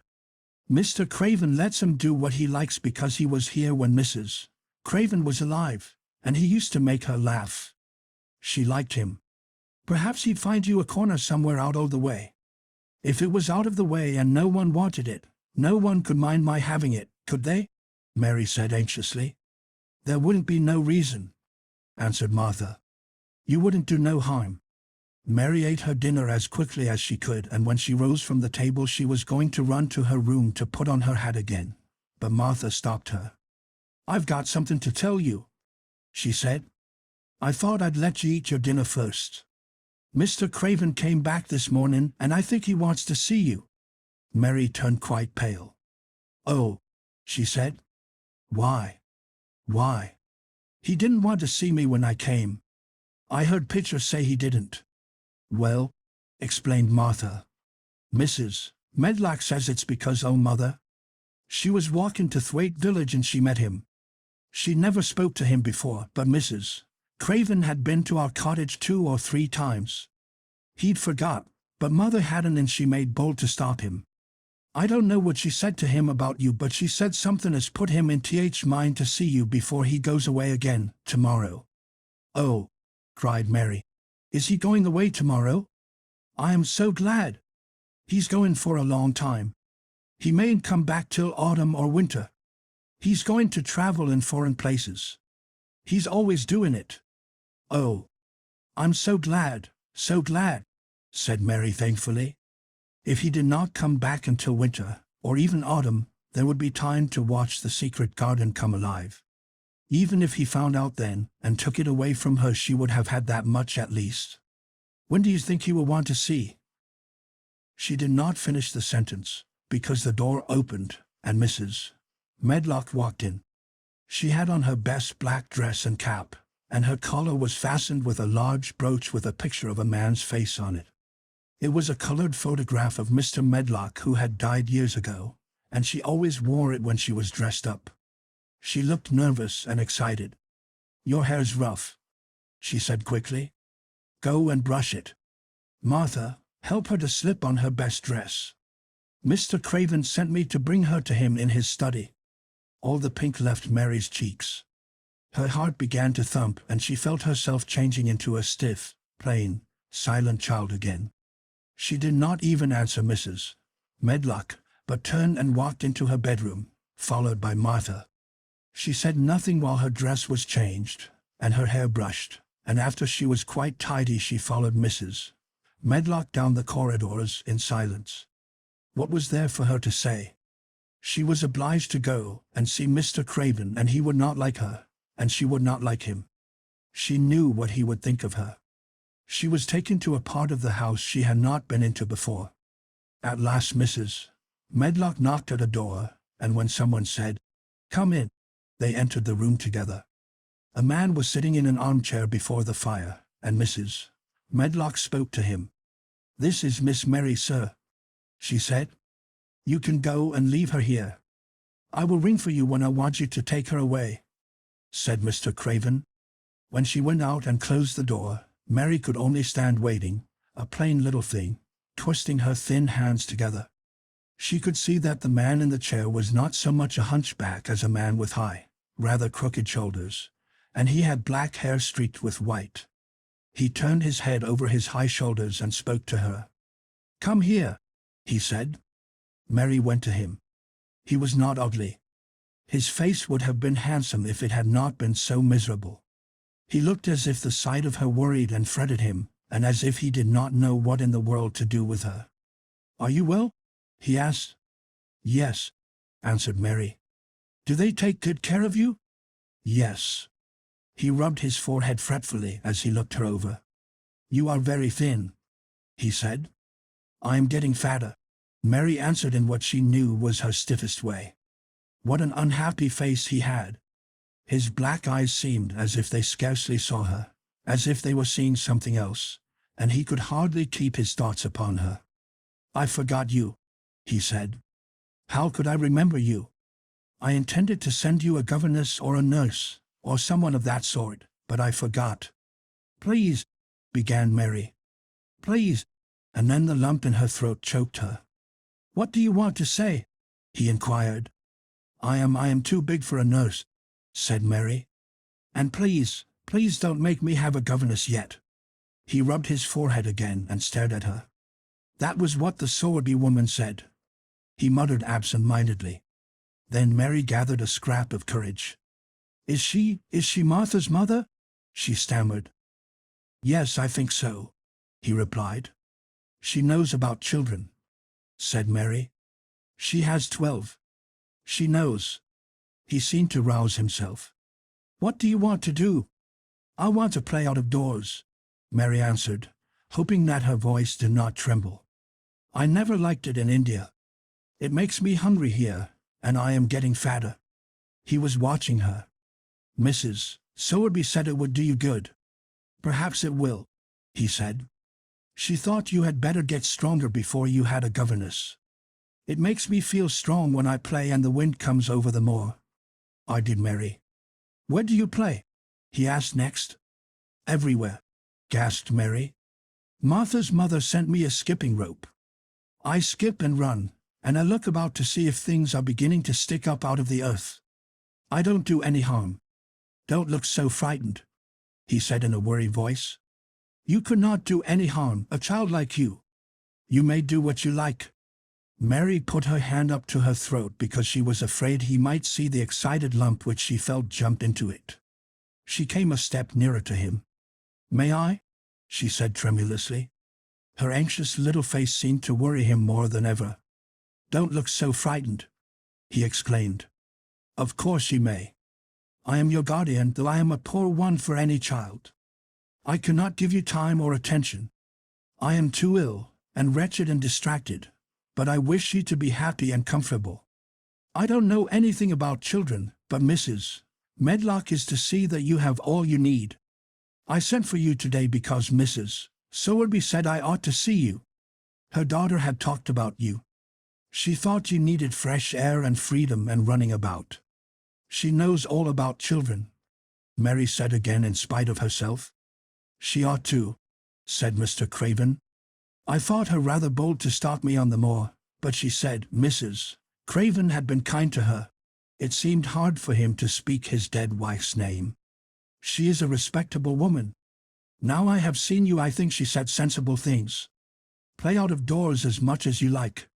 It's a big place and you may go where you like and amuse yourself as you like. Is there anything you want? As if a sudden thought had struck him. Do you want toys, books, dolls? Might I? Quavered Mary. Might I have a bit of earth? In her eagerness she did not realize how queer the words would sound and that they were not the ones she had meant to say. Mr. Craven looked quite startled. Earth, he repeated. What do you mean? To plant seeds in, to make things grow, to see them come alive. Mary faltered. He gazed at her a moment, and then passed his hand quickly over his eyes. Do you care about gardens so much? He said slowly. I didn't know about them in India, said Mary. I was always ill and tired and it was too hot. I sometimes made little beds in the sand and stuck flowers in them. But here it is different. Mr. Craven got up and began to walk slowly across the room. A bit of earth, he said to himself, and Mary thought that somehow she must have reminded him of something. When he stopped and spoke to her, his dark eyes looked almost soft and kind. You can have as much earth as you want, he said. You remind me of someone else who loved the earth and things that grow. When you see a bit of earth you want, was something like a smile. Take it, child, and make it come alive. May I take it from anywhere, if it's not wanted? Anywhere, he answered. There. You must go now, I am tired. He touched the bell to call Mrs. Medlock. Goodbye. I shall be away all summer. Mrs. Medlock came so quickly that Mary thought she must have been waiting in the corridor. Mrs. Medlock, Mr. Craven said to her. Now I have seen the child I understand what Mrs. Sowerby meant. She must be less delicate before she begins lessons. Give her simple, healthy food. Let her run wild in the garden. Don't look after her too much. She needs liberty and fresh air and romping about. Mrs. Sowerby is to come and see her now and then, and she may sometimes go to the cottage. Mrs. Medlock looked pleased. She was relieved to hear that she need not look after Mary too much. She had felt her a tiresome charge and had indeed seen as little of her as she dared. In addition to this, she was fond of Martha's mother. Thank you, sir, she said. Susan Sowerby and me went to school together, and she's as sensible and good-hearted a woman as you'd find in a day's walk. I never had any children myself, and she's had 12, and there never was healthier or better ones. Miss Mary can get no harm from them. I'd always take Susan Sowerby's advice about children myself. She's what you might call healthy-minded, if you understand me. I understand, Mr. Craven answered. Take Miss Mary away now and send Pitcher to me. When Mrs. Medlock left her at the end of her own corridor, Mary flew back to her room. She found Martha waiting there. Martha had, in fact, hurried back after she had removed the dinner service. I can have my garden, cried Mary. I may have it where I like. I am not going to have a governess for a long time. Your mother is coming to see me and I may go to your cottage. He says a little girl like me could not do any harm and I may do what I like, anywhere. Said Martha delightedly. That was nice of him, wasn't it? Martha, said Mary solemnly. He is really a nice man, only his face is so miserable and his forehead is all drawn together. She ran as quickly as she could to the garden. She had been away so much longer than she had thought she should, and she knew Dickon would have to set out early on his 5-mile walk. When she slipped through the door under the ivy, she saw he was not working where she had left him. The gardening tools were laid together under a tree. She ran to them, looking all round the place, but there was no Dickon to be seen. He had gone away, and the secret garden was empty, except for the robin who had just flown across the wall and sat on a standard rosebush watching her. "He's gone," she said woefully. "Oh, was he only a wood fairy?" Something white fastened to the standard rosebush caught her eye. It was a piece of paper. In fact, it was a piece of the letter she had printed for Martha to send to Dickon. It was fastened on the bush with a long thorn, and in a minute she knew Dickon had left it there. There were some roughly printed letters on it and a sort of picture. At first she could not tell what it was. Then she saw it was meant for a nest with a bird sitting on it. Underneath were the printed letters, and they said, "I will come back." Chapter 13. I am Colin. Mary took the picture back to the house when she went to her supper, and she showed it to Martha. Said Martha with great pride. "I never knew our Dickon was as clever as that. That there's a picture of a missel thrush on her nest, as large as life and twice as natural." Then Mary knew Dickon had meant the picture to be a message. He had meant that she might be sure he would keep her secret. Her garden was her nest, and she was like a missel thrush. Oh, how she did like that queer, common boy. She hoped he would come back the very next day, and she fell asleep looking forward to the morning. But you never know what the weather will do in Yorkshire, particularly in the springtime. She was awakened in the night by the sound of rain beating with heavy drops against her window. It was pouring down in torrents, and the wind was wuthering round the corners and in the chimneys of the huge old house. Mary sat up in bed and felt miserable and angry. "The rain is as contrary as I ever was," she said. "It came because it knew I did not want it." She threw herself back on her pillow and buried her face. She did not cry, but she lay and hated the sound of the heavily beating rain. She hated the wind and its wuthering. She could not go to sleep again. The mournful sound kept her awake because she felt mournful herself. If she had felt happy, it would probably have lulled her to sleep. How it wuthered, and how the big raindrops poured down and beat against the pane. "It sounds just like a person lost on the moor and wandering on and on crying," she said. She had been lying awake turning from side to side for about an hour, when suddenly something made her sit up in bed and turn her head toward the door, listening. She listened and she listened. "It isn't the wind now," she said in a loud whisper. "That isn't the wind. It is different.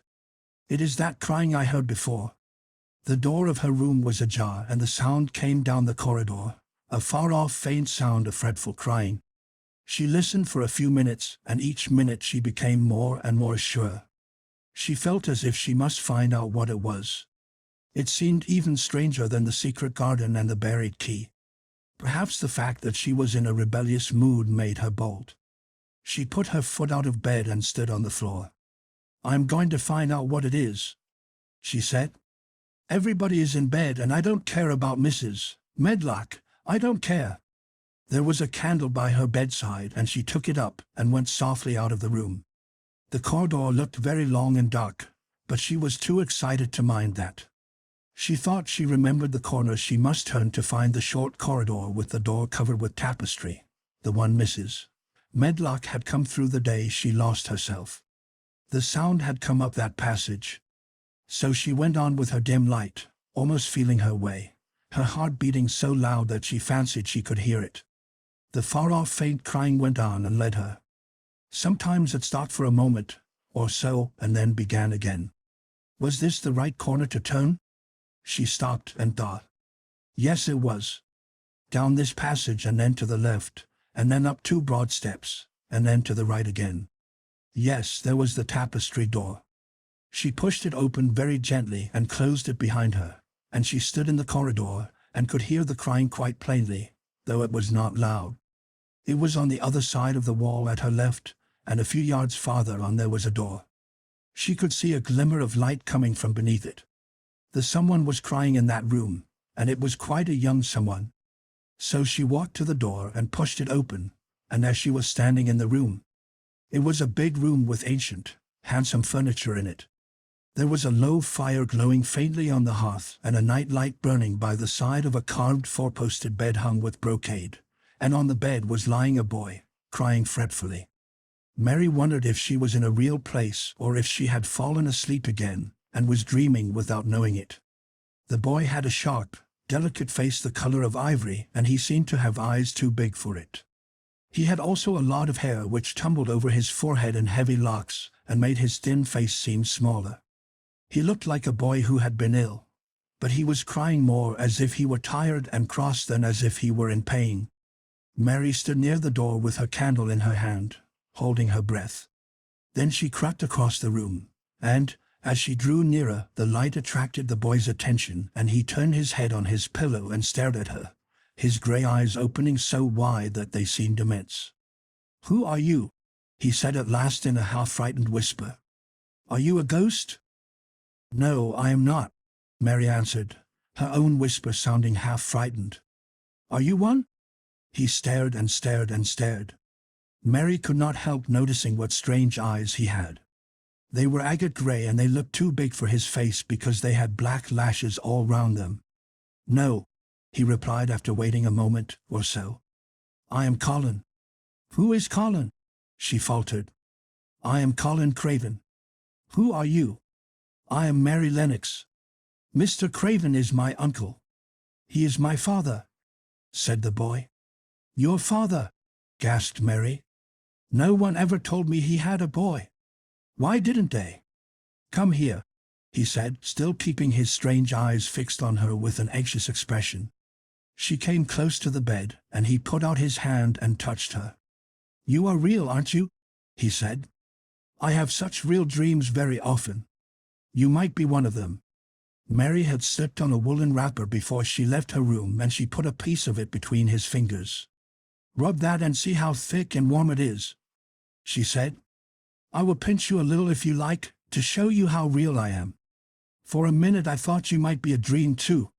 "Where did you come from?" he asked. "From my own room. The wind wuthered so I couldn't go to sleep, and I heard someone crying and wanted to find out who it was." "What were you crying for?"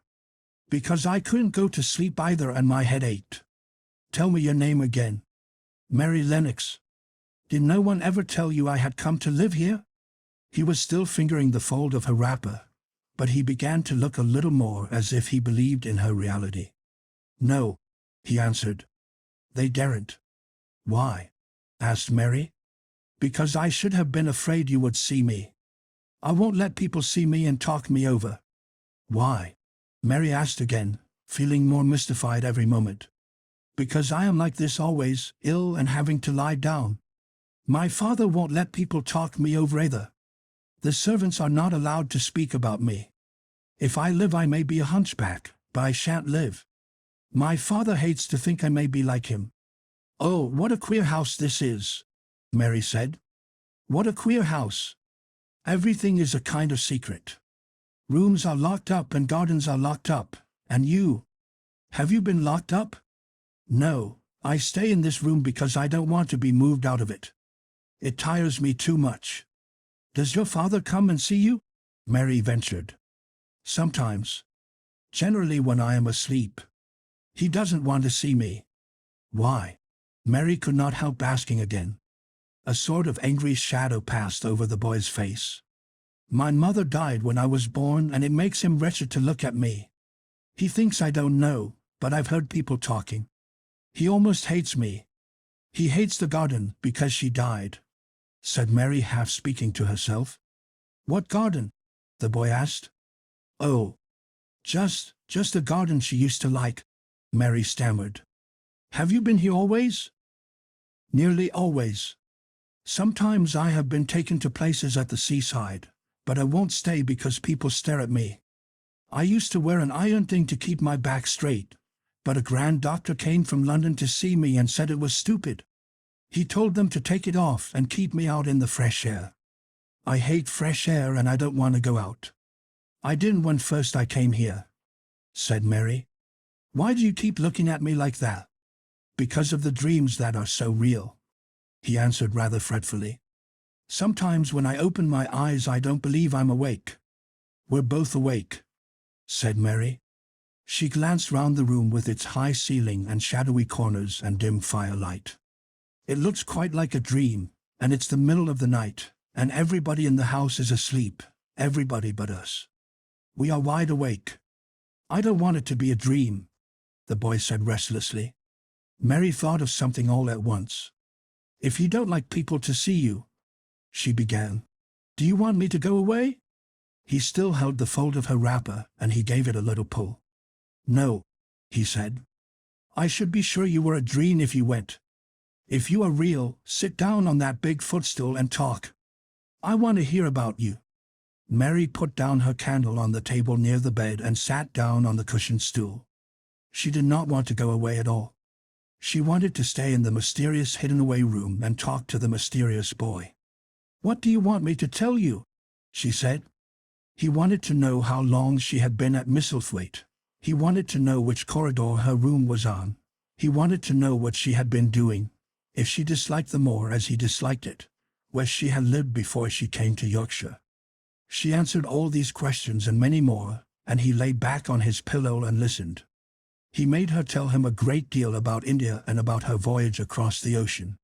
She found out that because he had been an invalid he had not learned things as other children had.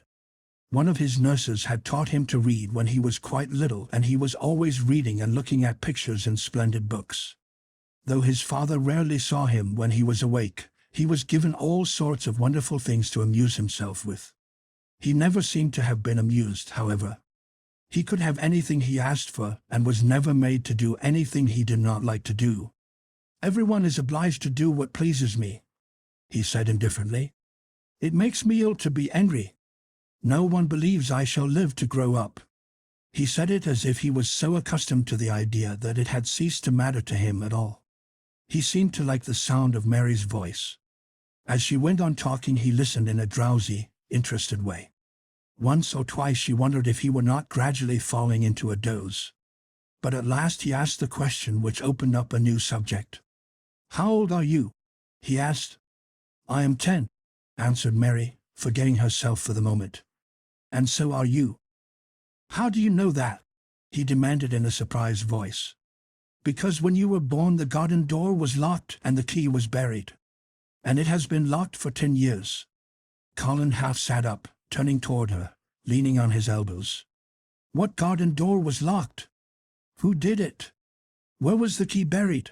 He exclaimed as if he were suddenly very much interested.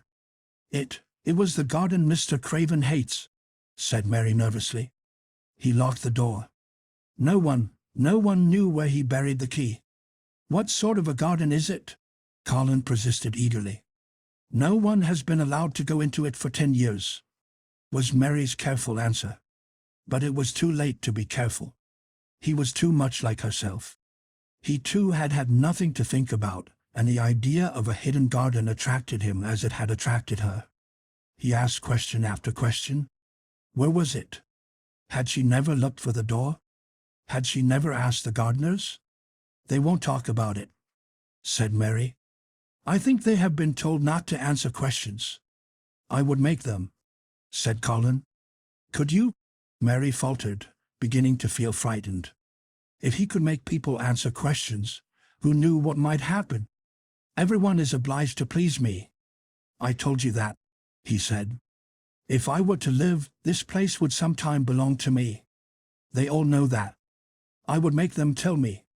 Mary had not known that she herself had been spoiled, but she could see quite plainly that this mysterious boy had been. He thought that the whole world belonged to him. How peculiar he was and how coolly he spoke of not living. Do you think you won't live?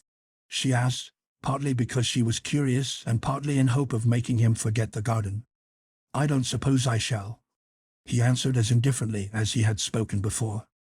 Ever since I remember anything I have heard people say I shan't. At first they thought I was too little to understand, and now they think I don't hear. But I do. My doctor is my father's cousin. He is quite poor, and if I die he will have all Misselthwaite when my father is dead. I should think he wouldn't want me to live. Do you want to live? Inquired Mary. No, he answered in a cross, tired fashion. But I don't want to die. When I feel ill I lie here and think about it until I cry and cry. I have heard you crying 3 times, Mary said. But I did not know who it was. Were you crying about that? She did so want him to forget the garden. I dare say, he answered. Let us talk about something else. Talk about that garden. Don't you want to see it? Yes, answered Mary in quite a low voice. I do, he went on persistently. I don't think I ever really wanted to see anything before, but I want to see that garden.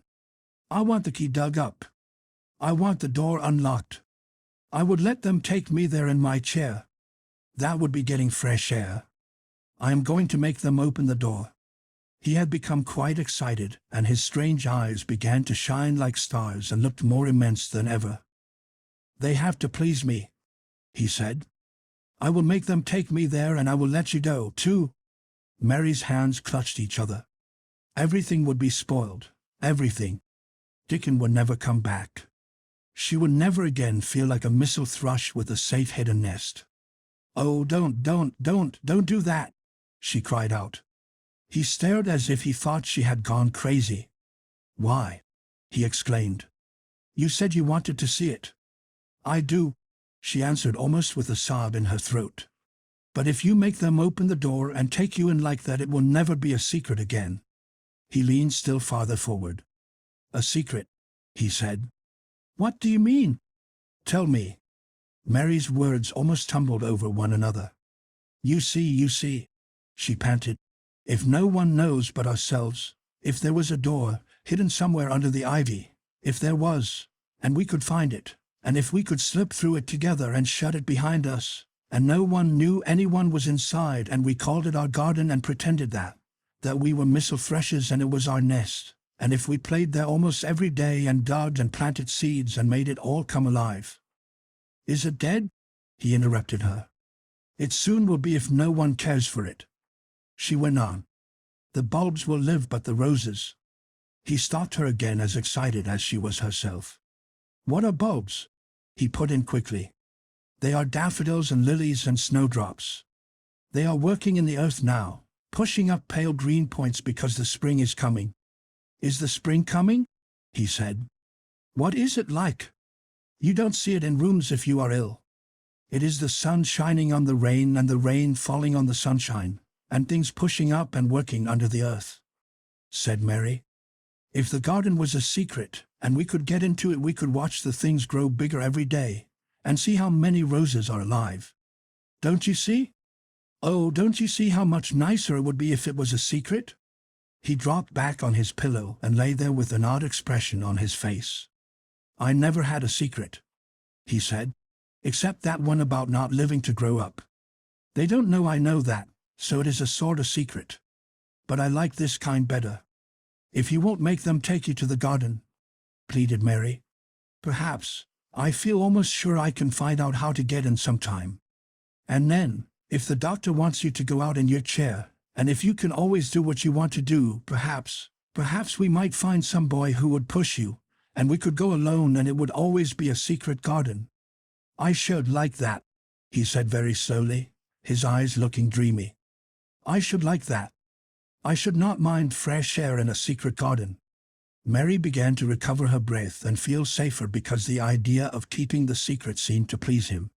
She felt almost sure that if she kept on talking and could make him see the garden in his mind as she had seen it, he would like it so much that he could not bear to think that everybody might tramp into it when they chose.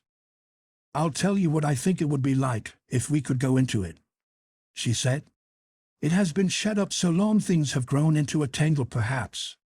He lay quite still and listened while she went on talking about the roses which might have clambered from tree to tree and hung down, about the many birds which might have built their nests there because it was so safe. And then she told him about the robin and Ben Weatherstaff, and there was so much to tell about the robin, and it was so easy and safe to talk about it that she ceased to be afraid. The robin pleased him so much that he smiled until he looked almost beautiful, and at first Mary had thought that he was even plainer than herself, with his big eyes and heavy locks of hair.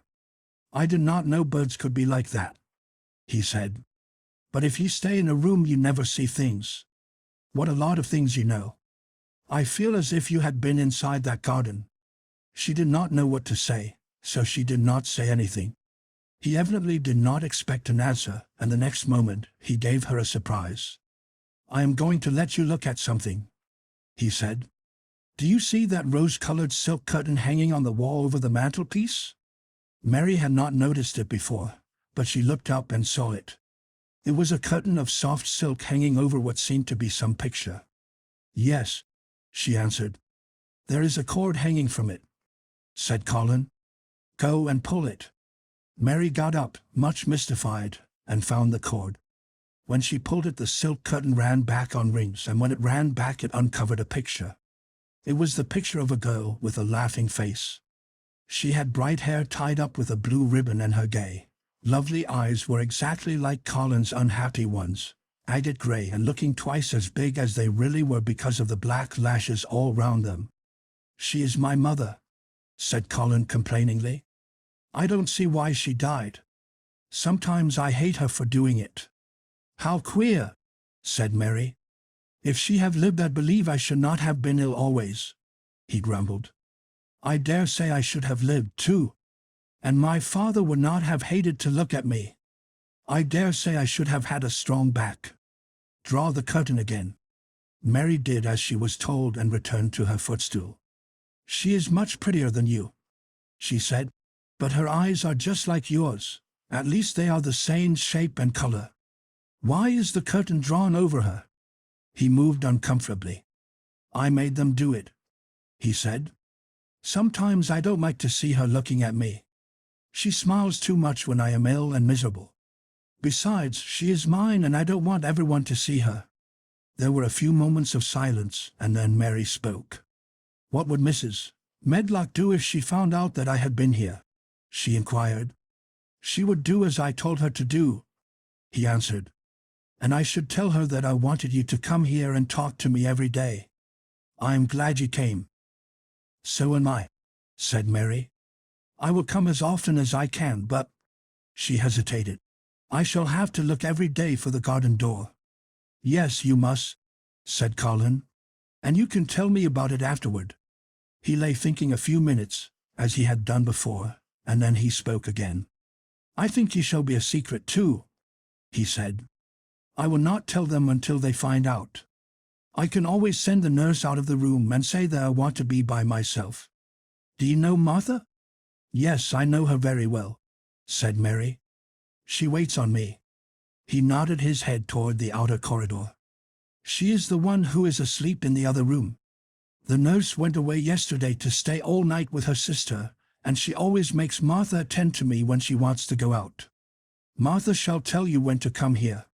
Then Mary understood Martha's troubled look when she had asked questions about the crying. "Martha knew about you all the time?" she said. "Yes, she often attends to me. The nurse likes to get away from me, and then Martha comes." "I have been here a long time," said Mary. "Shall I go away now? Your eyes look sleepy." "I wish I could go to sleep before you leave me," he said rather shyly. "Shut your eyes," said Mary, drawing her footstool closer, "and I will do what my ayah used to do in India. I will pat your hand and stroke it and sing something quite low. I should like that perhaps," he said drowsily. Somehow she was sorry for him and did not want him to lie awake, so she leaned against the bed and began to stroke and pat his hand and sing a very low little chanting song in Hindustani. "That is nice," he said more drowsily still, and she went on chanting and stroking. But when she looked at him again, his black lashes were lying close against his cheeks, for his eyes were shut and he was fast asleep. So she got up softly, took her candle and crept away without making a sound. Chapter 14. A Young Raja. The moor was hidden in mist when the morning came, and the rain had not stopped pouring down. There could be no going out of doors. Martha was so busy that Mary had no opportunity of talking to her, but in the afternoon she asked her to come and sit with her in the nursery. She came bringing the stockings she was always knitting when she was doing nothing else. "What's the matter with thee?" she asked as soon as they sat down. "But looks as if there'd something to say." I have found out what the crying was," said Mary. Martha let her knitting drop on her knee and gazed at her with startled eyes. "There hasn't," she exclaimed. "Never." I heard it in the night, Mary went on. And I got up and went to see where it came from. It was Colin. I found him. Martha's face became red with fright. Miss Mary, she said half crying. They shouldn't have done it, they shouldn't. They'll get me in trouble. I never told thee nothing about him, but they'll get me in trouble. I shall lose my place, and what the mother do? You won't lose your place, said Mary. He was glad I came. We talked and talked, and he said he was glad I came. Was he? Cried Martha. Art thou sure? Thou doesn't know what he's like when anything vexes him. He's a big lad to cry like a baby, but when he's in a passion he'll fair scream just to frighten us. He knows us daren't call our souls our own. He wasn't vexed, said Mary. I asked him if I should go away, and he made me stay. He asked me questions, and I sat on a big footstool and talked to him about India and about the robin and gardens. He wouldn't let me go. He let me see his mother's picture. Before I left him I sang him to sleep. Martha fairly gasped with amazement. I can scarcely believe thee, she protested. It's as if they'd walked straight into a lion's den. If he'd been like he is most times, he'd have throwed himself into one of his tantrums and roused T.H. house. He won't let strangers look at him. He let me look at him. I looked at him all the time, and he looked at me. We stared, said Mary. I don't know what to do, cried agitated Martha. If Mrs. Medlock finds out, she'll think I broke orders and told thee, and I shall be packed back to mother. He is not going to tell Mrs. Medlock anything about it yet. It's to be a sort of secret just at first, said Mary firmly. And he says everybody is obliged to do as he pleases.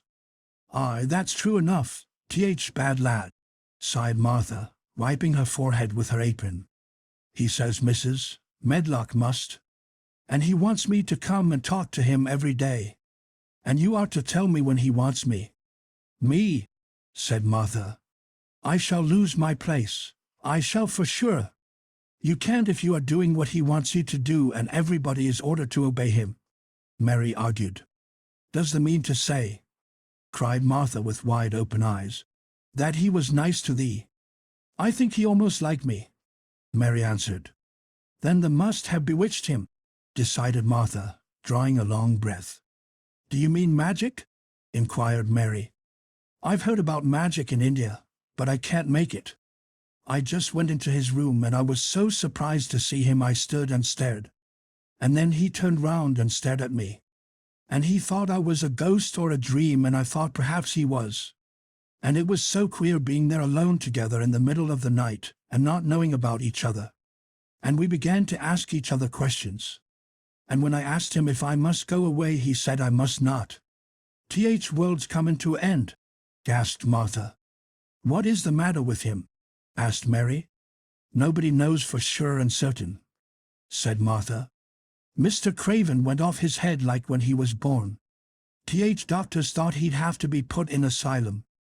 It was because Mrs. Craven died, like I told you. He wouldn't set eyes on T.H. baby.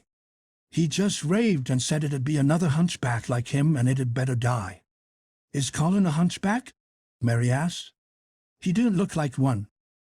He isn't yet, said Martha. But he began all wrong. Mother said that there was enough trouble and raging in T.H. house to set any child wrong. They was afraid his back was weak, and they've always been taking care of it, keeping him lying down and not letting him walk. Once they made him wear a brace, but he fretted so he was downright ill. Then a big doctor came to see him and made them take it off. He talked to T.H. other doctor quite rough, in a polite way. He said there'd been too much medicine and too much letting him have his own way. I think he's a very spoiled boy, said Mary. He's T.H. worst young nowt as ever was, said Martha. I won't say as he hasn't been ill a good bit. He's had coughs and colds that's nearly killed him 2 or 3 times. Once he had rheumatic fever, and once he had typhoid. Mrs. Medlock did get a fright then. He'd been out of his head, and she was talking to T.H. nurse, thinking he didn't know nothing, and she said, he'll die this time sure enough, and best thing for him and for everybody. And she looked at him, and there he was with his big eyes open, staring at her as sensible as she was herself. She didn't know what happened, but he just stared at her and says, "You give me some water and stop talking, Dot." "Do you think he will die?" asked Mary. "Mother says there's no reason why any child should live that gets no fresh air and doesn't do nothing but lie on his back and read picture books and take medicine. He's weak and hates trouble old being taken out o'doors, and he gets cold so easy he says it makes him ill." Mary sat and looked at the fire. "I wonder," she said slowly, "if it would not do him good to go out into a garden and watch things growing. It did me good. One of worst fits he ever had," said Martha, "was one time they took him out where the roses is by the fountain. He'd been reading in a paper about people getting something he called rose cold, and he began to sneeze and said he'd got it, and then a new gardener as didn't know rules passed by and looked at him curious. He threw himself into a passion, and he said he looked at him because he was going to be a hunchback. He cried himself into a fever and was ill all night. If he ever gets angry at me, I'll never go and see him again," said Mary.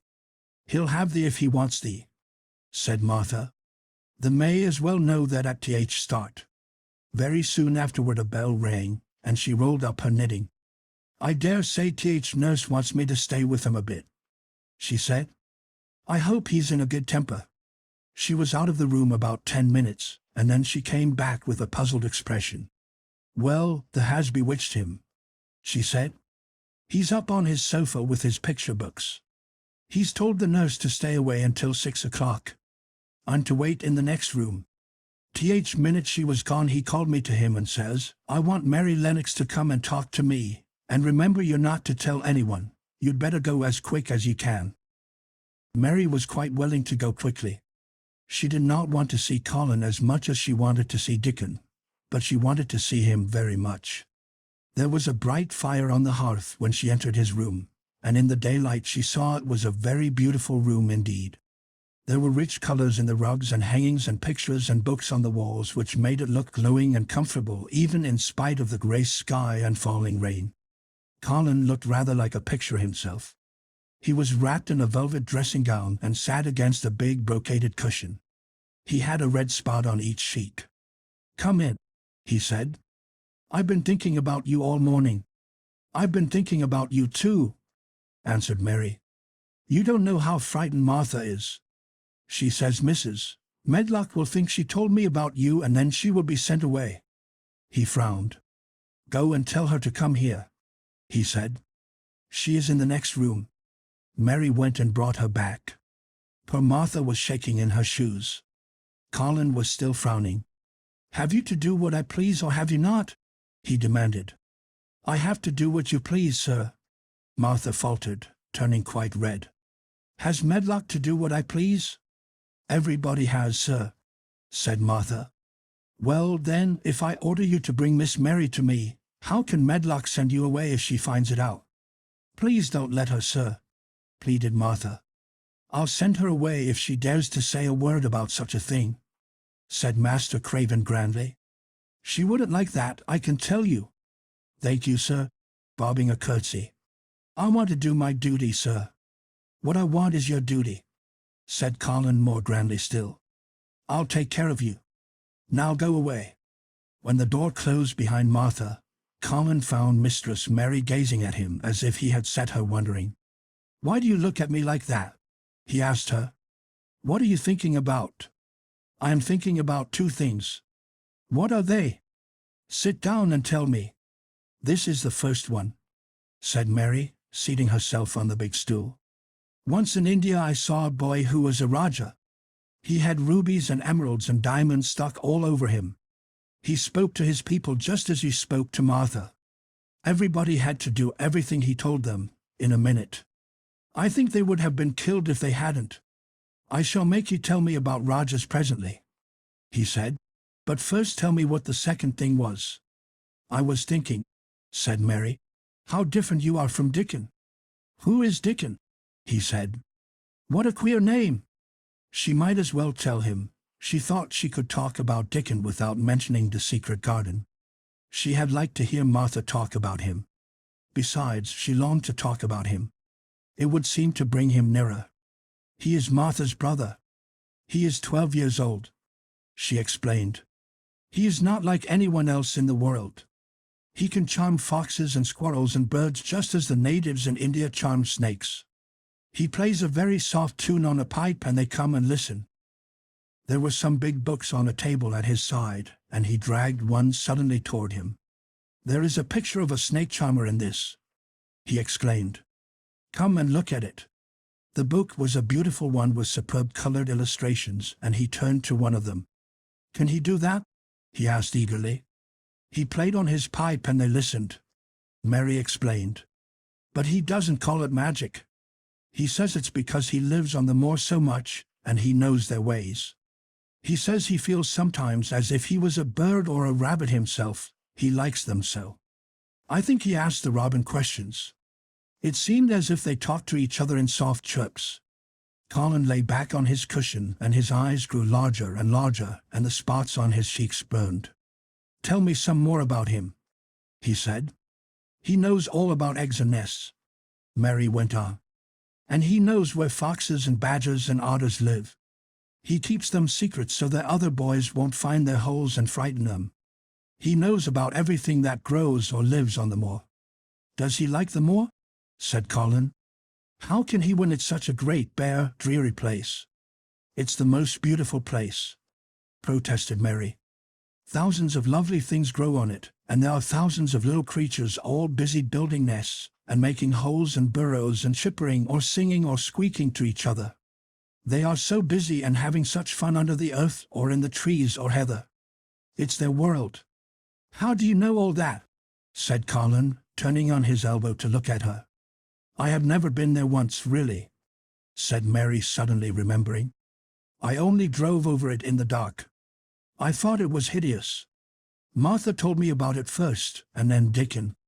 When Dickon talks about it you feel as if you saw things and heard them, and as if you were standing in the heather with the sun shining and the gorse smelling like honey, and all full of bees and butterflies. You never see anything if you are ill," said Colin restlessly.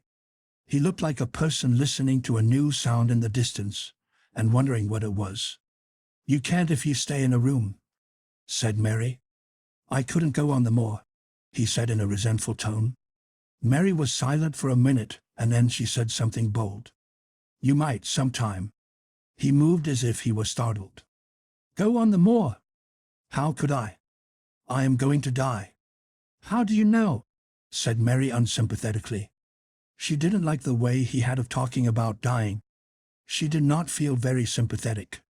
She felt rather as if he almost boasted about it.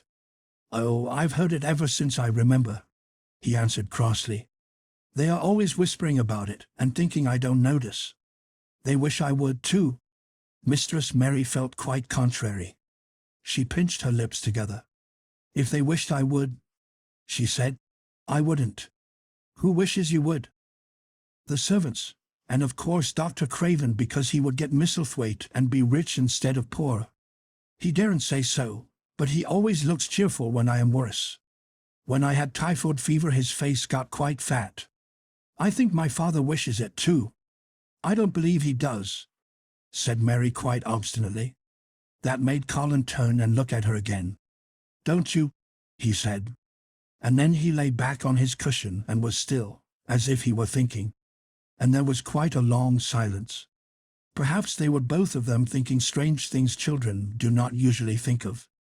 "I like the grand doctor from London, because he made them take the iron thing off," said Mary at last. "Did he say you were going to die?" "No." "What did he say?" "He didn't whisper," Colin answered. "Perhaps he knew I hated whispering. I heard him say one thing quite aloud. He said the lad might live if he would make up his mind to it. Put him in the humor. It sounded as if he was in a temper." "I'll tell you who would put you in the humor, perhaps," said Mary, reflecting. She felt as if she would like this thing to be settled one way or the other. "I believe Dickon would. He's always talking about live things. He never talks about dead things or things that are ill. He's always looking up in the sky to watch birds flying, or looking down at the earth to see something growing. He has such round blue eyes, and they are so wide open with looking about. And he laughs such a big laugh with his wide mouth, and his cheeks are as red as cherries."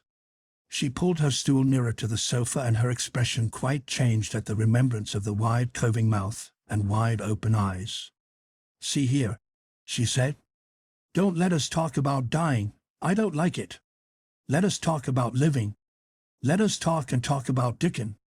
And then we will look at your pictures." It was the best thing she could have said. To talk about Dickon meant to talk about the moor and about the cottage and the 14 people who lived in it on 16 shillings a week, and the children who got fat on the moor grass like the wild ponies, and about Dickon's mother, and the skipping rope, and the moor with the sun on it, and about pale green points sticking up out of the black sod. And it was all so alive that Mary talked more than she had ever talked before, and Colin both talked and listened as he had never done either before. And they both began to laugh over nothings as children will when they are happy together. And they laughed so that in the end they were making as much noise as if they had been two ordinary, healthy, natural 10-year-old creatures, instead of a hard, little, unloving girl and a sickly boy who believed that he was going to die. They enjoyed themselves so much that they forgot the pictures and they forgot about the time.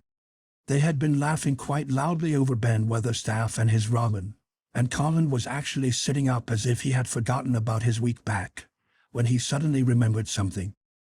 "Do you know there is one thing we have never once thought of?" he said. "We are cousins." It seemed so queer that they had talked so much and never remembered this simple thing that they laughed more than ever, because they had got into the humor to laugh at anything. And in the midst of the fun the door opened, and in walked Dr. Craven and Mrs. Medlock. Dr. Craven started an actual alarm, and Mrs. Medlock almost fell back because he had accidentally bumped against her. "Good Lord!" exclaimed poor Mrs. Medlock with her eyes almost starting out of her head. "Good Lord! What is this?" said Dr. Craven, coming forward. "What does it mean?" Then Mary was reminded of the boy Roger again. Colin answered as if either the doctor's alarm nor Mrs. Medlock's terror were of the slightest consequence. He was as little disturbed or frightened as if an elderly cat and dog had walked into the room. "This is my cousin, Mary Lennox," he said. "I asked her to come and talk to me. I like her. She must come and talk to me whenever I send for her." Dr. Craven turned reproachfully to Mrs. Medlock. "Oh, sir," she panted. "I don't know how it's happened. There's not a servant on the place that dared to talk. They all have their orders." "Nobody told her anything," said Colin. "She heard me crying and found me herself. I am glad she came." "Don't be silly, Medlock." Mary saw that Dr. Craven did not look pleased, but it was quite plain that he dare not oppose his patient. He sat down by Colin and felt his pulse. "I am afraid there has been too much excitement." "Excitement is not good for you, my boy," he said. "I should be excited if she kept away," answered Colin, his eyes beginning to look dangerously sparkling. "I am better. She makes me better. The nurse must bring up her tea with mine. We will have tea together." Mrs. Medlock and Dr. Craven looked at each other in a troubled way, but there was evidently nothing to be done. "He does look rather better, sir," ventured Mrs. Medlock. But thinking the matter over, "He looked better this morning before she came into the room. She came into the room last night. She stayed with me a long time. She sang a Hindustani song to me and it made me go to sleep," said Colin. "I was better when I wakened up. I wanted my breakfast. I want my tea now. Tell Nurse Medlock." Dr. Craven did not stay very long. He talked to the nurse for a few minutes when she came into the room and said a few words of warning to Colin. He must not talk too much. He must not forget that he was ill. He must not forget that he was very easily tired. Mary thought that there seemed to be a number of uncomfortable things he was not to forget. Colin looked fretful and kept his strange black-lashed eyes fixed on Dr. Craven's face. "I want to forget it," he said at last. "She makes me forget it.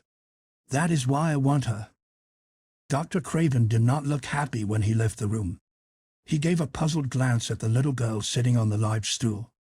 She had become a stiff, silent child again as soon as he entered, and he could not see what the attraction was.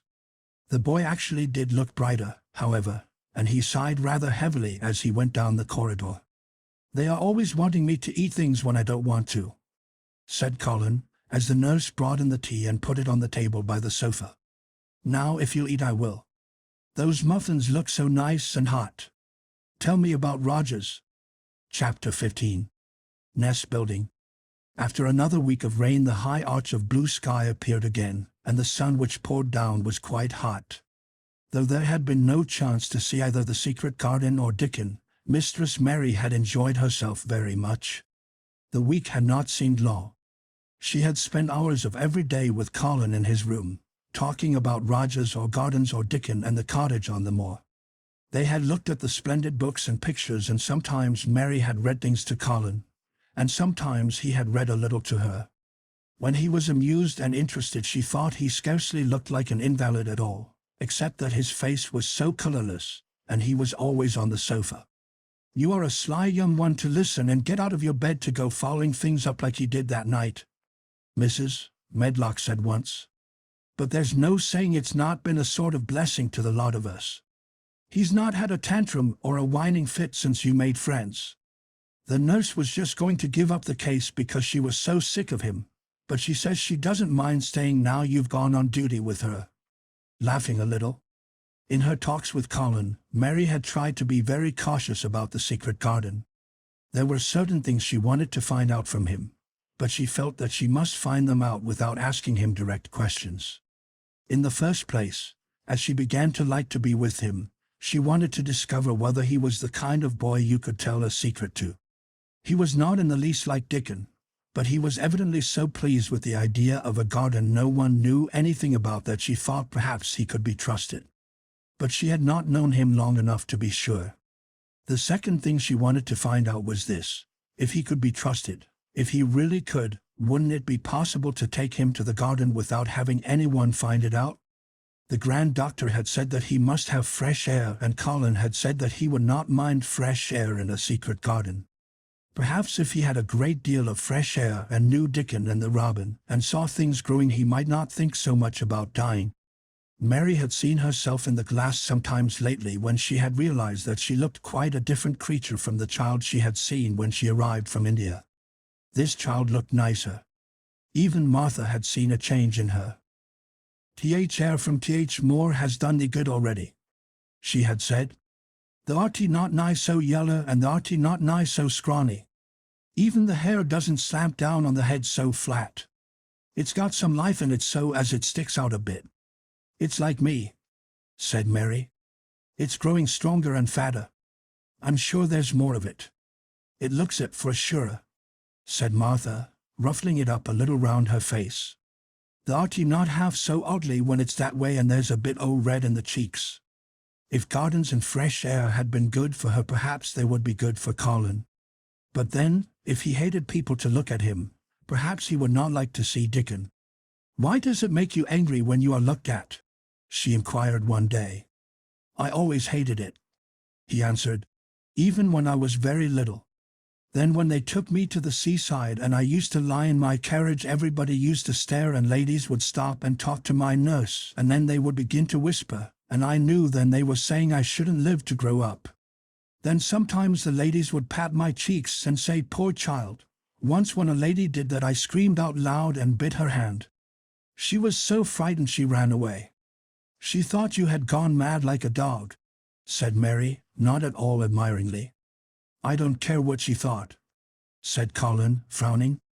"I wonder why you didn't scream and bite me when I came into your room," said Mary. Then she began to smile slowly. "I thought you were a ghost or a dream," he said. "You can't bite a ghost or a dream, and if you scream they don't care." "Would you hate it if a boy looked at you?" Mary asked uncertainly. He lay back on his cushion and paused thoughtfully. "There's one boy," he said quite slowly, as if he were thinking over every word. "There's one boy I believe I shouldn't mind. It's that boy who knows where the foxes live, Dickon. I'm sure you wouldn't mind him," said Mary. "The birds don't, and other animals," he said, still thinking it over. "Perhaps that's why I shouldn't. He's a sort of animal charmer, and I am a boy animal." Then he laughed, and she laughed too, In fact, it ended in their both laughing a great deal and finding the idea of a boy animal hiding in his hole very funny indeed. What Mary felt afterward was that she need not fear about Dickon. On that first morning when the sky was blue again, Mary wakened very early. The sun was pouring in slanting rays through the blinds, and there was something so joyous in the sight of it that she jumped out of bed and ran to the window. She drew up the blinds and opened the window itself, and a great waft of fresh, scented air blew in upon her. The moor was blue, and the whole world looked as if something magic had happened to it. There were tender little fluting sounds here and there and everywhere, as if scores of birds were beginning to tune up for a concert. Mary put her hand out of the window and held it in the sun. "It's warm, warm," she said. "It will make the green points push up and up and up, and it will make the bulbs and roots work and struggle with all their might under the earth." She kneeled down and leaned out of the window as far as she could, breathing big breaths and sniffing the air until she laughed because she remembered what Dickon's mother had said about the end of his nose quivering like a rabbit's. "It must be very early," she said. "The little clouds are all pink, and I've never seen the sky look like this. No one is up. I don't even hear the stable boys." A sudden thought made her scramble to her feet. "I can't wait. I am going to see the garden." She had learned to dress herself by this time, and she put on her clothes in 5 minutes. She knew a small side door which she could unbolt herself, and she flew downstairs in her stocking feet and put on her shoes in the hall. She unchained and unbolted and unlocked, and when the door was open she sprang across the step with one bound, and there she was standing on the grass, which seemed to have turned green, and with the sun pouring down on her and warm sweet wafts about her and the fluting and twittering and singing coming from every bush and tree. She clasped her hands for pure joy and looked up in the sky, and it was so blue and pink and pearly and white and flooded with springtime light that she felt as if she must flute and sing aloud herself, and knew that thrushes and robins and skylarks could not possibly help it.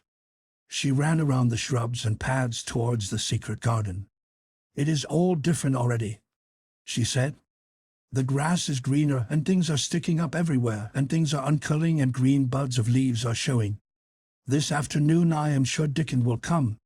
The long warm rain had done strange things to the herbaceous beds which bordered the walk by the lower wall. There were things sprouting and pushing out from the roots of clumps of plants, and they were actually here, and there glimpses of royal purple and yellow unfurling among the stems of crocuses. 6 months before, Mistress Mary would not have seen how the world was waking up, but now she missed nothing. When she had reached the place where the door hid itself under the ivy, she was startled by a curious loud sound. It was the caw of a crow, and it came from the top of the wall. And when she looked up, there sat a big glossy-plumaged blue-black bird, looking down at her very wisely indeed. She had never seen a crow so close before, and he made her a little nervous. But the next moment he spread his wings and flapped away across the garden. She hoped he was not going to stay inside, and she pushed the door open, wondering if he would. When she got fairly into the garden, she saw that he probably did intend to stay, because he had alighted on a dwarf apple tree, and under the apple tree was lying a little reddish animal with a bushy tail, and both of them were watching the stooping body and rust-red head of Dickon, who was kneeling on the grass working hard. Mary flew across the grass to him. "Oh, Dickon! Dickon!" she cried out. "How could you get here so early? How could you? The sun has only just got up."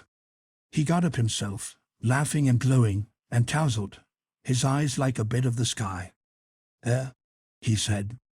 "I was up long before him. How could I have stayed abed? World's all fair begun again this morning, it has. And it's working and humming and scratching and pipping and nest building and breathing out scents, till you've got to be out on it stead o' lying on your back. When sun did jump up, more went mad for joy, and I was in the midst of heather, and I run like man myself, shouting and singing. And I come straight here. I couldn't have stayed away. Why, garden was lying here waiting." Mary put her hands on her chest, panting, as if she had been running herself. "Oh, Dickon! Dickon!" she said. "I'm so happy I can scarcely breathe." Seeing him talking to a stranger, the little bushy-tailed animal rose from its place under the tree and came to him, and the rook, cawing once, flew down from its branch and settled quietly on his shoulder. "This is Th little fox cub," he said, rubbing the little reddish animal's head. "It's named Captain. And this here's Soot. Soot he flew across Th moor with me, and Captain he run same as if Th hounds had been after him. They both felt same as I did." Neither of the creatures looked as if he were the least afraid of Mary. When Dickon began to walk about, Soot stayed on his shoulder and Captain trotted quietly close to his side. "See here," said Dickon. "See how these has pushed up, and these and these. And look at these here." He threw himself upon his knees and Mary went down beside him. They had come upon a whole clump of crocuses burst into purple and orange and gold. Mary bent her face down and kissed them. "You never kiss a person in that way," she said when she lifted her head. "Flowers are so different." He looked puzzled but smiled. He said, "I've kissed Mother many a time that way when I come in from Th moor after a day's roamin' and she stood there at Th door and Th sun, looking so glad and comfortable." They ran from one part of the garden to another, and found so many wonders that they were obliged to remind themselves that they must whisper or speak low. He showed her swelling leaf buds on rose branches which had seemed dead. He showed her 10,000 new green points pushing through the mold. They put their eager young noses close to the earth and sniffed its warm springtime breathing. They dug and pulled and laughed low with rapture until Mistress Mary's hair was as tumbled as Dickon's and her cheeks were almost as poppy red as his. There was every joy on earth in the secret garden that morning, and in the midst of them came a delight more delightful than all, because it was more wonderful. Swiftly something flew across the wall and darted through the trees to a close-grown corner. A little flare of red-breasted bird with something hanging from its beak. Dickon stood quite still and put his hand on Mary almost as if they had suddenly found themselves laughing in a church. "We mun not stir," he whispered in broad Yorkshire. "We mun not scarce breathe. I knowed he was made huntin' when I seed him last. It's Ben Weatherstaff's robin. He's buildin' his nest. He'll stay here if us don't flight him." They settled down softly upon the grass and sat there without moving. "Us mustn't seem as if us was watchin' him too close," said Dickon. "He'd be out with us for good if he got Th notion us was interferin' now. He'll be a good bit different till all this is over. He's settin' up housekeepin'. He'll be shyer and readier to take things ill. He's got no time for visitin' and gossipin'. Us must keep still a bit and try to look as if us was grass and trees and bushes. Then when he's got used to seein' us I'll chirp a bit and he'll know us'll not be in his way." Mistress Mary was not at all sure that she knew, as Dickon seemed to, how to try to look like grass and trees and bushes. But he had said the queer thing as if it were the simplest and most natural thing in the world, and she felt it must be quite easy to him, and indeed she watched him for a few minutes carefully, wondering if it was possible for him to quietly turn green and put out branches and leaves. But he only sat wonderfully still, and when he spoke dropped his voice to such a softness that it was curious that she could hear him, but she could. "It's part o' Th springtime, this nest buildin' is," he said. "I warrant it's been goin' on in Th same way every year since Th world was begun. They'd got their way o' thinkin' and doin' things and a body had better not meddle. You can lose a friend in springtime easier than any other season if you're too curious. If we talk about him I can't help looking at him," Mary said as softly as possible. "We must talk of something else. There is something I want to tell you." "He'll like it better if us talks o' something else," said Dickon. "What is it that's got to tell me?" "Well, do you know about Colin?" she whispered. He turned his head to look at her. "What does the know about him?" he asked. "I've seen him. I have been to talk to him every day this week. He wants me to come. He says I'm making him forget about being ill and dying," answered Mary. Dickon looked actually relieved as soon as the surprise died away from his round face. "I am glad o' that," he exclaimed. "I'm right down glad. It makes me easier. I knowed I must say nothing about him and I don't like having to hide things." "Don't you like hiding the garden?" said Mary. "I'll never tell about it," he answered. "But I says to Mother, I says I got a secret to keep. It's not a bad un, the knows that. It's no worse than hiding where a bird's nest is. Thee doesn't mind it, does thee? Mary always wanted to hear about Mother. What did she say? She asked, not at all afraid to hear. Dickon grinned sweet-temperedly. It was just like her, what she said, he answered. She give my head a bit of a rub and laughed, and she says, lad, they can have all secrets the likes. I've knowed thee 12 year dot. How did you know about Colin? Asked Mary. Everybody as knowed about Mr. Craven knowed there was a little lad as was like to be a cripple, and they knowed Mr. Craven didn't like him to be talked about. Folks is sorry for Mr. Craven because Mrs. Craven was such a pretty young lady and they was so fond of each other. Mrs. Medlock stops in our cottage whenever she goes to Thwaite, and she doesn't mind talking to Mother before us children, because she knows us has been brought up to be trusty. How did they find out about him? Martha was in fine trouble last time she came home. She said that heard him fretting and there was a skin questions and she didn't know what to say. Mary told him her story about the midnight wuthering of the wind which had wakened her, and about the faint far-off sounds of the complaining voice which had led her down the dark corridors with her candle and had ended with her opening of the door of the dimly lighted room with the carven four-posted bed in the corner. When she described the small ivory-white face and the strange black-rimmed eyes, Dickon shook his head. "Them's just like his mother's eyes, only hers was always Logan, they say," he said. "They say as Mr. Craven can't bear to see him when he's awake, and it's because his eyes is so like his mother's and yet looks so different in his miserable bit of a face." "Do you think he wants to die?" whispered Mary. "No, but he wishes he'd never been born. Mother, she says that's the worst thing on earth for a child. Them as is not wanted scarce ever thrives. Mr. Craven he'd buy anything as money could buy for poor lad, but he'd like to forget as he's on earth. For one thing, he's afraid he'll look at him some day and find he's growed hunchback." "Colin's so afraid of it himself that he won't sit up," said Mary.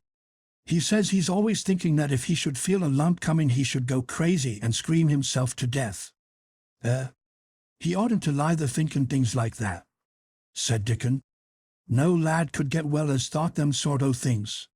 The fox was lying on the grass close by him, looking up to ask for a pat now and then, and Dickon bent down and rubbed his neck softly and thought a few minutes in silence. Presently he lifted his head and looked round the garden. "When first we got in here," he said, "it seemed like everything was grey. Look round now and tell me if thou doesn't see a difference." Mary looked and caught her breath a little. "Why," she cried, "the grey wall is changing. It is as if a green mist were creeping over it. It's almost like a green gauze veil." "Aye," said Dickon, "and it'll be greener and greener till grey's all gone. Can thou guess what I was thinking?" "I know it was something nice," said Mary eagerly. "I believe it was something about Colin. I was thinking that if he was out here he wouldn't be watching for lumps to grow on his back. He'd be watching for buds to break on rose bushes, and he'd likely be healthier," explained Dickon. "I was wondering if us could ever get him in humor to come out here and lie under trees in his carriage.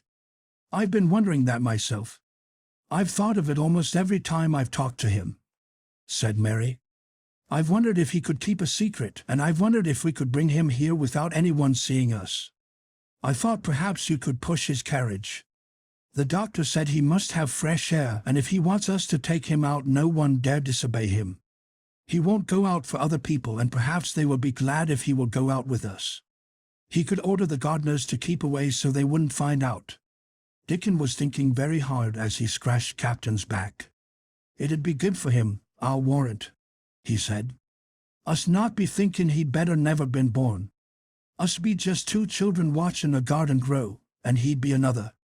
Two lads and a little lass just looking on at springtime. I warrant it'd be better than doctor's stuff. He's been lying in his room so long, and he's always been so afraid of his back that it has made him queer," said Mary. "He knows a good many things out of books, but he doesn't know anything else. He says he has been too ill to notice things, and he hates going out of doors and hates gardens and gardeners. But he likes to hear about this garden because it is a secret. I daren't tell him much, but he said he wanted to see it. Us'll have him out here sometime for sure." said Dickon. "I could push his carriage well enough. Has thee noticed how Robin and his mate has been working while we've been sitting here? Look at him perched on that branch wondering where it'd be best to put that twig he's got in his beak." He made one of his low whistling calls, and the robin turned his head and looked at him inquiringly, still holding his twig.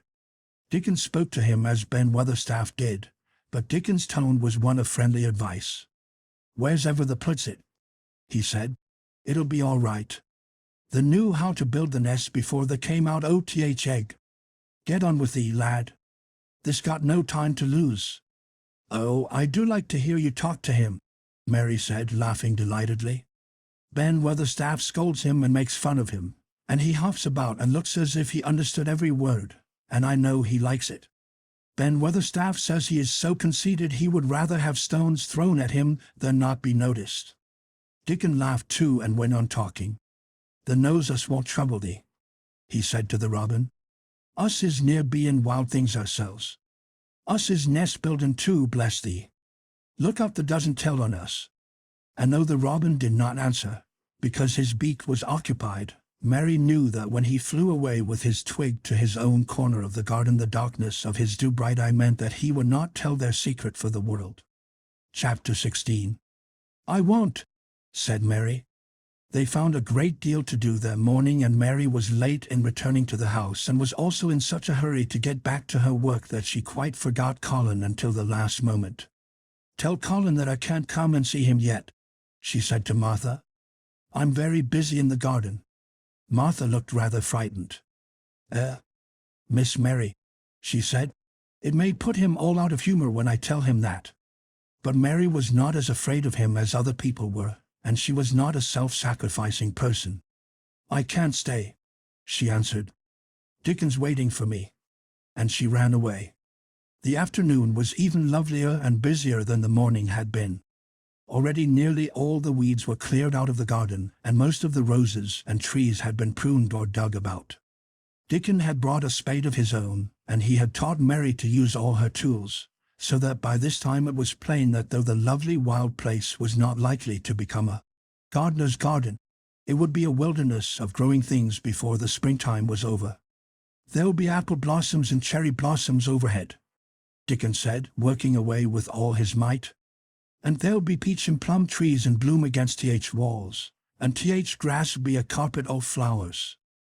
The little fox and the rook were as happy and busy as they were, and the robin and his mate flew backward and forward like tiny streaks of lightning. Sometimes the rook flapped his black wings and soared away over the treetops in the park. Each time he came back and perched near Dickon and cawed several times as if he were relating his adventures, and Dickon talked to him just as he had talked to the robin. Once when Dickon was so busy that he did not answer him at first, Soot flew on to his shoulders and gently tweaked his ear with his large beak. When Mary wanted to rest a little, Dickon sat down with her under a tree, and once he took his pipe out of his pocket and played the soft, strange little notes, and 2 squirrels appeared on the wall and looked and listened. "There's a good bit stronger than there was," Dickon said, looking at her as she was digging. "There's beginning to look different, for sure." Mary was glowing with exercise and good spirits. "I'm getting fatter and fatter every day," she said quite exultantly. "Mrs. Medlock will have to get me some bigger dresses. Martha says my hair is growing thicker. It isn't so flat and stringy."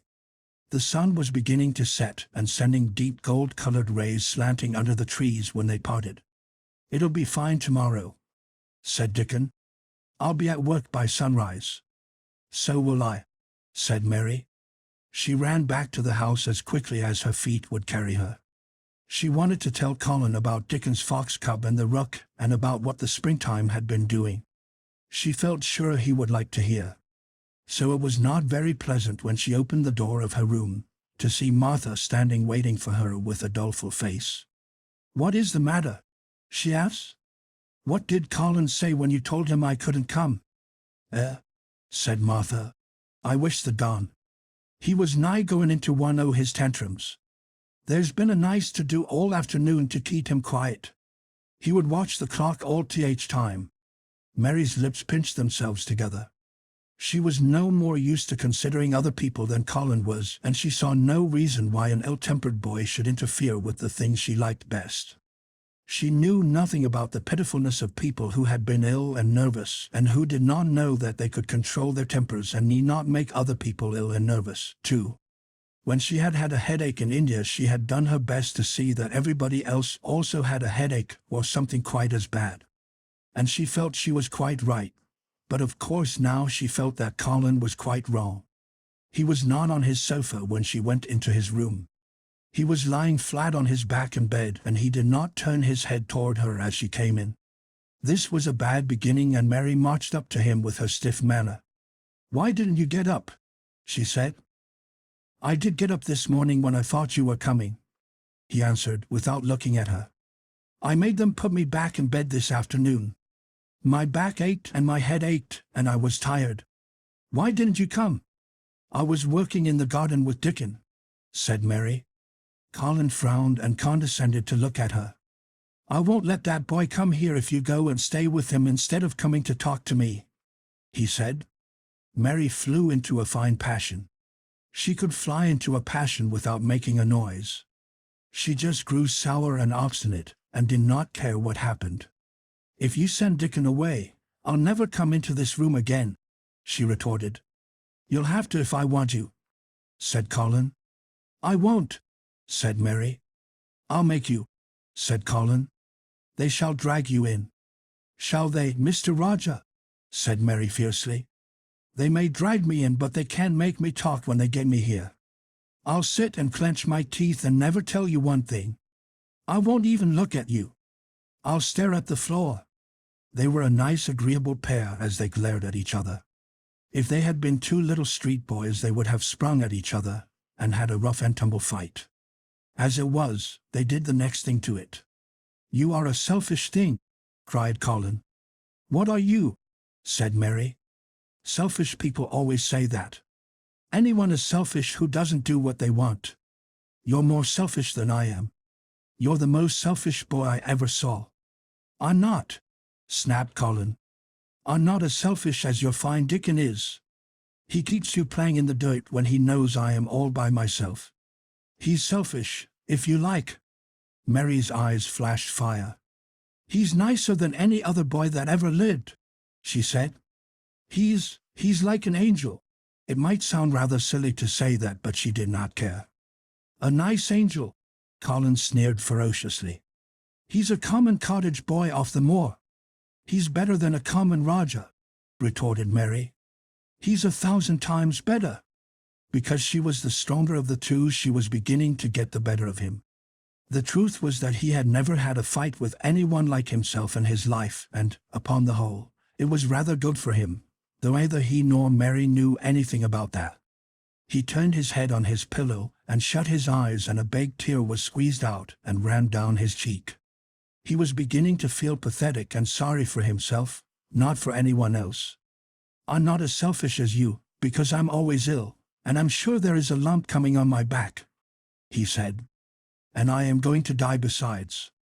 "You're not," contradicted Mary unsympathetically. He opened his eyes quite wide with indignation. He had never heard such a thing said before. He was at once furious and slightly pleased, if a person could be both at one time. "I'm not," he cried. "I am. You know I am. Everybody says so." "I don't believe it," said Mary sourly. "You just say that to make people sorry. I believe you're proud of it." "I don't believe it. If you were a nice boy it might be true, but you're too nasty." In spite of his invalid back, Colin sat up in bed in quite a healthy rage. "Get out of the room," he shouted, and he caught hold of his pillow and threw it at her. He was not strong enough to throw it far, and it only fell at her feet, but Mary's face looked as pinched as a nutcracker. "I'm going," she said, "and I won't come back." She walked to the door, and when she reached it she turned round and spoke again. "I was going to tell you all sorts of nice things," she said. "Dickon brought his fox and his rook, and I was going to tell you all about them. Now I won't tell you a single thing." She marched out of the door and closed it behind her, and there to her great astonishment she found the trained nurse standing as if she had been listening and, more amazing still, she was laughing. She was a big handsome young woman who ought not to have been a trained nurse at all, as she could not bear invalids and she was always making excuses to leave Colin to Martha or anyone else who would take her place. Mary had never liked her, and she simply stood and gazed up at her as she stood giggling into her handkerchief. "What are you laughing at?" she asked her. "At you two young ones," said the nurse. "It's the best thing that could happen to the sickly pampered thing to have someone to stand up to him that's as spoiled as himself." And she laughed into her handkerchief again. "If he'd had a young vixen of a sister to fight with, it would have been the saving of him. Is he going to die?" "I don't know and I don't care," said the nurse. "Hysterics and temper are half what ails him." "What are hysterics?" asked Mary. "You'll find out if you work him into a tantrum after this. But at any rate you've given him something to have hysterics about, and I'm glad of it." Mary went back to her room not feeling at all as she had felt when she had come in from the garden. She was cross and disappointed but not at all sorry for Colin. She had looked forward to telling him a great many things and she had meant to try to make up her mind whether it would be safe to trust him with the great secret. She had been beginning to think it would be, but now she had changed her mind entirely. She would never tell him and he could stay in his room and never get any fresh air and die if he liked. It would serve him right. She felt so sour and unrelenting that for a few minutes she almost forgot about Dickon and the green veil creeping over the world and the soft wind blowing down from the moor. Martha was waiting for her and the trouble in her face had been temporarily replaced by interest and curiosity. There was a wooden box on the table and its cover had been removed and revealed that it was full of neat packages. "Mr. Craven sent it to you," said Martha. "It looks as if it had picture books in it." Mary remembered what he had asked her the day she had gone to his room. "Do you want anything, dolls, toys, books?" She opened the package wondering if he had sent a doll, and also wondering what she should do with it if he had. But he had not sent one. There were several beautiful books such as Colin had, and 2 of them were about gardens and were full of pictures. There were 2 or 3 games and there was a beautiful little writing case with a gold monogram on it, and a gold pen and inkstand. Everything was so nice that her pleasure began to crowd her anger out of her mind. She had not expected him to remember her at all, and her hard little heart grew quite warm. "I can write better than I can print," she said, "and the first thing I shall write with that pen will be a letter to tell him I am much obliged." If she had been friends with Colin she would have run to show him her presents at once, and they would have looked at the pictures and read some of the gardening books and perhaps tried playing the games. And he would have enjoyed himself so much he would never once have thought he was going to die or have put his hand on his spine to see if there was a lump coming. He had a way of doing that which she could not bear. It gave her an uncomfortable, frightened feeling because he always looked so frightened himself. He said that if he felt even quite a little lump some day he should know his hunch had begun to grow. Something he had heard Mrs. Medlock whispering to the nurse had given him the idea and he had thought over it in secret until it was quite firmly fixed in his mind. Mrs. Medlock had said his father's back had begun to show its crookedness in that way when he was a child. He had never told anyone but Mary that most of his tantrums, as they called them, grew out of his hysterical hidden fear. Mary had been sorry for him when he had told her. "He always began to think about it when he was cross or tired," she said to herself. "And he has been cross today. Perhaps he has been thinking about it all afternoon." She stood still, looking down at the carpet and thinking. "I said I would never go back again." She hesitated, knitting her brows. "But perhaps, just perhaps, I will go and see, if he wants me, in the morning. Perhaps he'll try to throw his pillow at me again, but I think I'll go." Chapter 17. A Tantrum.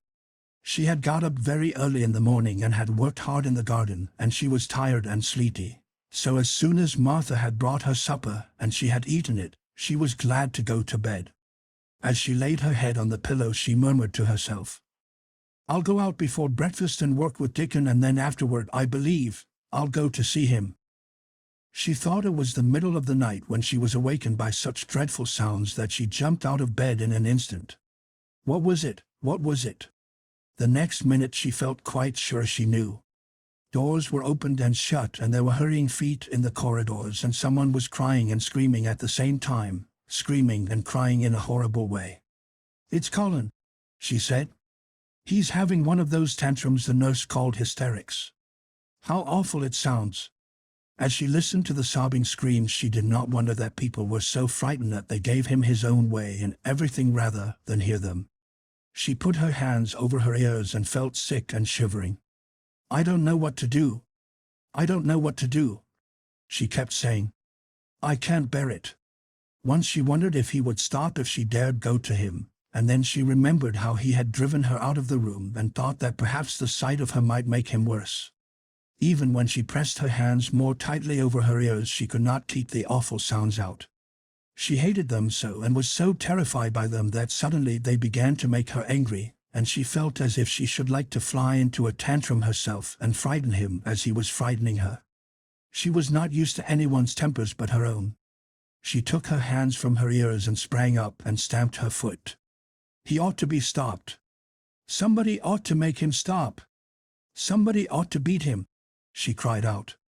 Just then she heard feet almost running down the corridor, and her door opened, and the nurse came in. She was not laughing now by any means. She even looked rather pale.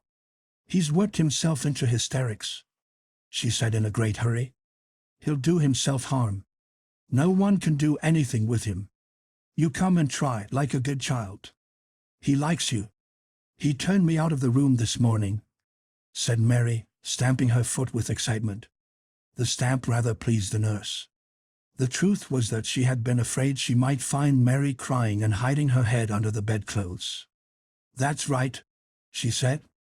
"You're in the right humor. You go and scold him. Give him something new to think of. Do go, child, as quick as ever you can." It was not until afterward that Mary realized that the thing had been funny as well as dreadful. That it was funny that all the grown-up people were so frightened that they came to a little girl just because they guessed she was almost as bad as Colin himself. She flew along the corridor, and the nearer she got to the screams, the higher her temper mounted. She felt quite wicked by the time she reached the door. She slapped it open with her hand and ran across the room to the four-posted bed. "You stop!" she almost shouted. "You stop! I hate you! Everybody hates you! I wish everybody would run out of the house and let you scream yourself to death. You will scream yourself to death in a minute, and I wish you would." A nice sympathetic child could neither have thought nor said such things, but it just happened that the shock of hearing them was the best possible thing for this hysterical boy whom no one had ever dared to restrain or contradict. He had been lying on his face beating his pillow with his hands, and he actually almost jumped around. He turned so quickly at the sound of the furious little voice.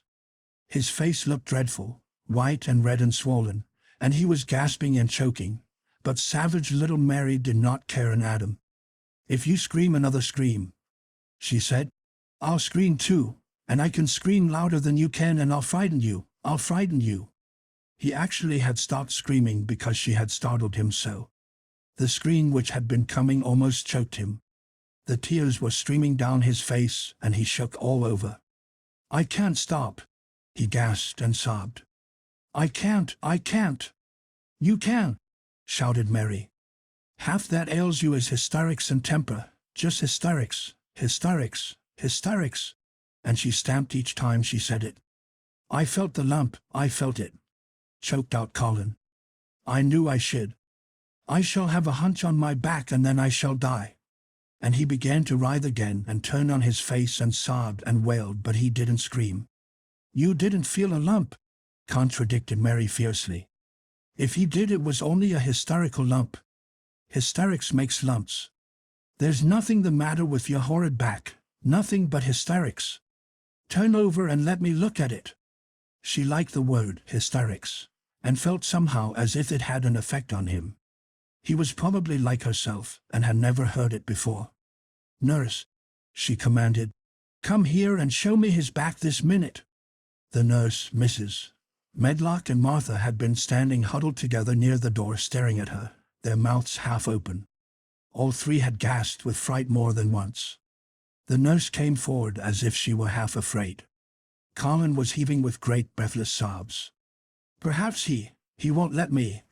She hesitated in a low voice. Colin heard her, however, and he gasped out between two sobs.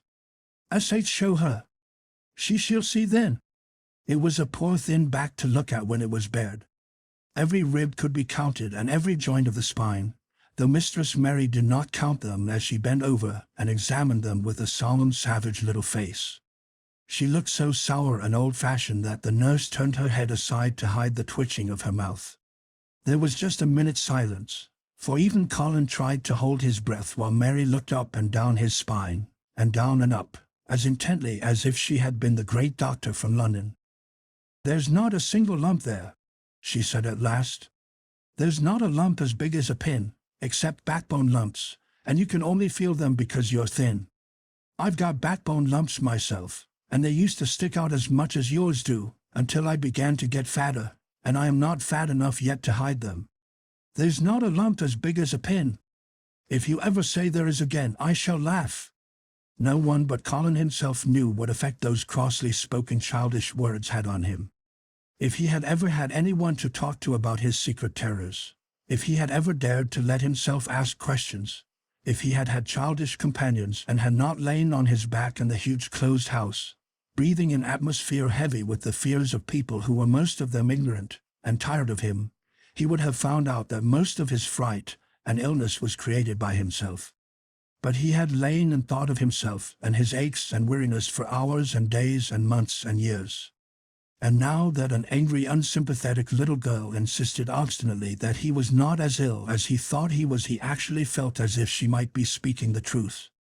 "I didn't know," ventured the nurse, "that he thought he had a lump on his spine. His back is weak because he won't try to sit up. I could have told him there was no lump there." Colin gulped and turned his face a little to look at her. "See, could you?" he said pathetically. "Yes, sir." "There," said Mary, and she gulped too.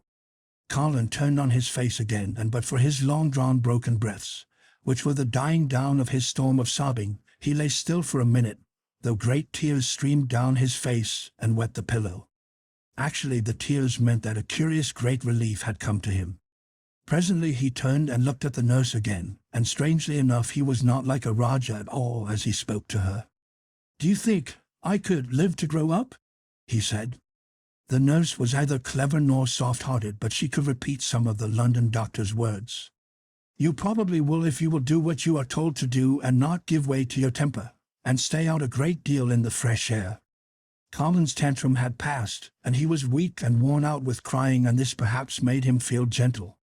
He put out his hand a little toward Mary, and I am glad to say that, her own tantrum having passed, she was softened too and met him halfway with her hand, so that it was a sort of making up. I'll go out with you, Mary," he said. "I shan't hate fresh air if we can find—" He remembered just in time to stop himself from saying, "if we can find the secret garden," and he ended, "I shall like to go out with you if Dickon will come and push my chair. I do so want to see Dickon and the Fox and the Crow." The nurse remade the tumbled bed and shook and straightened the pillows. Then she made Colin a cup of beef tea and gave a cup to Mary, who really was very glad to get it after her excitement. Mrs. Medlock and Martha gladly slipped away, and after everything was neat and calm and in order, the nurse looked as if she would very gladly slip away also. She was a healthy young woman who resented being robbed of her sleep, and she yawned quite openly as she looked at Mary, who had pushed her big footstool close to the four-posted bed and was holding Colin's hand. "You must go back and get your sleep out," she said. "He'll drop off after a while, if he's not too upset. Then I'll lie down myself in the next room. Would you like me to sing you that song I learned from my ayah?" Mary whispered to Colin. His hand pulled hers gently, and he turned his tired eyes on her appealingly. "Oh, yes," he answered. "It's such a soft song. I shall go to sleep in a minute." "I will put him to sleep," Mary said to the yawning nurse. "You can go if you like." "Well," said the nurse, with an attempt at reluctance, "if he doesn't go to sleep in half an hour, you must call me." "Very well," answered Mary. The nurse was out of the room in a minute, and as soon as she was gone Colin pulled Mary's hand again. "I almost told," he said, "but I stopped myself in time. I won't talk and I'll go to sleep, but you said you had a whole lot of nice things to tell me. Have you? Do you think you have found out anything at all about the way into the secret garden?" Mary looked at his poor little tired face and swollen eyes, and her heart relented. "Yes," she answered, "I think I have. And if you will go to sleep I will tell you tomorrow." His hand quite trembled. "Oh, Mary," he said. "Oh, Mary. If I could get into it I think I should live to grow up. Do you suppose that instead of singing the Ayah song, you could just tell me softly as you did that first day what you imagine it looks like inside? I'm sure it will make me go to sleep." "Yes," answered Mary. "Shut your eyes." He closed his eyes and lay quite still, and she held his hand and began to speak very slowly and in a very low voice. "I think it has been left alone so long that it has grown all into a lovely tangle. I think the roses have climbed and climbed and climbed until they hang from the branches and walls and creep over the ground, almost like a strange grey mist. Some of them have died, but many are alive, and when the summer comes there will be curtains and fountains of roses. I think the ground is full of daffodils and snowdrops and lilies and iris working their way out of the dark. Now the spring has begun, perhaps. The soft drone of her voice was making him stiller and stiller, and she saw it, and went on. "Perhaps they are coming up through the grass. Perhaps there are clusters of purple crocuses and gold ones, even now. Perhaps the leaves are beginning to break out and uncurl, and perhaps the grey is changing and a green gauze veil is creeping over everything. And the birds are coming to look at it, because it is so safe and still. And perhaps, very softly and slowly indeed, the robin has found a mate and is building a nest." And Colin was asleep. Chapter 18. The man not waste no time. Of course Mary did not wake in early the next morning. She slept late because she was tired, and when Martha brought her breakfast she told her that though Colin was quite quiet he was ill and feverish, as he always was after he had worn himself out with a fit of crying. Mary ate her breakfast slowly as she listened. "He says he wishes thou would please go and see him as soon as thou can," Martha said. "It's queer what a fancy he's took to thee. Thou did give it him last night for sure, didn't thou? Nobody else would have dared to do it. Poor lad. He's been spoiled till salt won't save him. Mother says as two worst things as can happen to a child is never to have his own way, or always to have it. She doesn't know which is worst. Thou was in a fine temper thyself, too. But he says to me when I went into his room, 'Please ask Miss Mary if she'll please come and talk to me.' Think o' him saying please. Will you go, miss?" "I'll run and see Dickon first," said Mary. "No, I'll go and see Colin first and tell him. I know what I'll tell him." With a sudden inspiration. She had her hat on when she appeared in Colin's room, and for a second he looked disappointed. He was in bed. His face was pitifully white, and there were dark circles round his eyes. "I'm glad you came," he said. "My head aches and I ache all over because I'm so tired. Are you going somewhere?" Mary went and leaned against his bed. "I won't be long," she said. "I'm going to Dickon, but I'll come back. Colin, it's something about the garden." His whole face brightened and a little color came into it. "Oh, is it?" he cried out. "I dreamed about it all night. I heard you say something about grey changing into green, and I dreamed I was standing in a place all filled with trembling little green leaves, and there were birds on nests everywhere, and they looked so soft and still. I'll lie and think about it until you come back." In 5 minutes Mary was with Dickon in their garden. The fox and the crow were with him again, and this time he had brought 2 tame squirrels. "I came over on the pony this morning," he said. He is a good little chap, Jump is.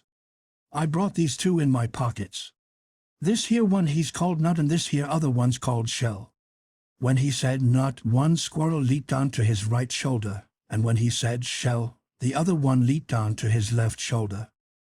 When they sat down on the grass with Captain curled at their feet, Soot solemnly listening on a tree and nut, and Shell nosing about close to them. It seemed to Mary that it would be scarcely bearable to leave such delightfulness. But when she began to tell her story, somehow the look in Dickon's funny face gradually changed her mind. She could see he felt sorrier for Colin than she did. He looked up at the sky and all about him. "Just listen to them birds. World seems full of 'em, all whistling and peppin'," he said. "Look at 'em dartin' about, and hearken at 'em callin' to each other. Come springtime seems like as if all World's callin'. The leaves is uncurlin' so you can see 'em, and, my word, nice smells there is about," sniffing with his happy turned-up nose. "And that poor lad lying shut up and seein' so little that he gets to thinkin' o' things as sets him screamin'. My. We mun get him out here. We mun get him watchin' and listenin' and sniffin' up air and get him just soaked through why sunshine. And we mun not lose no time about it." When he was very much interested, he often spoke quite broad Yorkshire, though at other times he tried to modify his dialect so that Mary could better understand. But she loved his broad Yorkshire, and had in fact been trying to learn to speak it herself. So she spoke a little now. "Aye, that we mun," she said, which meant, "Yes, indeed we must. I'll tell thee what us'll do first." She proceeded, and Dickon grinned, because when the little wench tried to twist her tongue into speaking Yorkshire it amused him very much. "He's took a greatly fancy to thee. He wants to see thee, and he wants to see Sudden Captain. When I go back to the house to talk to him I'll ax him if they canna come and see him tomorrow morning, and bring the creatures wi' thee, and then, in a bit, when there's more leaves out, and happen a bud or two, we'll get him to come out and the shall push him in his chair and we'll bring him here and show him everything." When she stopped she was quite proud of herself. She had never made a long speech in Yorkshire before, and she had remembered very well. "The mun talk a bit o' Yorkshire like that to Mester Colin," Dickon chuckled. "They'll make him laugh, and there's nowt as good for ill folk as Logan is. Mother says she believes as half a hour's good laugh every morning ye'd cure a chap as was making ready for typhus fever. I'm going to talk Yorkshire to him this very day," said Mary, chuckling herself. The garden had reached the time when every day and every night it seemed as if magicians were passing through and drawing loveliness out of the earth and the boughs with wands.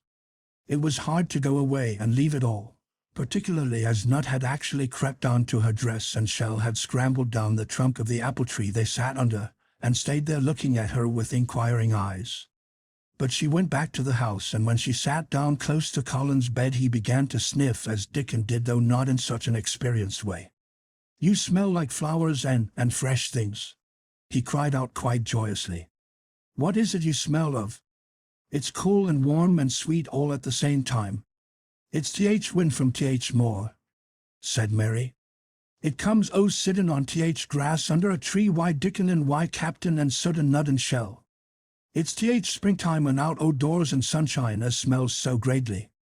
She said it as broadly as she could, and you do not know how broadly Yorkshire sounds until you have heard someone speak it. Colin began to laugh. "What are you doing?" he said. "I never heard you talk like that before. How funny it sounds." "I'm giving thee a bit o' Yorkshire," answered Mary triumphantly. "I canna talk as greatly as Dickon and Martha can, but the seas I can shape a bit. Doesn't they understand a bit o' Yorkshire when they hears it? And the Yorkshire lad thyself bred and born. I wonder thou'rt not ashamed o' thy face." And then she began to laugh too, and they both laughed until they could not stop themselves, and they laughed until the room echoed, and Mrs. Medlock, opening the door to come in, drew back into the corridor, and stood listening amazed. "Well, upon my word," she said, speaking rather broad Yorkshire herself because there was no one to hear her, and she was so astonished. "Whoever heard like? Whoever on earth would ha' thought it?" There was so much to talk about. It seemed as if Colin could never hear enough of Dickon and Captain and Soot and Nut and Shell and the pony whose name was Jump. Mary had run round into the wood with Dickon to see Jump. He was a tiny little shaggy moor pony with thick locks hanging over his eyes and with a pretty face and a nuzzling velvet nose. He was rather thin with living on moor grass, but he was as tough and wiry as if the muscle in his little legs had been made of steel springs. He had lifted his head and whinnied softly the moment he saw Dickon, and he had trotted up to him and put his head across his shoulder, and then Dickon had talked into his ear and Jump had talked back in odd little whinnies and puffs and snorts. Dickon had made him give Mary his small front hoof and kiss her on her cheek with his velvet muzzle. "Does he really understand everything Dickon says?" Colin asked. "It seems as if he does," answered Mary. "Dickon says anything will understand if you're friends with it for sure, but you have to be friends for sure." Colin lay quiet a little while and his strange grey eyes seemed to be staring at the wall, but Mary saw he was thinking. "I wish I was friends with things," he said at last. "But I'm not. I never had anything to be friends with, and I can't bear people." "Can't you bear me?" asked Mary. "Yes, I can," he answered. "It's funny, but I even like you." "Ben Weatherstaff said I was like him," said Mary. "He said he'd warned we both got the same nasty tempers. I think you are like him too. We are all three alike, you and I and Ben Weatherstaff. He said we were either of us much to look at and we were as sour as we looked. But I don't feel as sour as I used to before I knew the Robin and Dickon. Did you feel as if you hated people?" "Yes," answered Mary without any affectation. "I should have detested you if I had seen you before I saw the Robin and Dickon." Colin put out his thin hand and touched her. "Mary," he said, "I wish I hadn't said what I did about sending Dickon away. I hated you when you said he was like an angel and I laughed at you, but perhaps he is. Well, it was rather funny to say it," she admitted frankly, "because his nose does turn up and he has a big mouth and his clothes have patches all over them and he talks broad Yorkshire. But if an angel did come to Yorkshire and live on the moor, if there was a Yorkshire angel, I believe he'd understand the green things and know how to make them grow, and he would know how to talk to the wild creatures as Dickon does, and they'd know he was friends for sure." "I shouldn't mind Dickon looking at me," said Colin. "I want to see him." "I'm glad you said that," answered Mary, because quite suddenly it came into her mind that this was the minute to tell him. Colin knew something new was coming. "Because what?" he cried eagerly. Mary was so anxious that she got up from her stool and came to him and caught hold of both his hands. "Can I trust you? I trusted Dickon because birds trusted him. Can I trust you, for sure, she implored. Her face was so solemn that he almost whispered his answer. "Yes, yes. Well, Dickon will come to see you tomorrow morning, and he'll bring his creatures with him." Oh, Colin cried out in delight. "But that's not all," Mary went on, almost pale with solemn excitement. "The rest is better. There is a door into the garden. I found it. It is under the ivy on the wall." If he had been a strong, healthy boy, Colin would probably have shouted, "Hooray! Hooray! Hooray!" But he was weak and rather hysterical. His eyes grew bigger and bigger, and he gasped for breath. "Oh, Mary!" he cried out with a half-sob. "Shall I see it? Shall I get into it? Shall I live to get into it?" And he clutched her hands and dragged her toward him. "Of course you'll see it," snapped Mary indignantly. "Of course you'll live to get into it. Don't be silly." And she was so unhysterical and natural and childish that she brought him to his senses, and he began to laugh at himself, and a few minutes afterwards she was sitting on her stool again, telling him not what she imagined the secret garden to be like, but what it really was. And Colin's aches and tiredness were forgotten, and he was listening enraptured. "It is just what you thought it would be," he said at last. "It sounds just as if you had really seen it. You know I said that when you told me first." Mary hesitated about 2 minutes and then boldly spoke the truth. "I had seen it, and I had been in," she said. "I found the key and got in weeks ago. But I daren't tell you. I daren't because I was so afraid I couldn't trust you, for sure." Chapter 19. It has come. Of course Dr. Craven had been sent for the morning after Colin had had his tantrum. He was always sent for at once when such a thing occurred, and he always found, when he arrived, a white shaken boy lying on his bed, sulky and still so hysterical that he was ready to break into fresh sobbing at the least word. In fact, Dr. Craven dreaded and detested the difficulties of these visits. On this occasion he was away from Misselthwaite Manor until afternoon. "How is he?" he asked Mrs. Medlock rather irritably when he arrived. "He will break a blood vessel and one of those fits some day. The boy is half insane with hysteria and self-indulgence." "Well, sir," answered Mrs. Medlock, "you'll scarcely believe your eyes when you see him. That plain, sour-faced child that's almost as bad as himself has just bewitched him. How she's done it there's no telling. The Lord knows she's nothing to look at and you scarcely ever hear her speak, but she did what none of us dare do. She just flew at him like a little cat last night, and stamped her feet and ordered him to stop screaming, and somehow she startled him so that he actually did stop, and this afternoon, well, just come up and see, sir. It's past crediting." The scene which Dr. Craven beheld when he entered his patient's room was indeed rather astonishing to him. As Mrs. Medlock opened the door he heard laughing and chattering. Colin was on his sofa in his dressing gown, and he was sitting up quite straight looking at a picture in one of the garden books and talking to the plain child who at that moment could scarcely be called plain at all because her face was so glowing with enjoyment. "Those long spires of blue ones, we'll have a lot of those," Colin was announcing. "They're called delphiniums. Dickon says they're larkspurs made big and grand," cried Mistress Mary. "There are clumps there already." Then they saw Dr. Craven and stopped. Mary became quite still and Colin looked fretful. "I'm sorry to hear you were ill last night, my boy," Dr. Craven said a trifle nervously. He was rather a nervous man. "I'm better now, much better," Colin answered, rather like a Raja. "I'm going out in my chair in a day or two if it is fine. I want some fresh air." Dr. Craven sat down by him and felt his pulse and looked at him curiously. "It must be a very fine day," he said, "and you must be very careful not to tire yourself."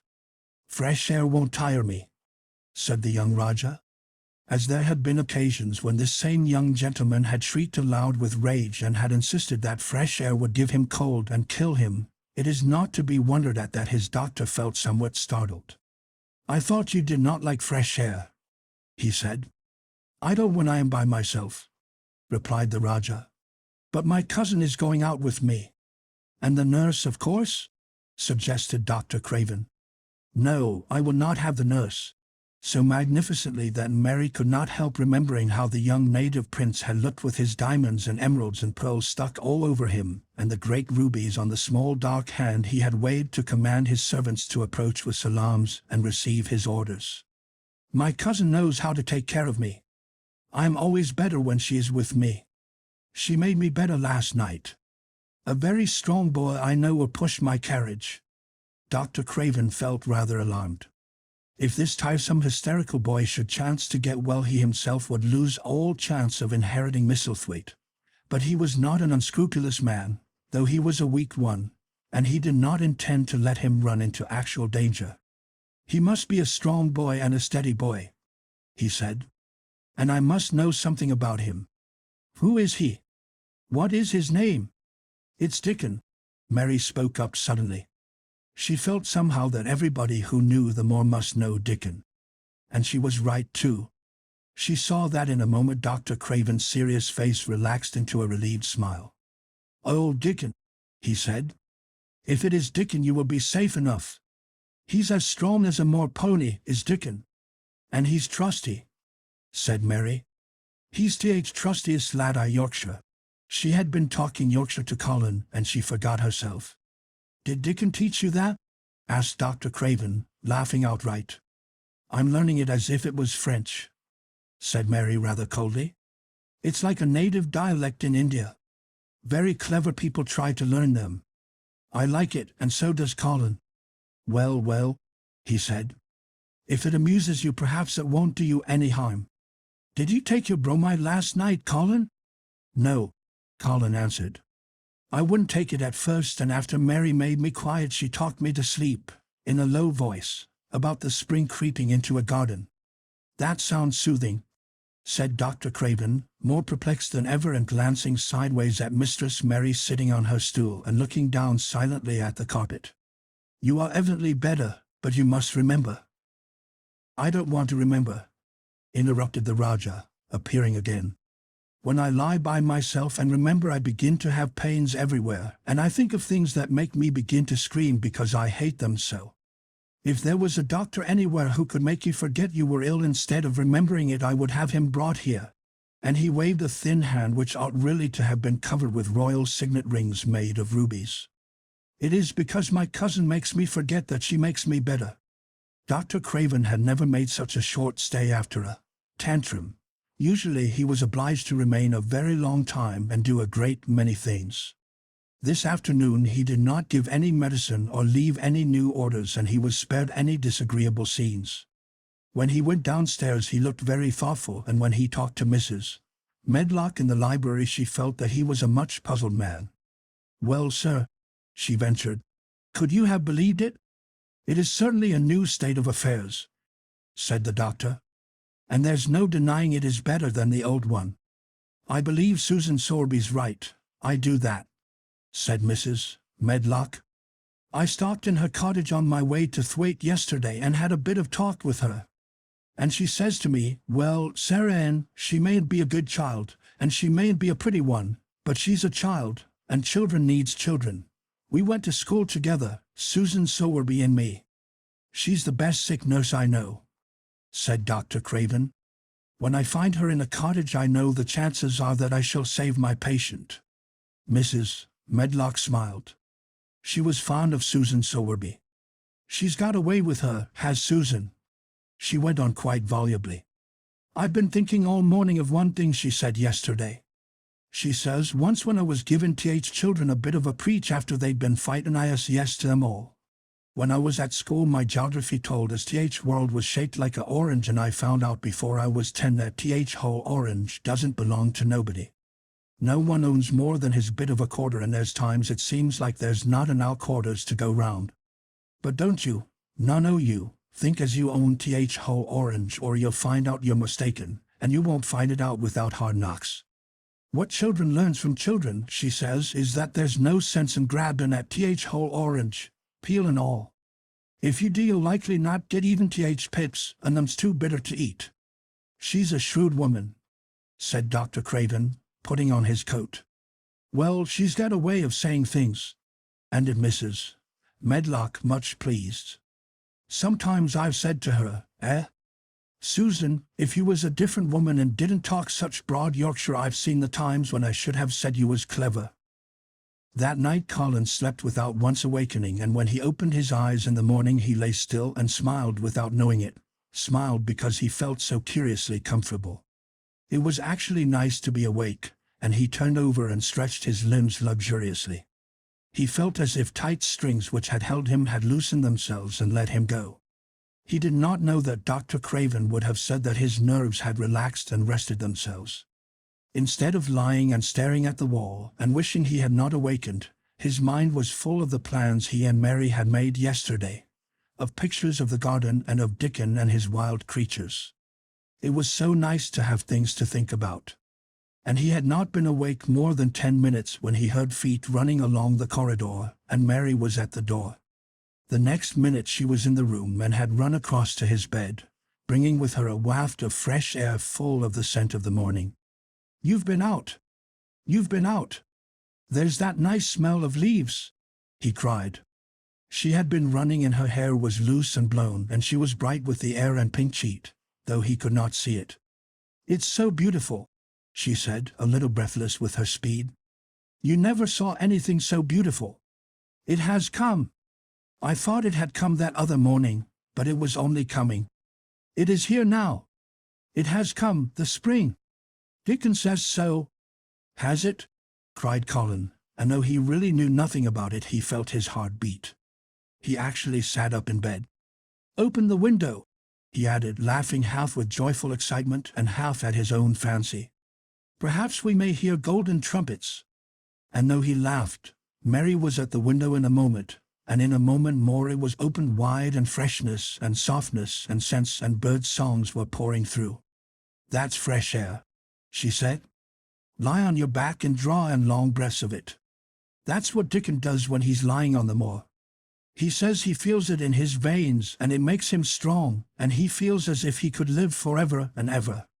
Breathe it and breathe it. She was only repeating what Dickon had told her, but she caught Colin's fancy. Forever and ever. Does it make him feel like that? He said, and he did as she told him, drawing in long deep breaths over and over again until he felt that something quite new and delightful was happening to him. Mary was at his bedside again. Things are crowding up out of the earth. She ran on in a hurry. And there are flowers uncurling and buds on everything, and the green veil has covered nearly all the grey, and the birds are in such a hurry about their nests for fear they may be too late that some of them are even fighting for places in the secret garden. And the rose bushes look as wick can be, and there are primroses in the lanes and woods, and the seeds replanted are up, and Dickon has brought the fox and the crow and the squirrels and a newborn lamb. And then she paused for breath. The newborn lamb Dickon had found 3 days before lying by its dead mother among the gorse bushes on the moor. It was not the first motherless lamb he had found, and he knew what to do with it. He had taken it to the cottage wrapped in his jacket, and he had let it lie near the fire, and had fed it with warm milk. It was a soft thing with a darling silly baby face, and legs rather long for its body. Dickon had carried it over the moor in his arms, and its feeding bowl was in his pocket with a squirrel.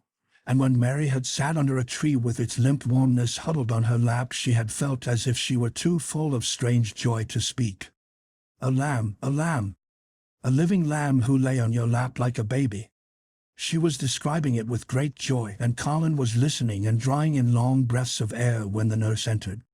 She started a little at the sight of the open window. She had sat stifling in the room many a warm day because her patient was sure that open windows gave people cold. "Are you sure you are not chilly, Master Colin?" she inquired. "No," was the answer. "I am breathing long breaths of fresh air. It makes you strong. I am going to get up to the sofa for breakfast. My cousin will have breakfast with me." The nurse went away, concealing a smile, to give the order for 2 breakfasts. She found the servants' hall a more amusing place than the invalid's chamber, and just now everybody wanted to hear the news from upstairs.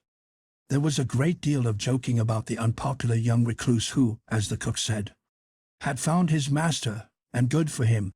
The servants' hall had been very tired of the tantrums, and the butler, who was a man with a family, had more than once expressed his opinion that the invalid would be all the better for a good hiding.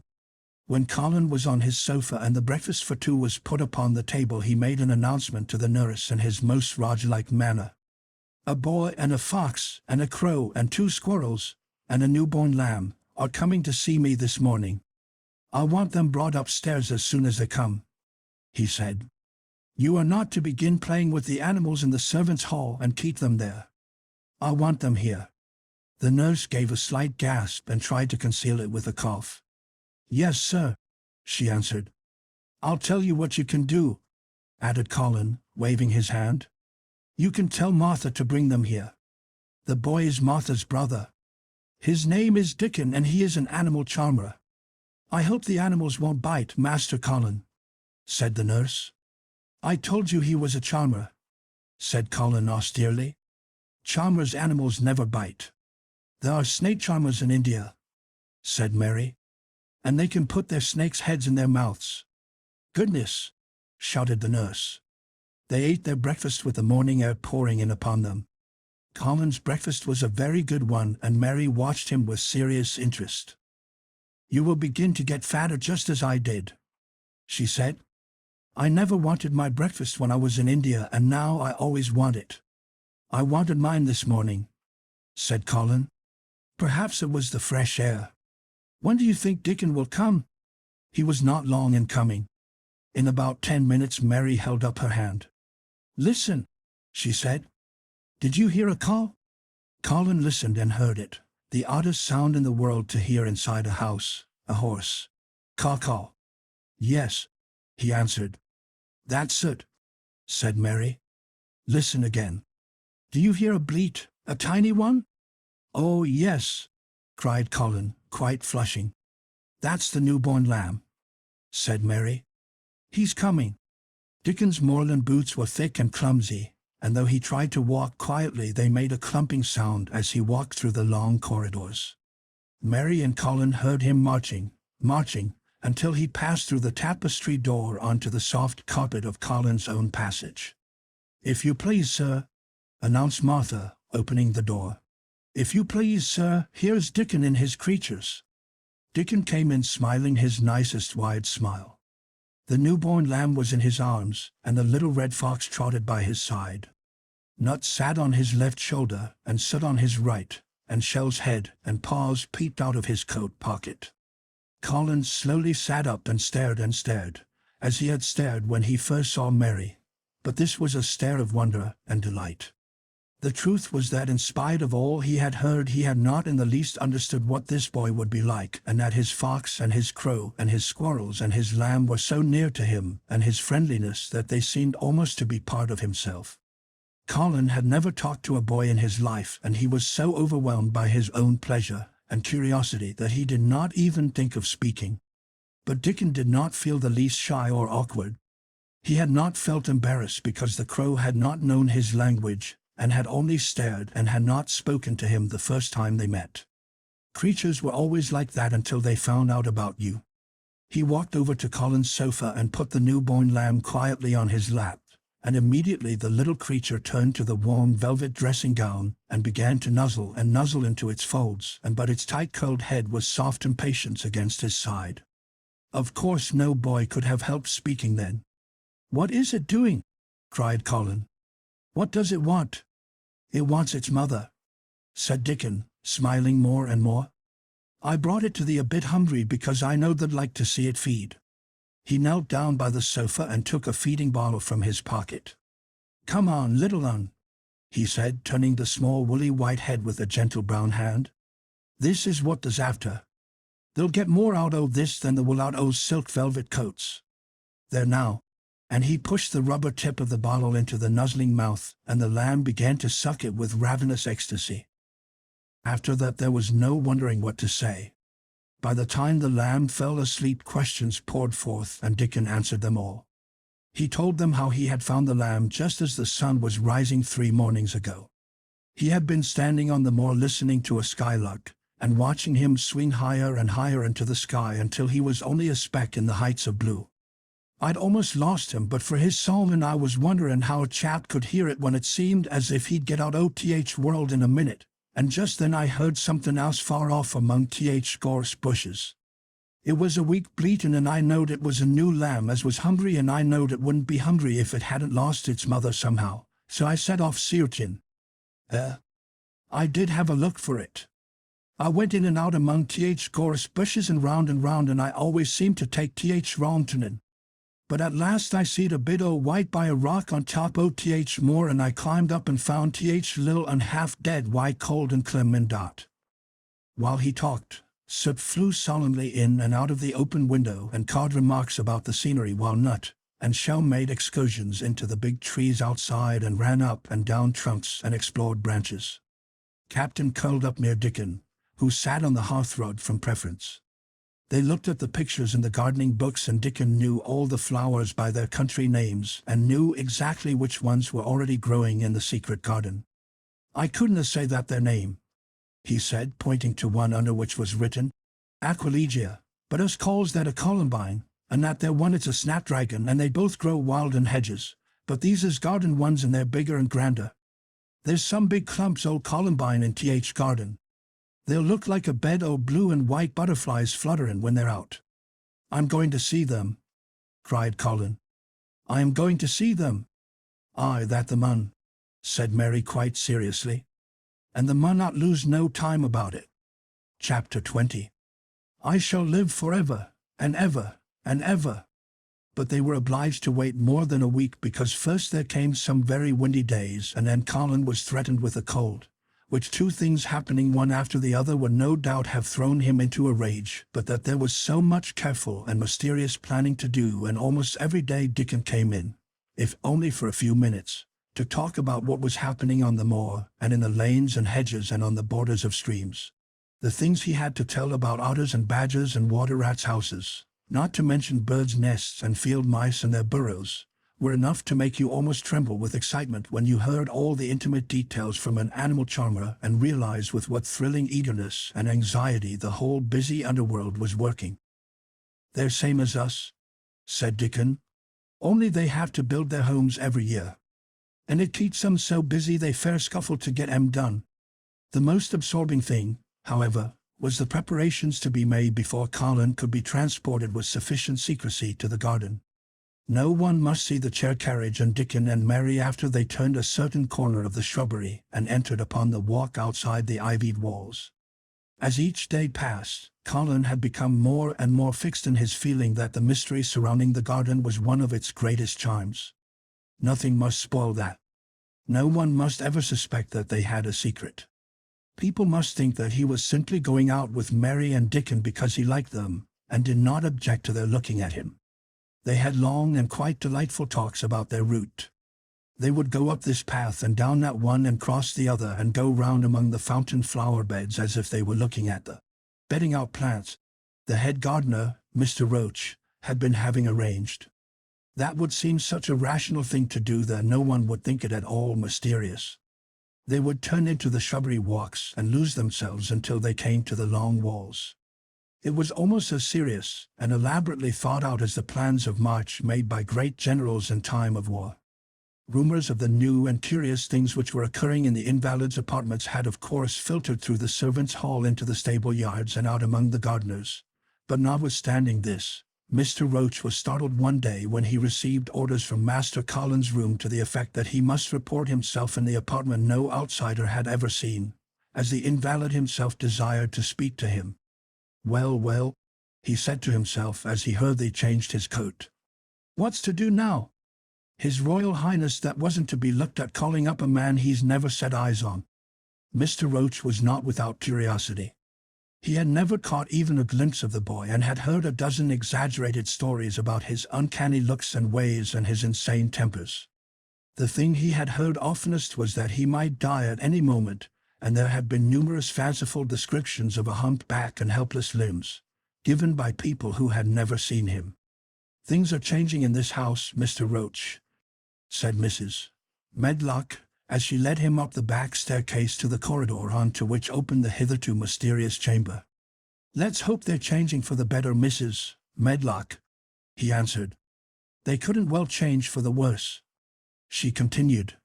"And queer as it all is, there's them as finds their duties made a lot easier to stand up under. Don't you be surprised, Mr. Roach, if you find yourself in the middle of a menagerie and Martha Sowerby's Dickon more at home than you or me could ever be." There really was a sort of magic about Dickon, as Mary always privately believed. When Mr. Roach heard his name he smiled quite leniently. "He'd be at home in Buckingham Palace or at the bottom of a coal mine," he said. "And yet it's not impudence either. He's just fine, is that lad." It was perhaps well he had been prepared, or he might have been startled. When the bedroom door was opened, a large crow, which seemed quite at home perched on the high back of a carven chair, announced the entrance of a visitor by saying, "Caw, caw," quite loudly. In spite of Mrs. Medlock's warning, Mr. Roach only just escaped being sufficiently undignified to jump backward. The young Roger was neither in bed nor on his sofa. He was sitting in an armchair, and a young lamb was standing by him shaking its tail in feeding lamb fashion as Dickon knelt giving it milk from its bottle. A squirrel was perched on Dickon's bent back attentively nibbling a nut. The little girl from India was sitting on a big footstool looking on.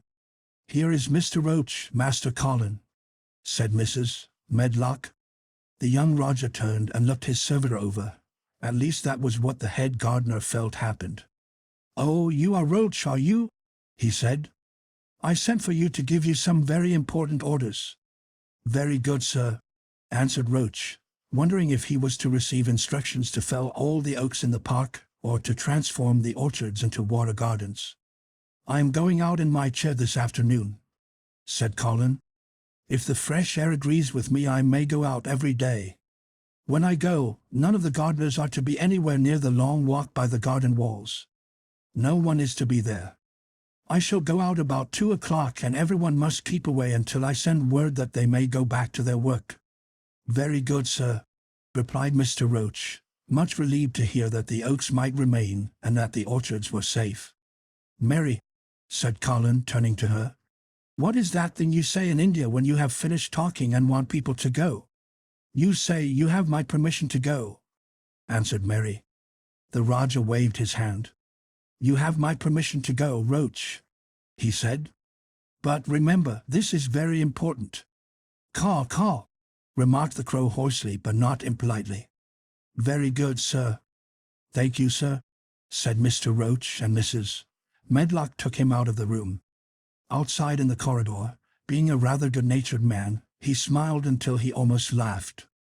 "My word," he said, "he's got a fine lordly way with him, hasn't he? You'd think he was a whole royal family rolled into one, prince consort and all." Protested Mrs. Medlock. "We've had to let him trample all over every one of us ever since he had feet, and he thinks that's what folks was born for." "Perhaps he'll grow out of it if he lives," suggested Mr. Roach. "Well, there's one thing pretty sure," said Mrs. Medlock. "If he does live and that Indian child stays here, I'll warrant she teaches him that the whole orange does not belong to him, as Susan Sowerby says. And he'll be likely to find out the size of his own quarter." Inside the room, Colin was leaning back on his cushions. "It's all safe now," he said. "And this afternoon I shall see it. This afternoon I shall be in it." Dickon went back to the garden with his creatures and Mary stayed with Colin. She did not think he looked tired, but he was very quiet before their lunch came, and he was quiet while they were eating it. She wondered why and asked him about it. "What big eyes you've got, Colin," she said. "When you are thinking they get as big as saucers. What are you thinking about now?" "I can't help thinking about what it will look like," he answered. "The garden?" asked Mary. "The springtime," he said. "I was thinking that I've really never seen it before. I scarcely ever went out, and when I did go I never looked at it. I didn't even think about it.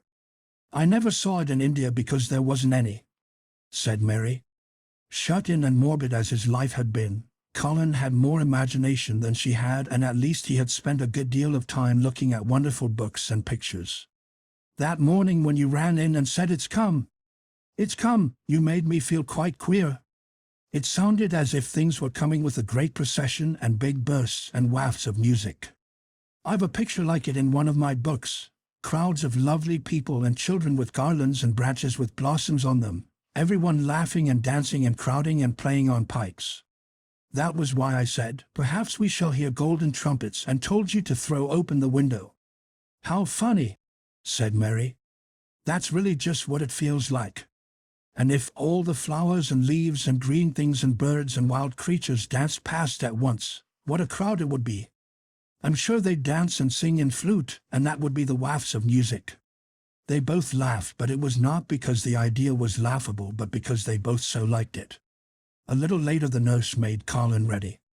She noticed that instead of lying like a lord while his clothes were put on, he sat up and made some efforts to help himself, and he talked and laughed with Mary all the time. "This is one of his good days, sir," she said to Dr. Craven, who dropped in to inspect him. "He's in such good spirits that it makes him stronger. I'll call in again later in the afternoon, after he has come in," said Dr. Craven. "I must see how the going out agrees with him. I wish," in a very low voice, "that he would let you go with him. I'd rather give up the case this moment, sir, than even stay here while it's suggested," answered the nurse, with sudden firmness. "I hadn't really decided to suggest it," said the doctor, with his slight nervousness. "We'll try the experiment. Dickon's a lad I trust with a newborn child." The strongest footman in the house carried Colin downstairs and put him in his wheeled chair, near which Dickon waited outside. After the manservant had arranged his rugs and cushions, the Rajah waved his hand to him and to the nurse. "You have my permission to go," he said, and they both disappeared quickly, and it must be confessed giggled when they were safely inside the house.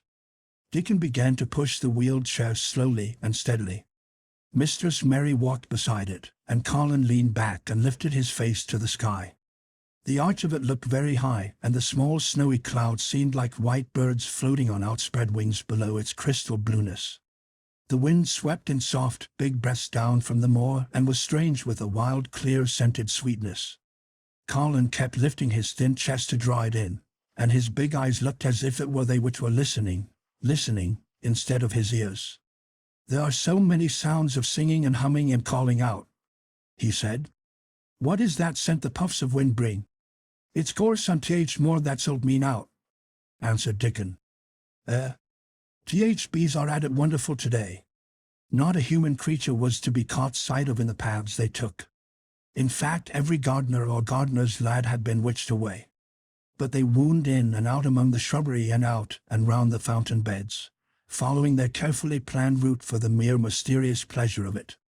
But when at last they turned into the long walk by the ivy walls, the excited sense of an approaching thrill made them, for some curious reason they could not have explained, begin to speak in whispers.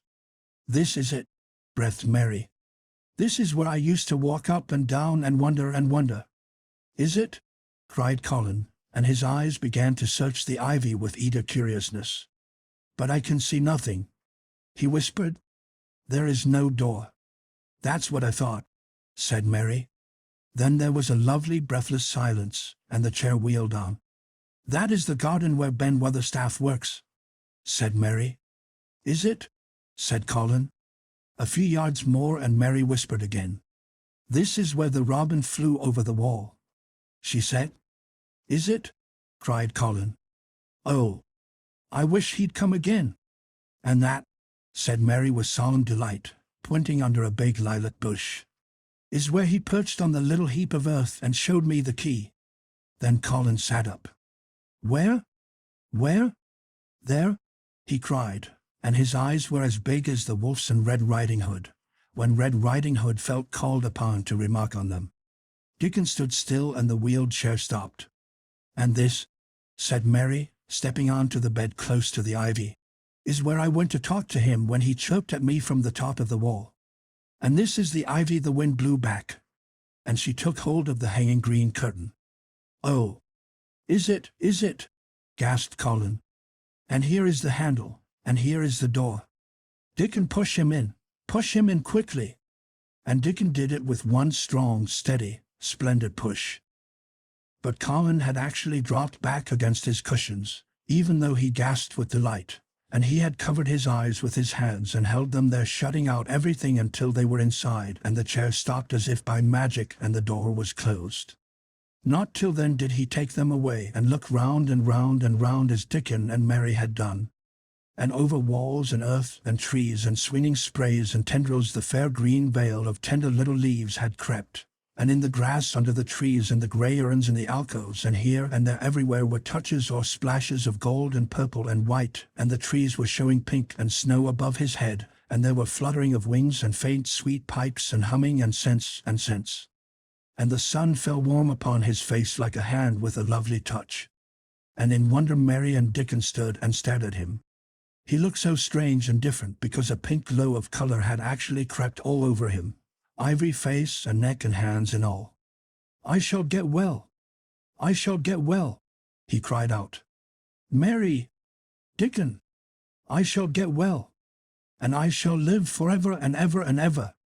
Chapter 21. Ben Weatherstaff.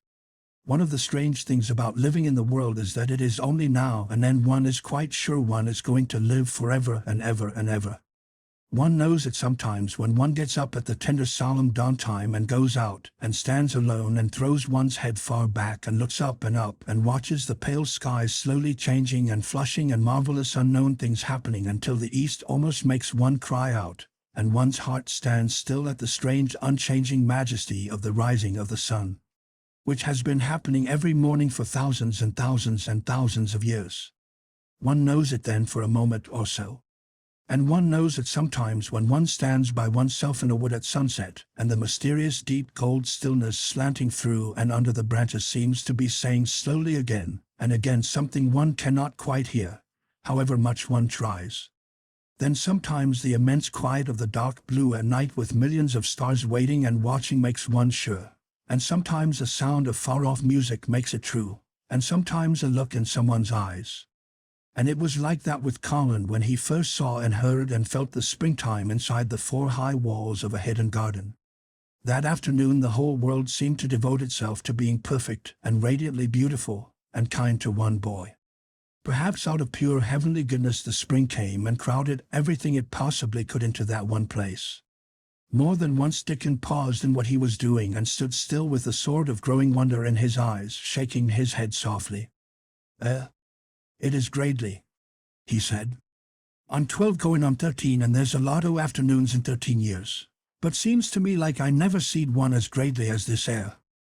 "Aye, it is a gradely one," said Mary, and she sighed for mere joy. "I'll warrant it's the gradeless one as ever was in this world." "Does the think," said Colin with dreamy carefulness, "as happen it was made like this air all o' purpose for me?" "My word," cried Mary admiringly, "that there is a bit o' good Yorkshire. The arty shapen first rate, that the art." And delight reigned. They drew the chair under the plum tree, which was snow-white with blossoms and musical with bees. It was like a king's canopy, a fairy king's. There were flowering cherry trees near and apple trees whose buds were pink and white, and here and there one had burst open wide. Between the blossoming branches of the canopy bits of blue sky looked down like wonderful eyes. Mary and Dickon worked a little here and there and Colin watched them. They brought him things to look at, buds which were opening, buds which were tight closed, bits of twig whose leaves were just showing green, the feather of a woodpecker which had dropped on the grass, the empty shell of some bird early hatched. Dickon pushed the chair slowly round and round the garden, stopping every other moment to let him look at wonders springing out of the earth or trailing down from trees. It was like being taken in state round the country of a magic king and queen, and shown all the mysterious riches it contained. "I wonder if we shall see the robin?" said Colin. "They'll see him oftener now after a bit," answered Dickon. "When eggs hatches out little chap he'll be kept so busy it'll make his head swim. They'll see him flying backward and for'ard carrying worms nigh as big as himself and that much noise going on in nest when he gets there as fair flusters him so as he scarce knows which big mouth to drop first piece in. And gapping beaks and squawks on every side. Mother says as when she sees work a robin has to keep them gapping beaks filled, she feels like she was a lady with nothing to do. She says she's seen little chaps when it seemed like sweat must be dropping off 'em, though folk can't see it." This made them giggle so delightedly that they were obliged to cover their mouths with their hands, remembering that they must not be heard. Colin had been instructed as to the law of whispers and low voices several days before. He liked the mysteriousness of it, and did his best, but in the midst of excited enjoyment it is rather difficult never to laugh above a whisper. Every moment of the afternoon was full of new things and every hour the sunshine grew more golden. The wheeled chair had been drawn back under the canopy, and Dickon had sat down on the grass and had just drawn out his pipe when Colin saw something he had not had time to notice before. "That's a very old tree over there, isn't it?" he said. Dickon looked across the grass at the tree and Mary looked and there was a brief moment of stillness. "Yes," answered Dickon, after it, and his low voice had a very gentle sound. Mary gazed at the tree and thought. "The branches are quite grey and there's not a single leaf anywhere."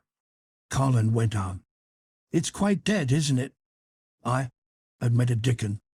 "But them roses as has climbed all over it will near hide every bit o' dead wood when they're full o' leaves and flowers. It won't look dead then.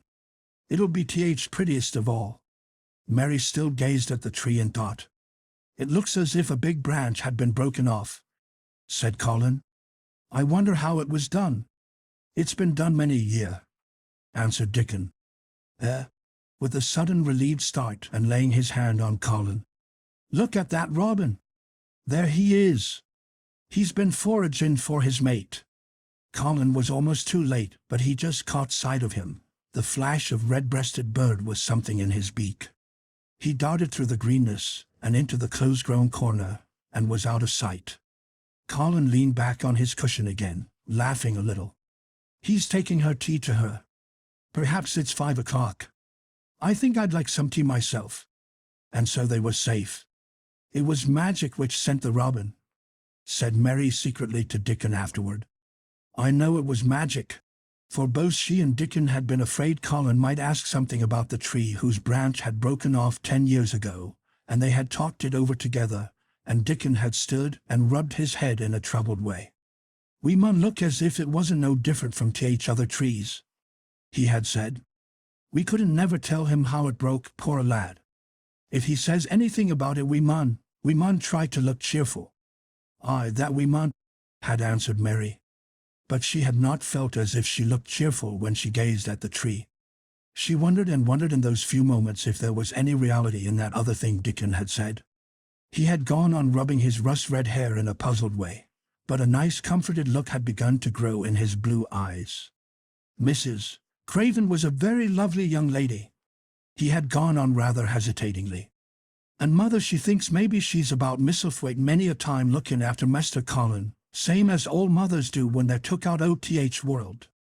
They have to come back, the seas. Happen she's been in the garden and happen it was her set us to work, and told us to bring him here." Mary had thought he meant something about magic.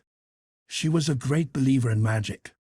Secretly she quite believed that Dickon worked magic, of course good magic, on everything near him, and that was why people liked him so much, and wild creatures knew he was their friend. She wondered, indeed, if it were not possible that his gift had brought the robin just at the right moment when Colin asked that dangerous question. She felt that his magic was working all the afternoon and making Colin look like an entirely different boy. It did not seem possible that he could be the crazy creature who had screamed and beaten and bitten his pillow. Even his ivory whiteness seemed to change. The faint glow of color which had shone on his face and neck and hands when he first got inside the garden really never quite died away. He looked as if he were made of flesh instead of ivory or wax. They saw the robin carry food to his mate 2 or 3 times, and it was so suggestive of afternoon tea that Colin felt they must have some. "Go and make one of the men servants bring some in a basket to the rhododendron walk," he said. "And then you and Dickon can bring it here." It was an agreeable idea, easily carried out, and when the white cloth was spread upon the grass, with hot tea and buttered toast and crumpets, a delightfully hungry meal was eaten, and several birds on domestic errands paused to inquire what was going on and were led into investigating crumbs with great activity. Nut and shell whisked up trees with pieces of cake, and Soup took the entire half of a buttered crumpet into a corner and pecked at, and examined and turned it over and made hoarse remarks about it until he decided to swallow it all joyfully in one gulp. The afternoon was dragging towards its mellow hour. The sun was deepening the gold of its lances, the bees were going home, and the birds were flying past less often. Dickon and Mary were sitting on the grass, the tea basket was repacked ready to be taken back to the house, and Colin was lying against his cushions with his heavy locks pushed back from his forehead, and his face looking quite a natural color. "I don't want this afternoon to go," he said, "but I shall come back tomorrow, and the day after, and the day after, and the day after." "You'll get plenty of fresh air, won't you?" said Mary. "I'm going to get nothing else," he answered.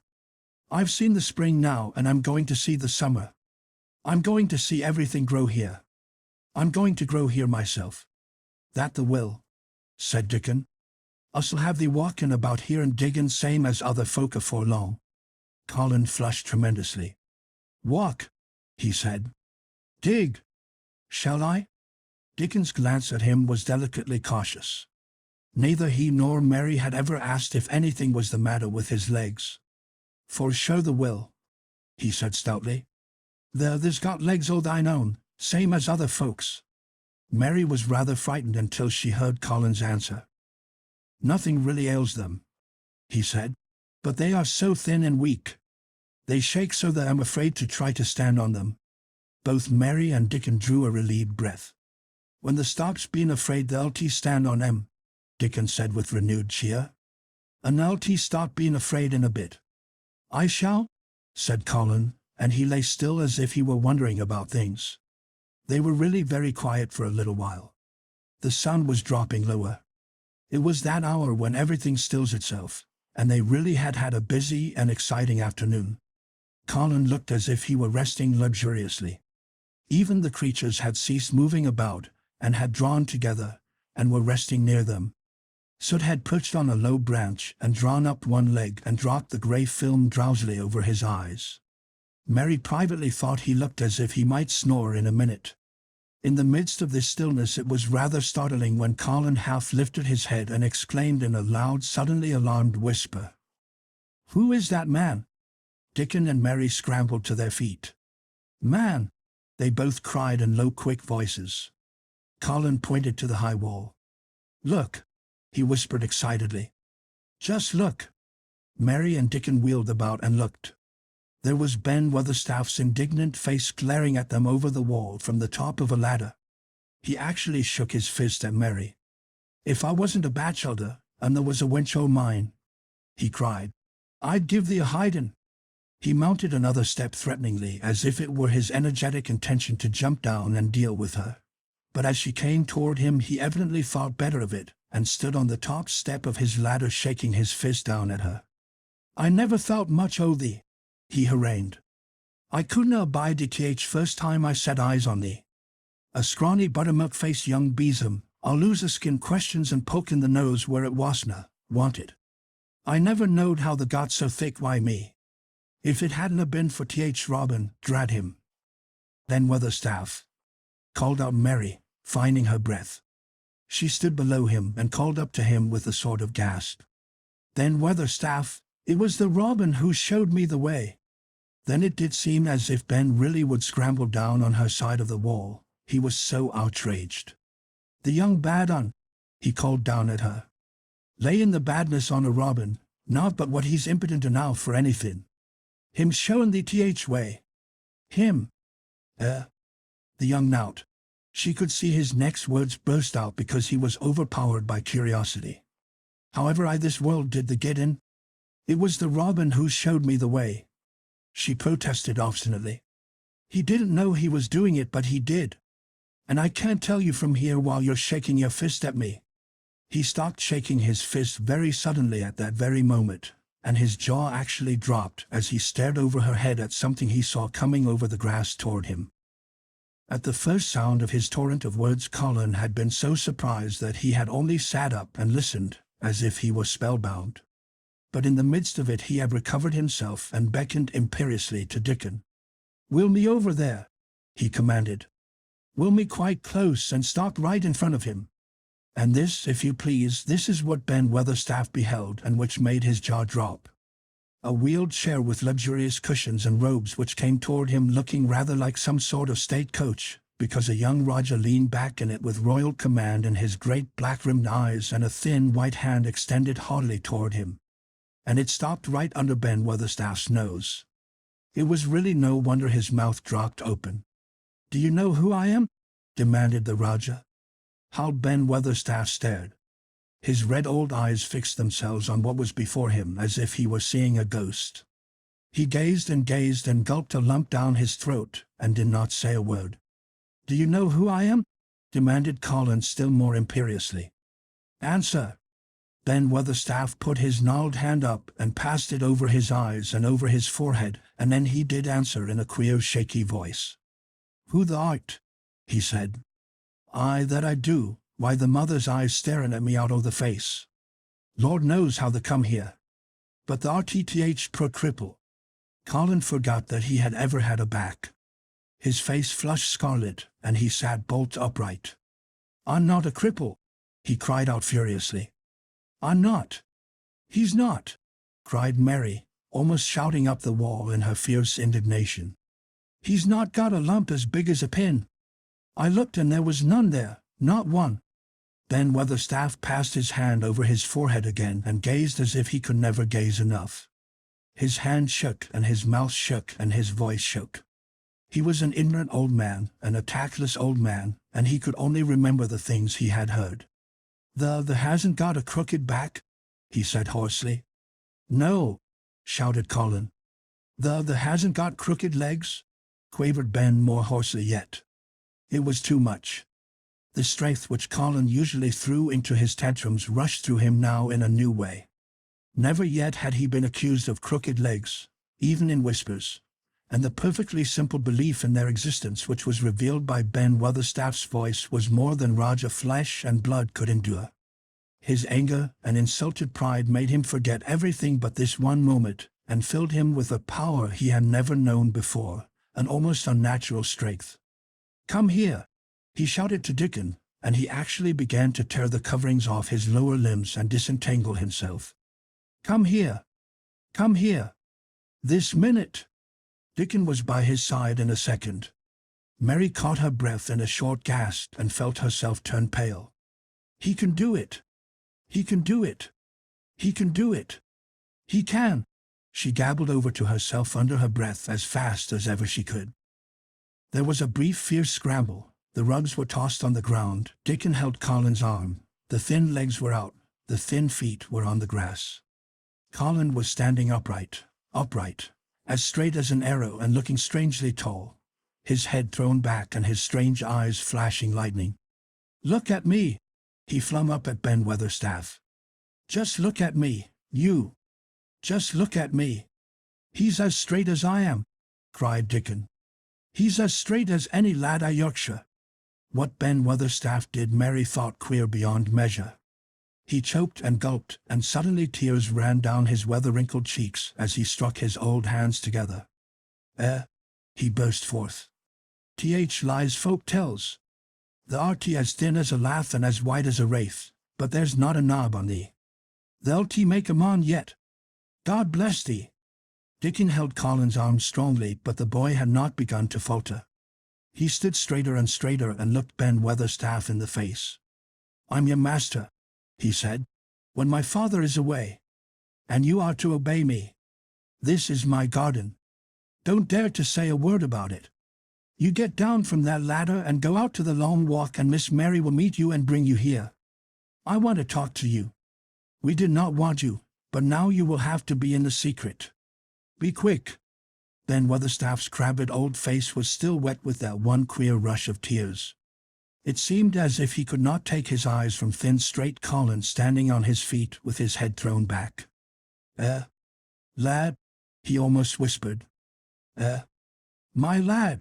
And then remembering himself, he suddenly touched his hat gardener fashion and said, "Yes, sir. Yes, sir," and obediently disappeared as he descended the ladder. Chapter 22. When the sun went down, when his head was out of sight, Colin turned to Mary. "Go and meet him," he said, and Mary flew across the grass to the door under the ivy. Dickon was watching him with sharp eyes. There were scarlet spots on his cheeks, and he looked amazing, but he showed no signs of falling. "I can stand," he said, and his head was still held up, and he said it quite grandly. "I told thee the could as soon as the stopped being afraid," answered Dickon. "And the stopped?" "Yes, I've stopped," said Colin. Then suddenly he remembered something Mary had said. "Are you making magic?" he asked sharply. Dickon's curly mouth spread in a cheerful grin. "There's doing magic thyself," he said. "It's same magic as made these air work out o.th earth." And he touched with his thick boot a clump of crocuses in the grass. Colin looked down at them. He said slowly, "There couldn't be bigger magic than that there couldn't be." He drew himself up straighter than ever. "I'm going to walk to that tree," he said, pointing to one a few feet away from him. "I'm going to be standing when Weatherstaff comes here. I can rest against the tree if I like. When I want to sit down I will sit down, but not before. Bring a rod from the chair." He walked to the tree, and though Dickon held his arm, he was wonderfully steady. When he stood against the tree trunk, it was not too plain that he supported himself against it, and he still held himself so straight that he looked tall. When Ben Weatherstaff came through the door in the wall, he saw him standing there, and he heard Mary muttering something under her breath. "What art saying?" he asked rather testily, because he did not want his attention distracted from the long, thin, straight boy figure and proud face. But she did not tell him. What she was saying was this: "You can do it. You can do it. I told you could. You can do it. You can do it. You can." She was saying it to Colin because she wanted to make magic and keep him on his feet looking like that. She could not bear that he should give in before Ben Weatherstaff. He did not give in. She was uplifted by a sudden feeling that he looked quite beautiful in spite of his thinness. He fixed his eyes on Ben Weatherstaff in his funny imperious way. "Look at me," he commanded. "Look at me all over. Am I a hunchback? Have I got crooked legs?" Ben Weatherstaff had not quite got over his emotion, but he had recovered a little and answered almost in his usual way. "Not the," he said. "Nowt oth sort. What's thou been doin' with thyself, hidin' out all side and lettin' folk think thou was crippled and half-witted?" "Half-witted," said Colin angrily. "Who thought that?" "Lots o' fools," said Ben. "World's full o' jackasses brain and they never brain out but lies. What did thou shut thyself up for?" "Everyone thought I was going to die," said Colin shortly. "I'm not." And he said it with such decision Ben Weatherstaff looked him over, up and down and up. "The die," he said with dry exultation. "Nowt o' sort. There's got too much pluck in thee. When I seed thee put the legs on ground in such a hurry I knowed thou was all right. Sit thee down on rod a big young mester and give me thy orders." There was a queer mixture of crabbed tenderness and shrewd understanding in his manner. Mary had poured out speech as rapidly as she could as they had come down the long walk. The chief thing to be remembered, she had told him, was that Colin was getting well. The garden was doing it. No one must let him remember about having humps and dying. The Roger condescended to seat himself on a rug under the tree. "What work do you do in the gardens, Weatherstaff?" he inquired. "Anything I'm told to do," answered old Ben. "I'm kept on by favour, because she liked me." "She?" said Colin. "The mother," answered Ben Weatherstaff. "My mother?" said Colin, and he looked about him quietly. "This was her garden, wasn't it?" "Aye, it was that," and Ben Weatherstaff looked about him too. "She were main fond of it." "It is my garden now. I am fond of it. I shall come here every day," announced Colin. "But it is to be a secret. My orders are that no one is to know that we come here. Dickon and my cousin have worked and made it come alive. I shall send for you sometimes to help, but you must come when no one can see you." Ben Weatherstaff's face twisted itself in a dry old smile. "I've come here before when no one saw me," he said. "What?" exclaimed Colin. "When?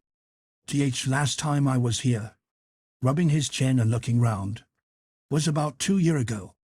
"But no one has been in it for 10 years," cried Colin.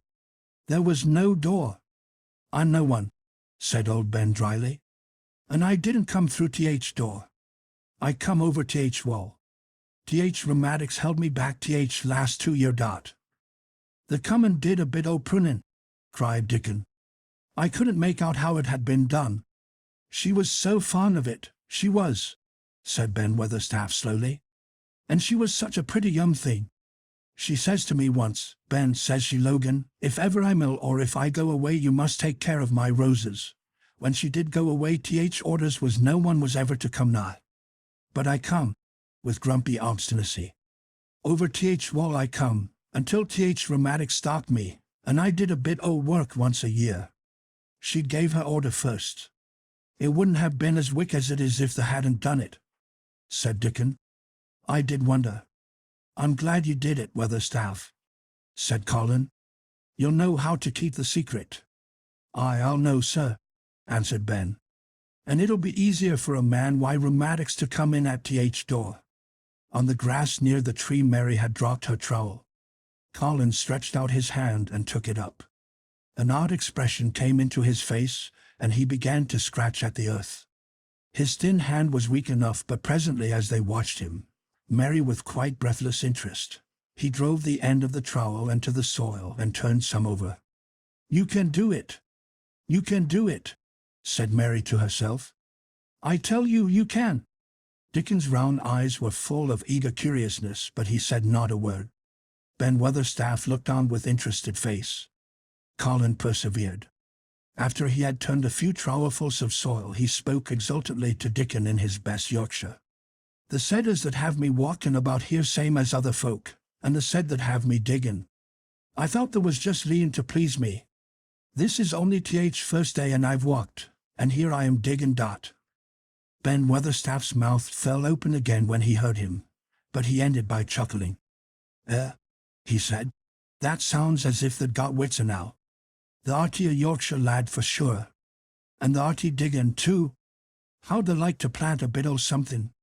I can get the rose in a pot. Go and get it, said Colin, digging excitedly. Quick! Quick! It was done quickly enough indeed. Then Weatherstaff went his way forgetting rheumatics. Dickon took his spade and dug the hole deeper and wider than a new digger with thin white hands could make it.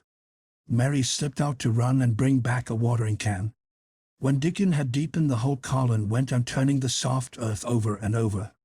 He looked up at the sky, flushed and glowing with the strangely new exercise, slight as it was. I want to do it before the sun goes quite down, he said. Mary thought that perhaps the sun held back a few minutes just on purpose. Ben Weatherstaff brought the rose in its pot from the greenhouse. He hobbled over the grass as fast as he could. He had begun to be excited too. He knelt down by the hole and broke the pot from the mold. Here, lad, he said, handing the plant to Colin. Set it in the earth thyself, same as Th. King does when he goes to a new place. The thin white hands shook a little and Colin's flush grew deeper as he set the rose in the mold and held it while old Ben made firm the earth. It was filled in and pressed down and made steady. Mary was leaning forward on her hands and knees. Soot had flown down and marched forward to see what was being done. Nut and shell chattered about it from a cherry tree. It's planted, said Colin at last, and the sun is only slipping over the edge. Help me up, Dickon. I want to be standing when it goes. That's part of the magic. And Dickon helped him, and the magic, or whatever it was, so gave him strength that when the sun did slip over the edge and end the strange lovely afternoon for them, there he actually stood on his 2 feet, laughing. Chapter 23. Magic. Dr. Craven had been waiting some time at the house when they returned to it. He had indeed begun to wonder if it might not be wise to send someone out to explore the garden paths. When Colin was brought back to his room, the poor man looked him over seriously. You should not have stayed so long, he said. You must not overexert yourself. I am not tired at all, said Colin. It has made me well. Tomorrow I am going out in the morning as well as in the afternoon. I am not sure that I can allow it, answered Dr. Craven. I am afraid it would not be wise. It would not be wise to try to stop me, said Colin quite seriously. I am going. Even Mary had found out that one of Colin's chief peculiarities was that he did not know in the least what a rude little brute he was with his way of ordering people about. He had lived on a sort of desert island all his life, and as he had been the king of it, he had made his own manners and had had no one to compare himself with. Mary had indeed been rather like him herself, and since she had been at Misselthwaite had gradually discovered that her own manners had not been of the kind which is usual or popular. Having made this discovery, she naturally thought it of enough interest to communicate to Colin. So she sat and looked at him curiously for a few minutes after Dr. Craven had gone. She wanted to make him ask her why she was doing it, and of course she did. What are you looking at me for? He said. I'm thinking that I am rather sorry for Dr. Craven. So am I, said Colin calmly, but not without an air of some satisfaction. He won't get Misselthwaite at all now. I'm not going to die. I'm sorry for him because of that, of course, said Mary, but I was thinking just then that it must have been very horrid to have had to be polite for 10 years to a boy who was always rude. I would never have done it. Am I rude? Colin inquired undisturbedly. If you had been his own boy and he had been a slapping sort of man, said Mary, he would have slapped you. But he daren't, said Colin. No, he daren't, answered Mistress Mary, thinking the thing out quite without prejudice. Nobody ever dared to do anything you didn't like, because you were going to die and things like that. You were such a poor thing. But, announced Colin stubbornly, I am not going to be a poor thing. I won't let people think I'm one. I stood on my feet this afternoon. It is always having your own way that has made you so queer. Mary went on, thinking aloud. Colin turned his head, frowning. Am I queer? He demanded. Yes, answered Mary. Very. But you needn't be cross, she added impartially, because so am I queer, and so is Ben Weatherstaff. But I am not as queer as I was before I began to like people and before I found the garden. I don't want to be queer, said Colin. I am not going to be. And he frowned again with determination. He was a very proud boy. He lay thinking for a while, and then Mary saw his beautiful smile begin and gradually change his whole face. I shall stop being queer, he said, if I go every day to the garden. There is magic in there, good magic, you know, Mary. I am sure there is. So am I, said Mary. Even if it isn't real magic, Colin said, we can pretend it is. Something is there, something.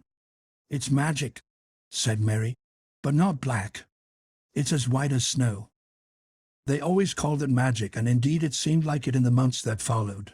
The wonderful months, the radiant months, the amazing ones. Oh, the things which happened in that garden. If you have never had a garden you cannot understand, and if you have had a garden you will know that it would take a whole book to describe all that came to pass there. At first it seemed that green things would never cease pushing their way through the earth, in the grass, in the beds, even in the crevices of the walls. Then the green things began to show buds, and the buds began to unfurl and show color, every shade of blue, every shade of purple, every tint and hue of crimson. In its happy days flowers had been tucked away into every inch and hole and corner. Ben Weatherstaff had seen it done, and had himself scraped out mortar from between the bricks of the wall, and made pockets of earth for lovely clinging things to grow on. Iris and white lilies rose out of the grass in sheaves, and the green alcoves filled themselves with amazing armies of the blue and white flower lances of tall delphiniums or columbines or campanulas. She was main fond o' them, she was, Ben Weatherstaff said. She liked them things as was allus pointing up to blue sky, she used to tell. Not as she was one o' them as looked down on earth, not her. She just loved it, but she said as blue sky allus looked so joyful. The seeds Dickon and Mary had planted grew as if fairies had tended them. Satiny poppies of all tints danced in the breeze by the score, gaily defying flowers which had lived in the garden for years and which it might be confessed seemed rather to wonder how such new people had got there. And the roses, rising out of the grass, tangled round the sundial, wreathing the tree trunks and hanging from their branches, climbing up the walls and spreading over them with long garlands falling in cascades. They came alive day by day, hour by hour. Fair fresh leaves, and buds, tiny at first but swelling and working magic until they burst and uncurled into cups of scent, delicately spilling themselves over their brims and filling the garden air. Colin saw it all, watching each change as it took place. Every morning he was brought out, and every hour of each day when it didn't rain he spent in the garden. Even grey days pleased him. He would lie on the grass, watching things growing, he said. If he watched long enough, he declared, you could see buds unsheath themselves. Also you could make the acquaintance of strange busy insect things running about on various unknown but evidently serious errands, sometimes carrying tiny scraps of straw or feather or food, or climbing blades of grass as if they were trees from whose tops one could look out to explore the country. A mole throwing up its mound at the end of its burrow and making its way out at last with the long-nailed paws which looked so like elfish hands, had absorbed him one whole morning. Ants' ways, beetles' ways, bees' ways, frogs' ways, birds' ways, plants' ways gave him a new world to explore, and when Dickon revealed them all and added foxes' ways, otters' ways, ferrets' ways, squirrels' ways, and trout and water rats and badgers' ways, there was no end to the things to talk about and think over. And this was not the half of the magic. The fact that he had really once stood on his feet had set Colin thinking tremendously, and when Mary told him of the spell she had worked he was excited and approved of it greatly. He talked of it constantly. Of course there must be lots of magic in the world, he said wisely one day. But people don't know what it is like or how to make it. Perhaps the beginning is just to say nice things are going to happen until you make them happen. I am going to try an experiment. The next morning when they went to the secret garden he sent at once for Ben Weatherstaff. Ben came as quickly as he could and found the Rajah standing on his feet under a tree and looking very grand but also very beautifully smiling. "Good morning, Ben Weatherstaff," he said. "I want you and Dickon and Miss Mary to stand in a row and listen to me because I am going to tell you something very important." "Aye, sir," answered Ben Weatherstaff, touching his forehead. One of the long-concealed charms of Ben Weatherstaff was that in his boyhood he had once run away to sea and had made voyages. So he could reply like a sailor. "I am going to try a scientific experiment," explained the Rajah. "When I grow up I am going to make great scientific discoveries and I am going to begin now with this experiment." "Aye, sir," said Ben Weatherstaff proudly, though this was the first time he had heard of great scientific discoveries. It was the first time Mary had heard of them, either, but even at this stage she had begun to realize that, queer as he was, Colin had read about a great many singular things and was somehow a very convincing sort of boy. When he held up his head and fixed his strange eyes on you it seemed as if he believed him almost in spite of yourself though he was only 10 years old, going on 11. At this moment he was especially convincing because he suddenly felt the fascination of actually making a sort of speech like a grown-up person. "The great scientific discoveries I am going to make," he went on, "will be about magic.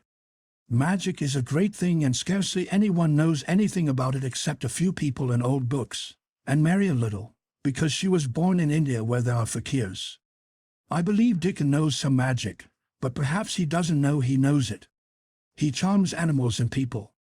I would never have let him come to see me if he had not been an animal charmer, which is a boy charmer, too, because a boy is an animal. I am sure there is magic in everything, only we have not sense enough to get hold of it and make it do things for us, like electricity and horses and steam." This sounded so imposing that Ben Weatherstaff became quite excited and really could not keep still. "Aye, sir," he said, and he began to stand up quite straight. "When Mary found this garden it looked quite dead," the orator proceeded. "Then something began pushing things up out of the soil and making things out of nothing. One day things weren't there and another they were. I had never watched things before and it made me feel very curious. Scientific people are always curious and I am going to be scientific. I keep saying to myself, what is it?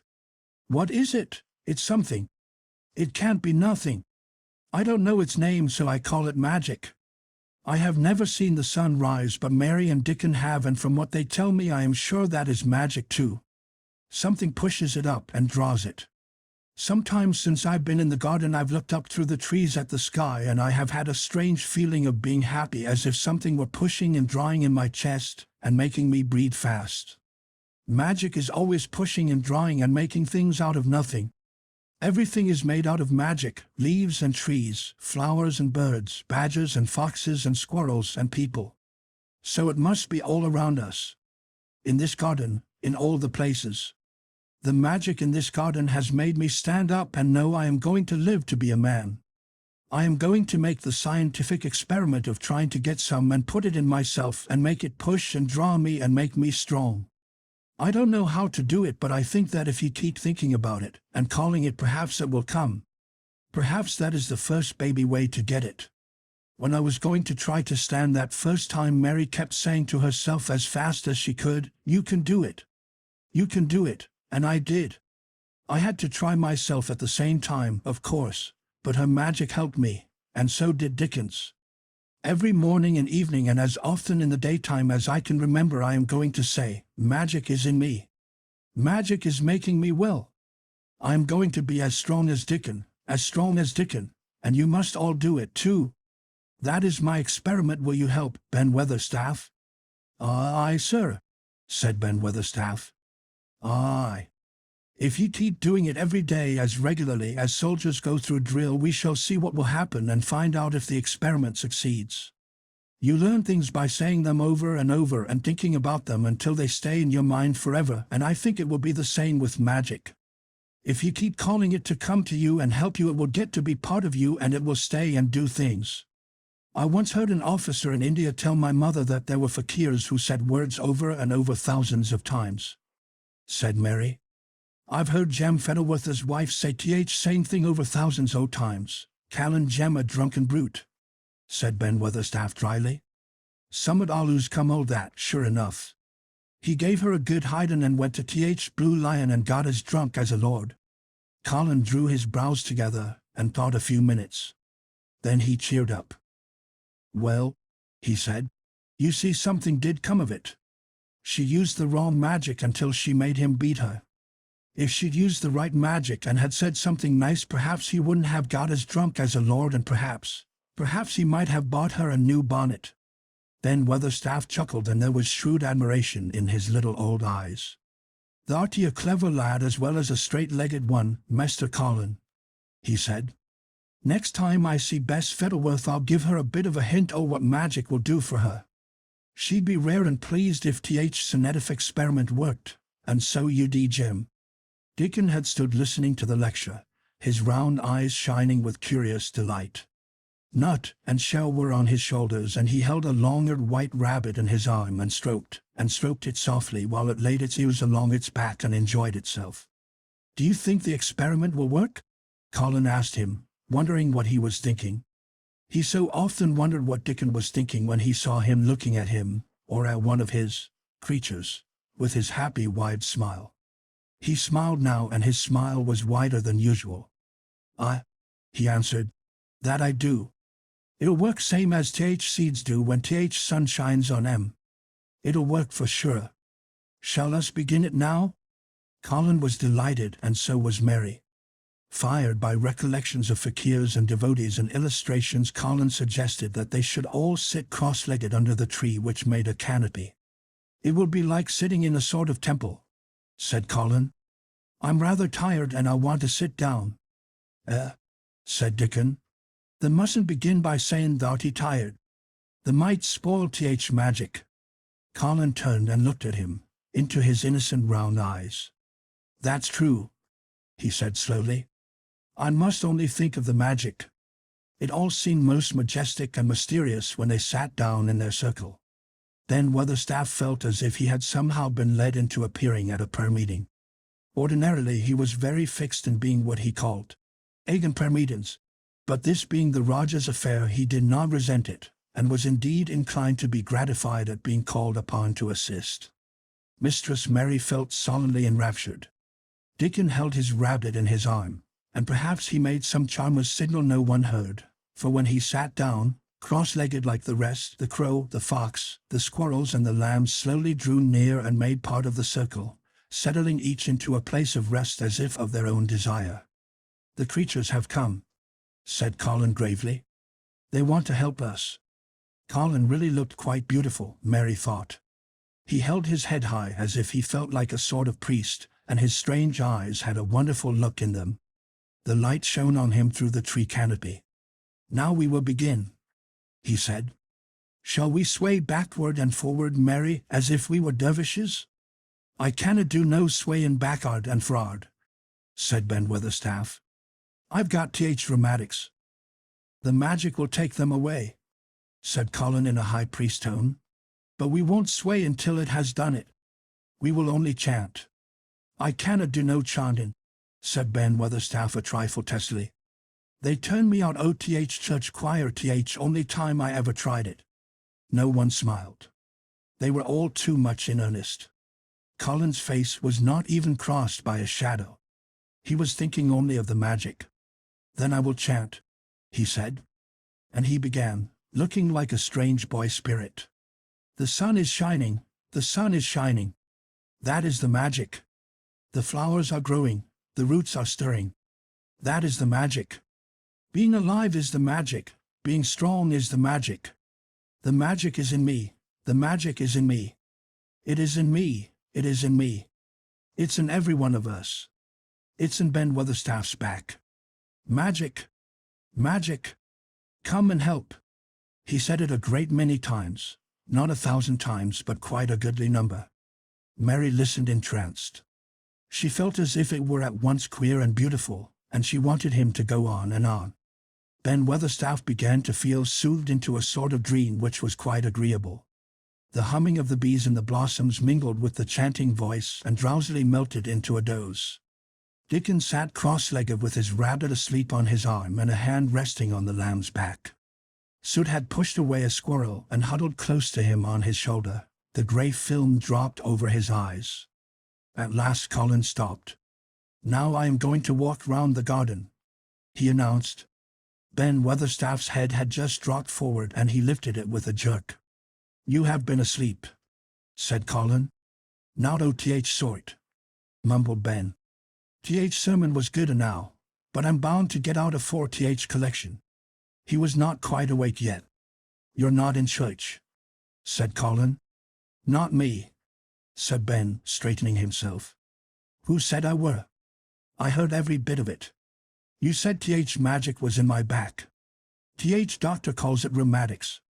The Raja waved his hand. "That was the wrong magic," he said. "You will get better. You have my permission to go to your work. But come back tomorrow. I'd like to see thee walk round the garden," grunted Ben. It was not an unfriendly grunt, but it was a grunt. In fact, being a stubborn old party and not having entire faith in magic, he had made up his mind that if he was sent away he would climb his ladder and look over the wall so that he might be ready to hobble back if there were any stumbling. The Raja did not object to his staying, and so the procession was formed. It really did look like a procession. Colin was at its head with Dickon on one side and Mary on the other. Ben Weatherstaff walked behind, and the creatures trailed after them, the lamb and the fox cub keeping close to Dickon, the white rabbit hopping along or stopping to nibble, and Soot following with the solemnity of a person who felt himself in charge. It was a procession which moved slowly but with dignity. Every few yards it stopped to rest. Colin leaned on Dickon's arm and privately Ben Weatherstaff kept a sharp lookout, but now and then Colin took his hand from its support and walked a few steps alone. His head was held up all the time, and he looked very grand. "The magic is in me," he kept saying. "The magic is making me strong. I can feel it. I can feel it." It seemed very certain that something was upholding and uplifting him. He sat on the seats in the alcoves, and once or twice he sat down on the grass, and several times he paused in the path and leaned on Dickon, but he would not give up until he had gone all round the garden. When he returned to the canopy tree his cheeks were flushed, and he looked triumphant. "I did it! The magic worked!" he cried. "That is my first scientific discovery." "What would Dr. Craven say?" broke out Mary. "He won't say anything," Colin answered, "because he will not be told. This is to be the biggest secret of all. No one is to know anything about it until I have grown so strong that I can walk and run like any other boy. I shall come here every day in my chair and I shall be taken back in it. I won't have people whispering and asking questions, and I won't let my father hear about it until the experiment has quite succeeded. Then sometime when he comes back to Misselthwaite I shall just walk into his study and say, 'Here I am like any other boy. I am quite well and I shall live to be a man. It has been done by a scientific experiment.' He will think he is in a dream," cried Mary. "He won't believe his eyes." Colin flushed triumphantly. He had made himself believe that he was going to get well, which was really more than half the battle, if he had been aware of it. And the thought which stimulated him more than any other was this imagining what his father would look like when he saw that he had a son who was as straight and strong as other fathers' sons. One of his darkest miseries in the unhealthy, morbid past days had been his hatred of being a sickly, weak-backed boy whose father was afraid to look at him. "He'll be obliged to believe them," he said. "One of the things I am going to do, after the magic works and before I begin to make scientific discoveries, is to be an athlete." "We shall have the talking to Bushing in a week or so," said Ben Weatherstaff. "They'll TNY winning belt and being champion prizefighter of all England." Colin fixed his eyes on him sternly. "Weatherstaff," he said, "that is disrespectful. You must not take liberties because you are in the secret. However much the magic works, I shall not be a prizefighter. I shall be a scientific discoverer." Axe pardon, sir," answered Ben, touching his forehead in salute. "I ought to have seen it wasn't a joking matter." But his eyes twinkled and secretly he was immensely pleased. He really did not mind being snubbed, since the snubbing meant that the lad was gaining strength and spirit. Chapter 24. Let them laugh. The secret garden was not the only one Dickon worked in. Round the cottage on the moor there was a piece of ground enclosed by a low wall of rough stones. Early in the morning and late in the fading twilight, and on all the days Colin and Mary did not see him, Dickon worked there planting or tending potatoes and cabbages, turnips and carrots and herbs for his mother. In the company of his creatures, he did wonders there and was never tired of doing them, it seemed. While he dug or weeded, he whistled or sang bits of Yorkshire moor songs or talked to Sut or Captain or the brothers and sisters he had taught to help him. "We'd never get on as comfortable as we do," Mrs. Sowerby said, "if it wasn't for Dickon's garden. Anything'll grow for him. His taters and cabbages is twice the size of anyone else's, and they've got a flavour with 'em as nobody's has." When she found a moment to spare, she liked to go out and talk to him. After supper there was still a long clear twilight to work in, and that was her quiet time. She could sit upon the low rough wall and look on and hear stories of the day. She loved this time. There were not only vegetables in this garden.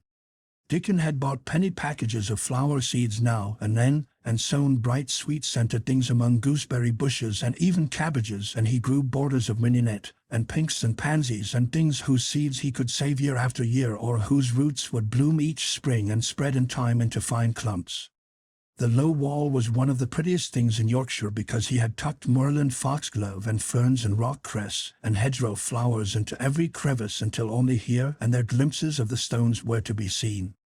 "All a chap's got to do to make him thrive, mother," he would say, "is to be friends with 'em for sure. They're just like creatures. If they're thirsty, give 'em drink, and if they're hungry, give 'em a bit o' food. They want to live same as we do. If they died, I should feel as if I'd been a bad lad and somehow treated them heartless." It was in these twilight hours that Mrs. Sowerby heard of all that happened at Misselthwaite Manor. At first she was only told that Master Colin had taken a fancy to going out into the grounds with Miss Mary, and that it was doing him good. But it was not long before it was agreed between the two children that Dickon's mother might come into the secret. Somehow it was not doubted that she was safe for sure. So one beautiful still evening Dickon told the whole story, with all the thrilling details of the berry tea and the robin and the grey haze which had seemed like deadness, and the secret Mistress Mary had planned never to reveal.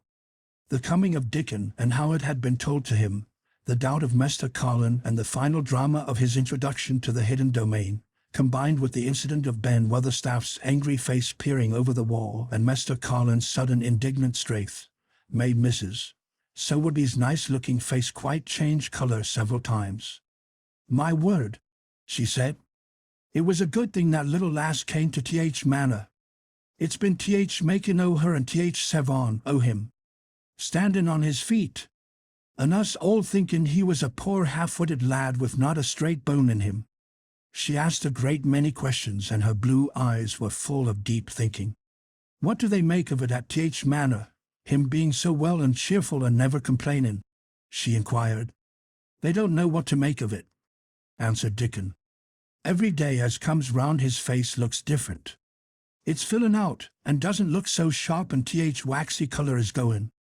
But he has to do his bit o' complaining," with a highly entertained grin. "What for, I mercy's name?" asked Mrs. Sowerby. Dickon chuckled. "He does it to keep them from guessing what's happened. If the doctor knew he'd found out he could stand on his feet, he'd likely write and tell Master Craven. Master Colin savon secret to tell himself. He's going to practice his magic on his legs every day till his father comes back, and then he's going to march into his room and show him he's as straight as other lads. But him and Miss Mary thinks it's best plan to do a bit o' groaning and fretting now and then to throw folk off scent." Mrs. Sowerby was laughing a low comfortable laugh long before he had finished his last sentence. She said, "that pair's enjoying theirselves, I'll warrant. They'll get a good bit o' acting out of it, and there's nothing children likes as much as play acting. Let's hear what they do, Dickon lad." Dickon stopped weeding and sat up on his heels to tell her. His eyes were twinkling with fun.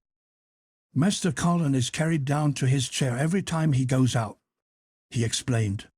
And he flies out at John, footman, for not carrying him careful enough. He makes himself as helpless looking as he can and never lifts his head until we're out outside house. And he grunts and frets a good bit when he's been settled into his chair. Him and Miss Mary's both got to enjoying it, and when he groans and complains she'll say, "Poor Colin, does it hurt you so much? Are you so weak as that, poor Colin?" But trouble is that sometimes they can scarce keep from bursting out Logan. When we get safe into the garden they laugh till they've no breath left to laugh with. And they have to stuff their faces into Master Colin's cushions to keep the gardeners from hearing, if any of em's about. More they laugh better for em, said Mrs. Sowerby, still laughing herself. Good healthy child Logan's better than pills any day here. That pair'll plump up for sure. They are plumping up, said Dickon. They're that hungry they don't know how to get enough to eat without making talk. Master Colin says if he keeps sending for more food they won't believe he's an invalid at all. Miss Mary says she'll let him eat her share, but he says that if she goes hungry she'll get thin and they mun both get fat at once. Mrs. Sowerby laughed so heartily at the revelation of this difficulty that she quite rocked backward and forward in her blue cloak, and Dickon laughed with her. "I'll tell thee what, lad," Mrs. Sowerby said when she could speak. "I've thought of a way to help him. When the goes to M&TH mornings the shall take a pail o' good new milk and I'll bake him a crusty cottage loaf or some buns wi' currants in 'em, same as ye children like. Nothing so good as fresh milk and bread. Then they could take off edge o' their hunger while they were in their garden in fine food they get indoors you'd polish off corners." "Mother," said Dickon admiringly, "what a wonder thou art. Thou always sees a way out o' things. They was quite in a pother yesterday. They didn't see how they was to manage without ordering up more food, they felt that empty inside. They're two young urines growing fast, and house coming back to both of them.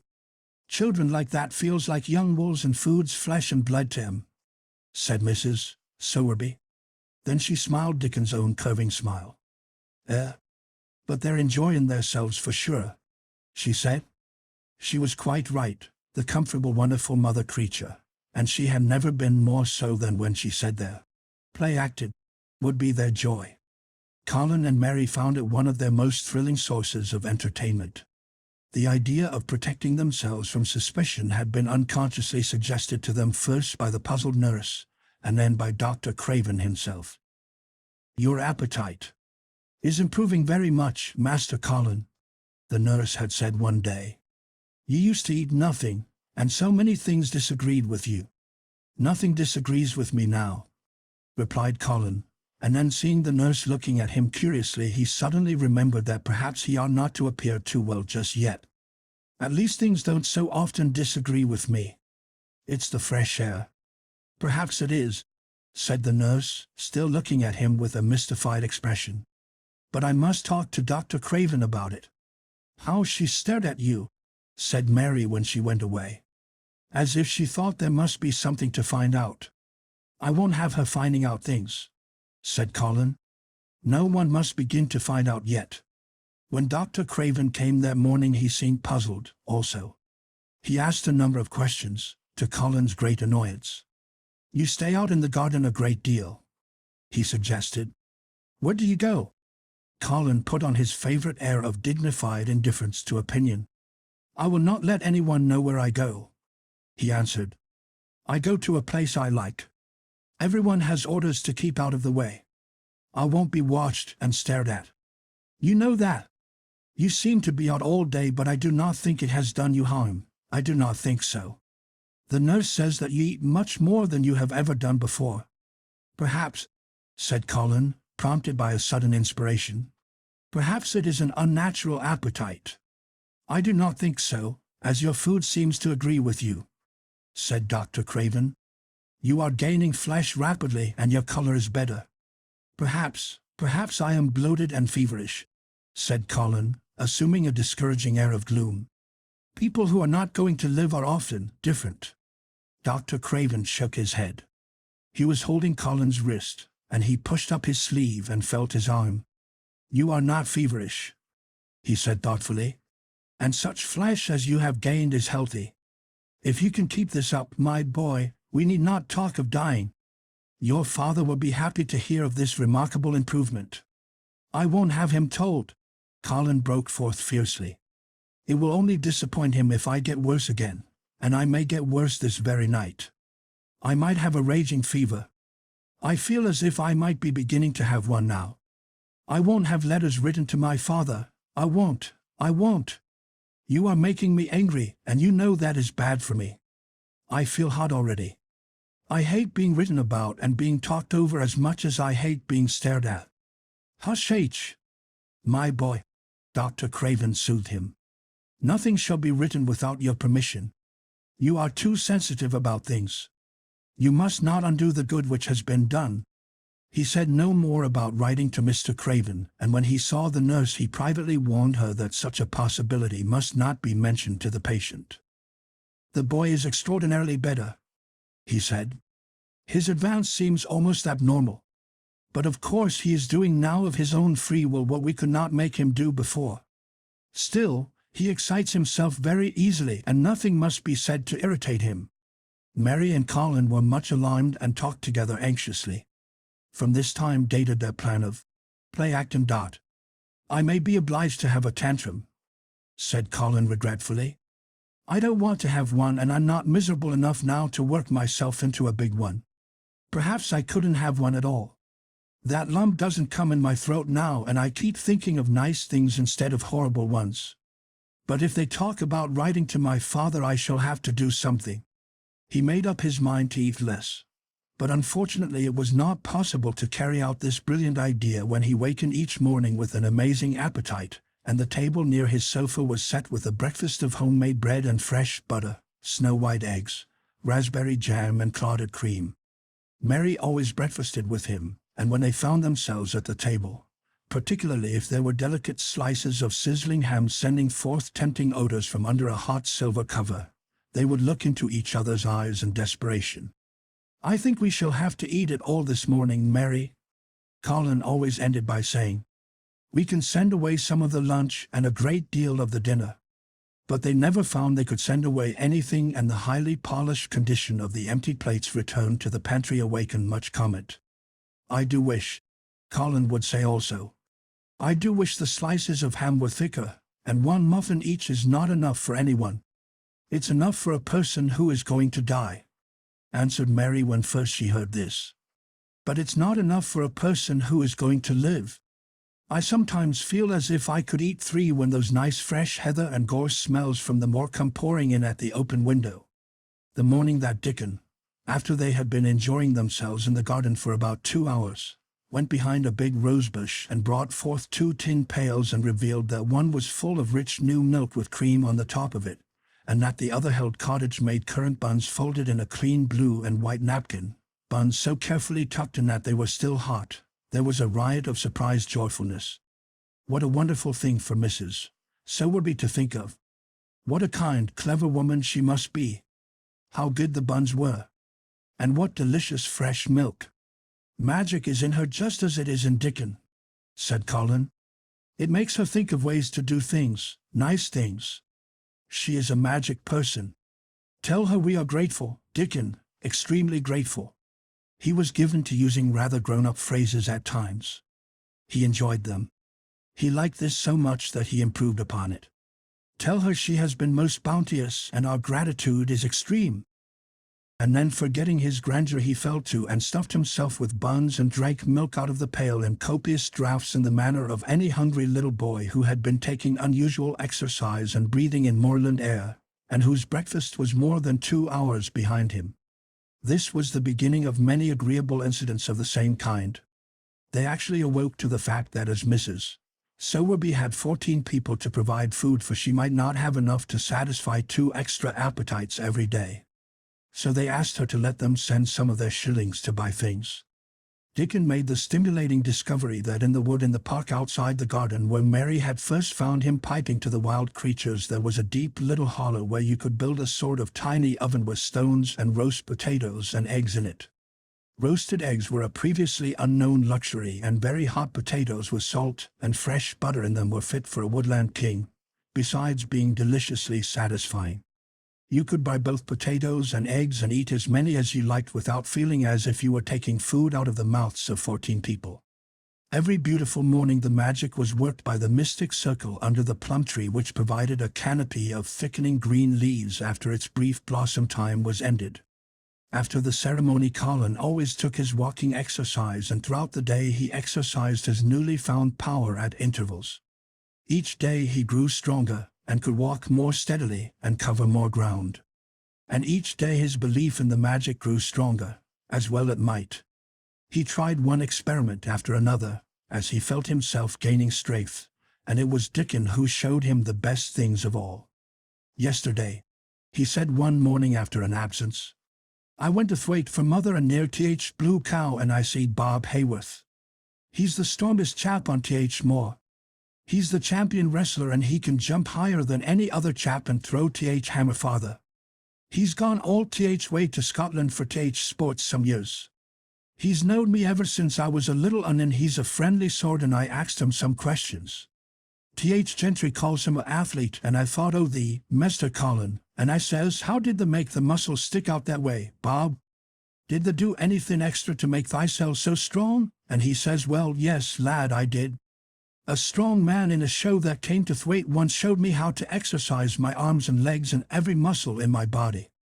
And I says, could a delicate chap make himself stronger with them, Bob? And he laughed and says, art the Th delicate chap? And I says, no, but I knows a young gentleman that's getting well of a long illness, and I wish I knowed some o' them tricks to tell him about. I didn't say no names, and he didn't ask none. He's friendly same as I said, and he stood up and showed me good-natured like, and I imitated what he did till I knowed it by heart." Colin had been listening excitedly. "Can you show me?" he cried. "Will you?" "Aye, to be sure," Dickon answered, getting up. "But he says the mun do gentle at first, and be careful not to tire thysel. Rest in between times and take deep breaths, and don't overdo." "I'll be careful," said Colin. "Show me. Show me. Dickon, you are the most magic boy in the world." Dickon stood up on the grass and slowly went through a carefully practical but simple series of muscle exercises. Colin watched them with widening eyes. He could do a few while he was sitting down. Presently he did a few gently while he stood upon his already steadied feet. Mary began to do them also. Soot, who was watching the performance, became much disturbed and left his branch and hopped about restlessly because he could not do them too. From that time the exercises were part of the day's duties as much as the magic was. It became possible for both Colin and Mary to do more of them each time they tried, and such appetites were the results that but for the basket Dickon put down behind the bush each morning when he arrived they would have been lost. But the little oven in the hollow and Mrs. Sowerby's bounties were so satisfying that Mrs. Medlock and the nurse and Dr. Craven became mystified again. You can trifle with your breakfast and seem to disdain your dinner if you are full to the brim with roasted eggs and potatoes and richly frothed new milk and oat cakes and buns and heather honey and clotted cream. "They are eating next to nothing," said the nurse. "They'll die of starvation if they can't be persuaded to take some nourishment. And yet see how they look." "Look!" exclaimed Mrs. Medlock indignantly. I'm moithered to death with them. They're a pair of young Satans, roasting their jackets one day and the next turning up their noses at the best meals cook can tempt them with. Not a mouthful of that lovely young fowl and bread sauce did they set a fork into yesterday, and the poor woman fair invented a pudding for them, and back it sent. She almost cried. She's afraid she'll be blamed if they starve themselves into their graves." Dr. Craven came and looked at Colin long and carefully. He wore an extremely worried expression when the nurse talked with him, and showed him the almost untouched tray of breakfast she had saved for him to look at. But it was even more worried when he sat down by Colin's sofa and examined him. He had been called to London on business, and had not seen the boy for nearly 2 weeks. When young things begin to gain health they gain it rapidly. The waxen tinge had left Colin's skin, and a warm rose showed through it. His beautiful eyes were clear, and the hollows under them and in his cheeks and temples had filled out. His once dark, heavy locks had begun to look as if they sprang healthily from his forehead and were soft and warm with life. His lips were fuller and of a normal color. In fact, as an imitation of a boy who was a confirmed invalid, he was a disgraceful sight. Dr. Craven held his chin in his hand and thought him over. "I'm sorry to hear that you do not eat anything," he said. "That will not do. You will lose all you have gained, and you have gained amazingly. You ate so well a short time ago." "I told you it was an unnatural appetite," answered Colin. Mary was sitting on her stool nearby, and she suddenly made a very queer sound which she tried so violently to repress that she ended by almost choking. "What is the matter?" said Dr. Craven, turning to look at her. Mary became quite severe in her manner. "It was something between a sneeze and a cough," she replied with reproachful dignity. "And it got into my throat. But," she said afterward to Colin, "I couldn't stop myself. It just burst out because all at once I couldn't help remembering that last big potato you ate, and the way your mouth stretched when you bit through that thick, lovely crust with jam and clotted cream on it. Is there any way in which those children can get food secretly?" Dr. Craven inquired of Mrs. Medlock. "There's no way unless they dig it out of the earth or peck it off the trees," Mrs. Medlock answered. "They stay out in the grounds all day and see no one but each other. And if they want anything different to eat from what's sent up to them, they need only ask for it." "Well," said Dr. Craven, "so long as going without food agrees with them, we need not disturb ourselves. The boy is a new creature. So is the girl," said Mrs. Medlock. "She's begun to be downright pretty since she's filled out and lost her ugly little sour look. Her hair's grown thick and healthy-looking, and she's got a bright color. The glummest, ill-natured little thing she used to be, and now her and Master Colin laugh together like a pair of crazy young ones. Perhaps they're growing fat on that." "Perhaps they are," said Dr. Craven. "Let them laugh." Chapter 25. The Curtain. And the secret garden bloomed and bloomed, and every morning revealed new miracles. In the robin's nest there were eggs, and the robin's mate sat upon them, keeping them warm with her feathery little breast and careful wings. At first she was very nervous, and the robin himself was indignantly watchful. Even Dickon did not go near the close-grown corner in those days, but waited until by the quiet working of some mysterious spell he seemed to have conveyed to the soul of the little pair that in the garden there was nothing which was not quite like themselves, nothing which did not understand the wonderfulness of what was happening to them, the immense, tender, terrible, heartbreaking beauty and solemnity of eggs. If there had been one person in that garden who had not known through all his or her innermost being that if an egg were taken away or hurt, the whole world would whirl round and crash through space and come to an end, if there had been even one who did not feel it and act accordingly, there could have been no happiness even in that golden springtime air. But they all knew it and felt it, and the robin and his mate knew they knew it. At first the robin watched Mary and Colin with sharp anxiety. For some mysterious reason he knew he need not watch Dickon. The first moment he set his dew-bright black eye on Dickon, he knew he was not a stranger but a sort of robin without beak or feathers. He could speak robin, which is a quite distinct language not to be mistaken for any other. To speak robin to a robin is like speaking French to a Frenchman. Dickon always spoke it to the robin himself, so the queer gibberish he used when he spoke to humans did not matter in the least. The robin thought he spoke this gibberish to them because they were not intelligent enough to understand feathered speech. His movements also were robin.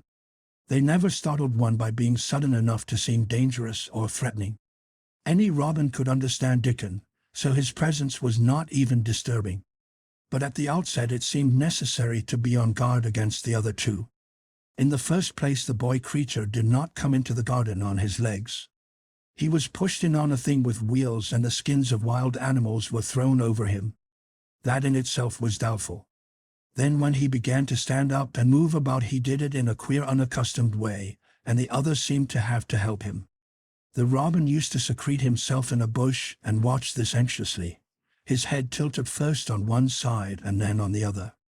He thought that the slow movements might mean that he was preparing to pounce, as cats do. When cats are preparing to pounce, they creep over the ground very slowly. The robin talked this over with his mate a great deal for a few days, but after that he decided not to speak of the subject because her terror was so great that he was afraid it might be injurious to the eggs. When the boy began to walk by himself and even to move more quickly, it was an immense relief. But for a long time, or it seemed a long time to the robin, he was a source of some anxiety. He did not act as the other humans did. He seemed very fond of walking, but he had a way of sitting or lying down for a while, and then getting up in a disconcerting manner to begin again. One day the robin remembered that when he himself had been made to learn to fly by his parents, he had done much the same sort of thing. He had taken short flights of a few yards and then had been obliged to rest.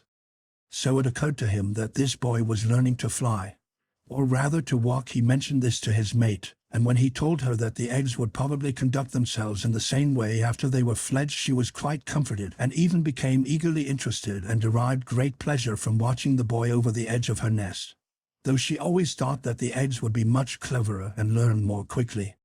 But then she said indulgently that humans were always more clumsy and slow than eggs, and most of them never seemed really to learn to fly at all. You never met them in the air or on treetops. After a while the boy began to move about as the others did, but all three of the children at times did unusual things. They would stand under the trees and move their arms and legs and heads about in a way which was neither walking nor running nor sitting down. They went through these movements at intervals every day, and the robin was never able to explain to his mate what they were doing or trying to do. He could only say that he was sure that the eggs would never flap about in such a manner. But as the boy who could speak robin so fluently was doing the thing with them, birds could be quite sure that the actions were not of a dangerous nature. Of course, neither the robin nor his mate had ever heard of the champion wrestler, Bob Hayworth, and his exercises for making the muscles stand out like lumps. Robins are not like human beings. Their muscles are always exercised from the first, and so they develop themselves in a natural manner. If you have to fly about to find every meal you eat, your muscles do not become atrophied. Atrophy means wasted away through want of use. When the boy was walking and running about and digging and weeding like the others, the nest in the corner was brooded over by a great peace and content. Fears for the eggs became things of the past. Knowing that your eggs were as safe as if they were locked in a bank vault, and the fact that you could watch so many curious things going on, made setting a most entertaining occupation. On wet days the egg's mother sometimes felt even a little dull because the children did not come into the garden. But even on wet days it could not be said that Mary and Colin were dull. One morning when the rain streamed down unceasingly and Colin was beginning to feel a little restive, as he was obliged to remain on his sofa because it was not safe to get up and walk about, Mary had an inspiration. "Now that I am a real boy," Colin had said, "my legs and arms and all my body are so full of magic that I can't keep them still. They want to be doing things all the time. Do you know that when I waken in the morning, Mary, when it's quite early and the birds are just shouting outside and everything seems just shouting for joy, even the trees and things we can't really hear, I feel as if I must jump out of bed and shout myself. If I did it, just think what would happen." Mary giggled inordinately. "The nurse would come running and Mrs. Medlock would come running and they would be sure you had gone crazy and they'd send for the doctor," she said. Colin giggled himself. He could see how they would all look, how horrified by his outbreak and how amazed to see him standing upright. "I wish my father would come home," he said. "I want to tell him myself. I'm always thinking about it, but we couldn't go on like this much longer. I can't stand lying still and pretending, and besides I look too different. I wish it wasn't raining today." It was then Mistress Mary had her inspiration. "Colin," she began mysteriously, "do you know how many rooms there are in this house?" "About 1,000, I suppose," he answered. "There's about 100 no one ever goes into," said Mary. "And one rainy day I went and looked into ever so many of them. No one ever knew, though Mrs. Medlock nearly found me out. I lost my way when I was coming back and I stopped at the end of your corridor. That was the second time I heard you crying." Colin started up on his sofa. 100 rooms no one goes into," he said. "It sounds almost like a secret garden. Suppose we go and look at them. We'll be in my chair and nobody will know we went." That's what I was thinking, said Mary. No one would dare to follow us. There are galleries where you could run. We could do our exercises. There is a little Indian room where there is a cabinet full of ivory elephants. There are all sorts of rooms. Ring the bell, said Colin. When the nurse came in, he gave his orders.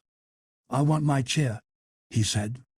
Miss Mary and I are going to look at the part of the house which is not used. John can push me as far as the picture gallery because there are some stairs. Then he must go away and leave us alone until I send for him again. Rainy days lost their terrors that morning. When the footman had wheeled the chair into the picture gallery and left the two together in obedience to orders, Colin and Mary looked at each other delighted. As soon as Mary had made sure that John was really on his way back to his own quarters below stairs, Colin got out of his chair. I am going to run from one end of the gallery to the other, he said. And then I am going to jump, and then we will do Bob Hayworth's exercises. And they did all these things and many others. They looked at the portraits and found the plain little girl dressed in green brocade and holding the parrot on her finger. All these, said Colin, must be my relations. They lived a long time ago. That parrot one, I believe, is one of my great-great-great-great-aunts. She looks rather like you, Mary, not as you look now but as you looked when you came here. Now you are a great deal fatter and better looking. So are you, said Mary, and they both laughed. They went to the Indian room and amused themselves with the ivory elephants. They found the rose-colored brocade boudoir and the hole in the cushion the mouse had left, but the mice had grown up and run away and the hole was empty. They saw more rooms and made more discoveries than Mary had made on her first pilgrimage. They found new corridors and corners and flights of steps and new old pictures they liked, and weird old things they did not know the use of. It was a curiously entertaining morning, and the feeling of wandering about in the same house with other people but at the same time feeling as if one were miles away from them was a fascinating thing. I'm glad we came, Colin said. I never knew I lived in such a big queer old place. I like it. We will ramble about every rainy day. We shall always be finding new queer corners and things. That morning they had found among other things such good appetites that when they returned to Colin's room it was not possible to send the luncheon away untouched. When the nurse carried the tray downstairs she slapped it down on the kitchen dresser so that Mrs. Loomis, the cook, could see the highly polished dishes and plates. Look at that, she said. This is a house of mystery, and those two children are the greatest mysteries in it. If they keep that up every day, said the strong young footman John, there'd be small wonder that he weighs twice as much today as he did a month ago. I should have to give up my place in time, for fear of doing my muscles an injury. That afternoon Mary noticed that something new had happened in Colin's room. She had noticed it the day before but had said nothing because she thought the change might have been made by chance. She said nothing today, but she sat and looked fixedly at the picture over the mantel. She could look at it because the curtain had been drawn aside. That was the change she noticed. I know what you want me to tell you, said Colin, after she had stared a few minutes. I always know when you want me to tell you something. You are wondering why the curtain is drawn back. I am going to keep it like that. Why? Asked Mary. Because it doesn't make me angry any more to see her laughing. I wakened when it was bright moonlight 2 nights ago and felt as if the magic was filling the room and making everything so splendid that I couldn't lie still. I got up and looked out of the window. The room was quite light and there was a patch of moonlight on the curtain, and somehow that made me go and pull the cord. She looked right down at me as if she were laughing because she was glad I was standing there. It made me like to look at her. I want to see her laughing like that all the time.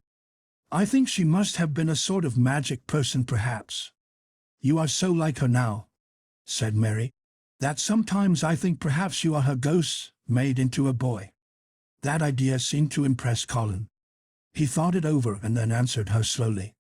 If I were her ghost, my father would be fond of me, he said. Do you want him to be fond of you? Inquired Mary.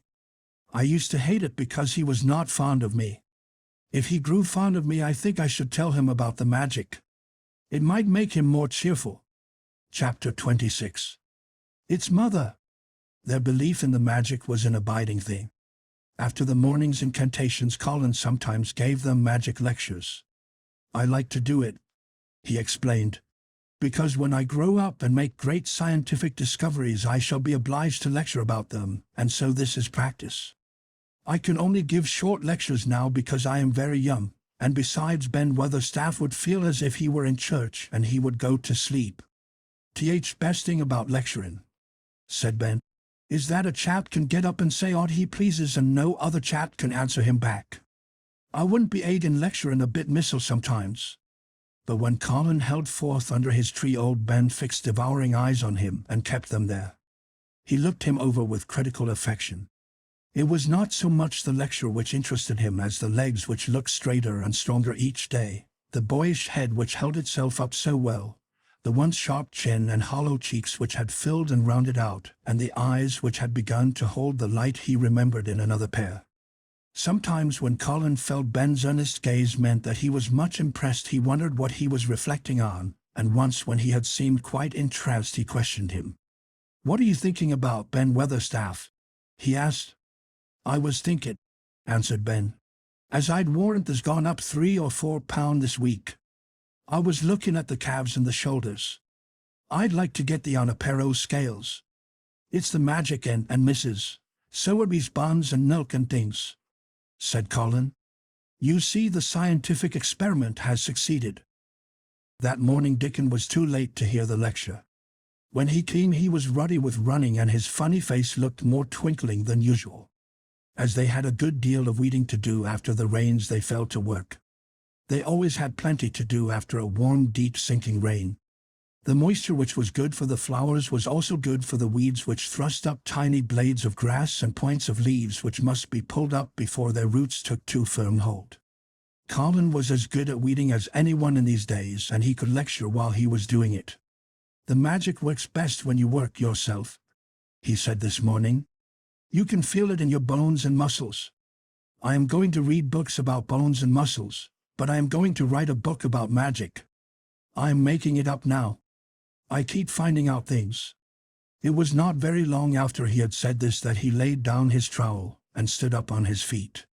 He had been silent for several minutes, and they had seen that he was thinking out lectures, as he often did. When he dropped his trowel and stood upright it seemed to Mary and Dickon as if a sudden strong thought had made him do it. He stretched himself out to his tallest height, and he threw out his arms exultantly. Color glowed in his face, and his strange eyes widened with joyfulness. All at once he had realized something to the full. "Mary! Dickon!" he cried. "Just look at me." They stopped their weeding and looked at him. "Do you remember that first morning you brought me in here?" he demanded. Dickon was looking at him very hard.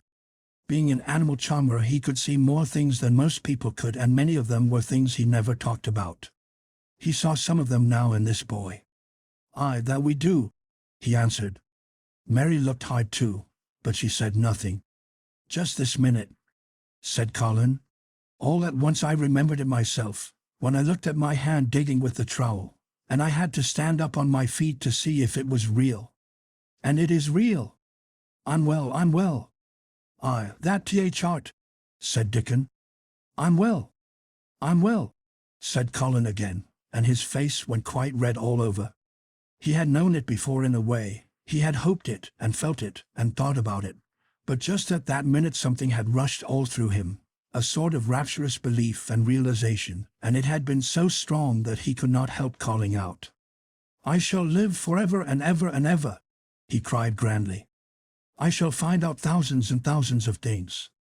I shall find out about people and creatures and everything that grows, like Dickon, and I shall never stop making magic. I'm well. I feel as if I want to shout out something thankful, joyful." Ben Weatherstaff, who had been working near a rosebush, glanced round at him. "The might sing doxology," he suggested in his driest grunt. He had no opinion of the doxology, and he did not make the suggestion with any particular reverence. But Colin was of an exploring mind, and he knew nothing about the doxology. "What is that?" he inquired. "Dickon can sing it for thee, I'll warrant." replied Ben Weatherstaff. Dickon answered with his all-perceiving animal charmer's smile. They sing it at church, he said. Mother says she believes Th. Skylark sings it when it gets up by Th. morning dot. If she says that, it must be a nice song, Colin answered. I've never been in a church myself. I was always too ill. Sing it, Dickon. I want to hear it. Dickon was quite simple and unaffected about it. He understood what Colin felt better than Colin did himself. He understood by a sort of instinct so natural that he did not know it was understanding. He pulled off his cap and looked round, still smiling. "The must take off the cap," he said to Colin. "And so mun the Ben and the mun stand up the nose." Colin took off his cap and the sun shone on, and warmed his thick hair as he watched Dickon intently. Ben Weatherstaff scrambled up from his knees and bared his head too, with a sort of puzzled, half-resentful look on his old face, as if he didn't know exactly why he was doing this remarkable thing. Dickon stood out among the trees and rose bushes and began to sing in quite a simple, matter-of-fact way, and in a nice, strong boy voice. When he had finished, Ben Weatherstaff was standing quite still with his jaw set obstinately, but with a disturbed look in his eyes fixed on Colin. Colin's face was thoughtful and appreciative. "It is a very nice song," he said. "I like it. Perhaps it means just what I mean when I want to shout out that I am thankful to the magic." He stopped and thought in a puzzled way.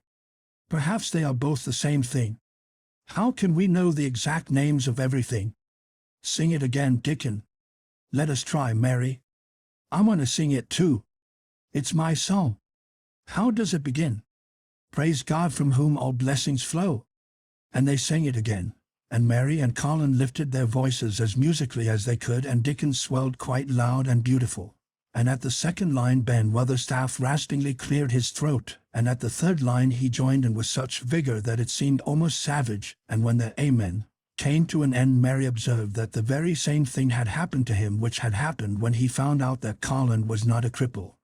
His chin was twitching and he was staring and winking, and his leathery old cheeks were wet. "I never seed no sense in Th. doxology afore," he said hoarsely, "but I may change my mind I time. I should say that gone up £5 this week, Mester Colin, 5 on 'em." Colin was looking across the garden at something attracting his attention, and his expression had become a startled one. "Who is coming in here?" he said quickly. "Who is it?" The door in the ivied wall had been pushed gently open and a woman had entered. She had come in with the last line of their song, and she had stood still listening and looking at them. With the ivy behind her, the sunlight drifting through the trees and dappling her long blue cloak, and her nice fresh face smiling across the greenery, she was rather like a softly colored illustration in one of Colin's books. She had wonderful affectionate eyes which seemed to take everything in, all of them, even Ben Weatherstaff and their creatures, and every flower that was in bloom. Unexpectedly as she had appeared, not one of them felt that she was an intruder at all. Dickon's eyes lighted like lamps. "It's Mother, that's who it is!" he cried and went across the grass at a run. Colin began to move toward her, too, and Mary went with him. They both felt their pulses beat faster. "It's Mother," Dickon said again when they met halfway. "I knowed the wanted to see her and I told her where Th. door was hid." Colin held out his hand with a sort of flushed royal shyness, but his eyes quite devoured her face. "Even when I was ill I wanted to see you," he said. "You and Dickon and the secret garden. I'd never wanted to see anyone or anything before." The sight of his uplifted face brought about a sudden change in her own. She flushed and the corners of her mouth shook, and a mist seemed to sweep over her eyes. Dear lad," she broke out tremulously. Dear lad," as if she had not known she were going to say it. She did not say, "Master Colin," but just "dear lad" quite suddenly. She might have said it to Dickon in the same way if she had seen something in his face which touched her. Colin liked it. "Are you surprised because I am so well?" he asked. She put her hand on his shoulder and smiled the mist out of her eyes. "Aye, that I am," she said. "But thou'rt so like thy mother that made my heart jump." "Do you think," said Colin a little awkwardly, "thou will make my father like me?" "Aye, for sure, dear lad," she answered, and she gave his shoulder a soft, quick pat. "He mun come home, he mun come home." "Susan Sowerby," said Ben Weatherstaff, getting close to her. "Look at lad's legs, wilta. They was like drumsticks I stuck in 2 months ago, and I heard folk tell as they was bandy and knock-kneed both at same time. Look at 'em now." Susan Sowerby laughed a comfortable laugh. "They're going to be fine strong lad's legs in a bit," she said. "Let him go on playing and working in the garden and eating hearty and drinking plenty o' good sweet milk, and there'll not be a finer pair I Yorkshire, thank God for it." She put both hands on Mistress Mary's shoulders and looked her little face over in a motherly fashion. "In thee too," she said. "Thou'rt grown near as hearty as our Elizabeth Allen. I'll warrant thou'rt like thy mother too. Our Martha told me as Mrs. Medlock heard she was a pretty woman. Thou'lt be like a blush rose when thou grows up, my little lass, bless thee." She did not mention that when Martha came home on her day out, and described the plain, sallow child, she had said that she had no confidence whatever in what Mrs. Medlock had heard. "It doesn't stand to reason that a pretty woman could be mother o' such a full little lass," she had added obstinately. Mary had not had time to pay much attention to her changing face. She had only known that she looked different, and seemed to have a great deal more hair, and that it was growing very fast. But remembering her pleasure in looking at the Sahib in the past, she was glad to hear that she might some day look like her. Susan Sowerby went round their garden with them and was told the whole story of it, and shown every bush and tree which had come alive. Colin walked on one side of her and Mary on the other. Each of them kept looking up at her comfortable rosy face, secretly curious about the delightful feeling she gave them, a sort of warm, supported feeling. It seemed as if she understood them as Dickon understood his creatures. She stooped over the flowers and talked about them as if they were children. Soot followed her, and once or twice cawed at her, and flew upon her shoulder as if it were Dickens. When they told her about the robin and the first flight of the young ones, she laughed a motherly little mellow laugh in her throat. "I suppose learning 'em to fly is like learning children to walk, but I'm feared I should be all in a word if mine had wings instead o' legs," she said. It was because she seemed such a wonderful woman in her nice moorland cottage way that at last she was told about the magic. "Do you believe in magic?" asked Colin after he had explained about Indian fakirs. "I do hope you do." "That I do, lad," she answered. "I never knowed it by that name, but what does name matter?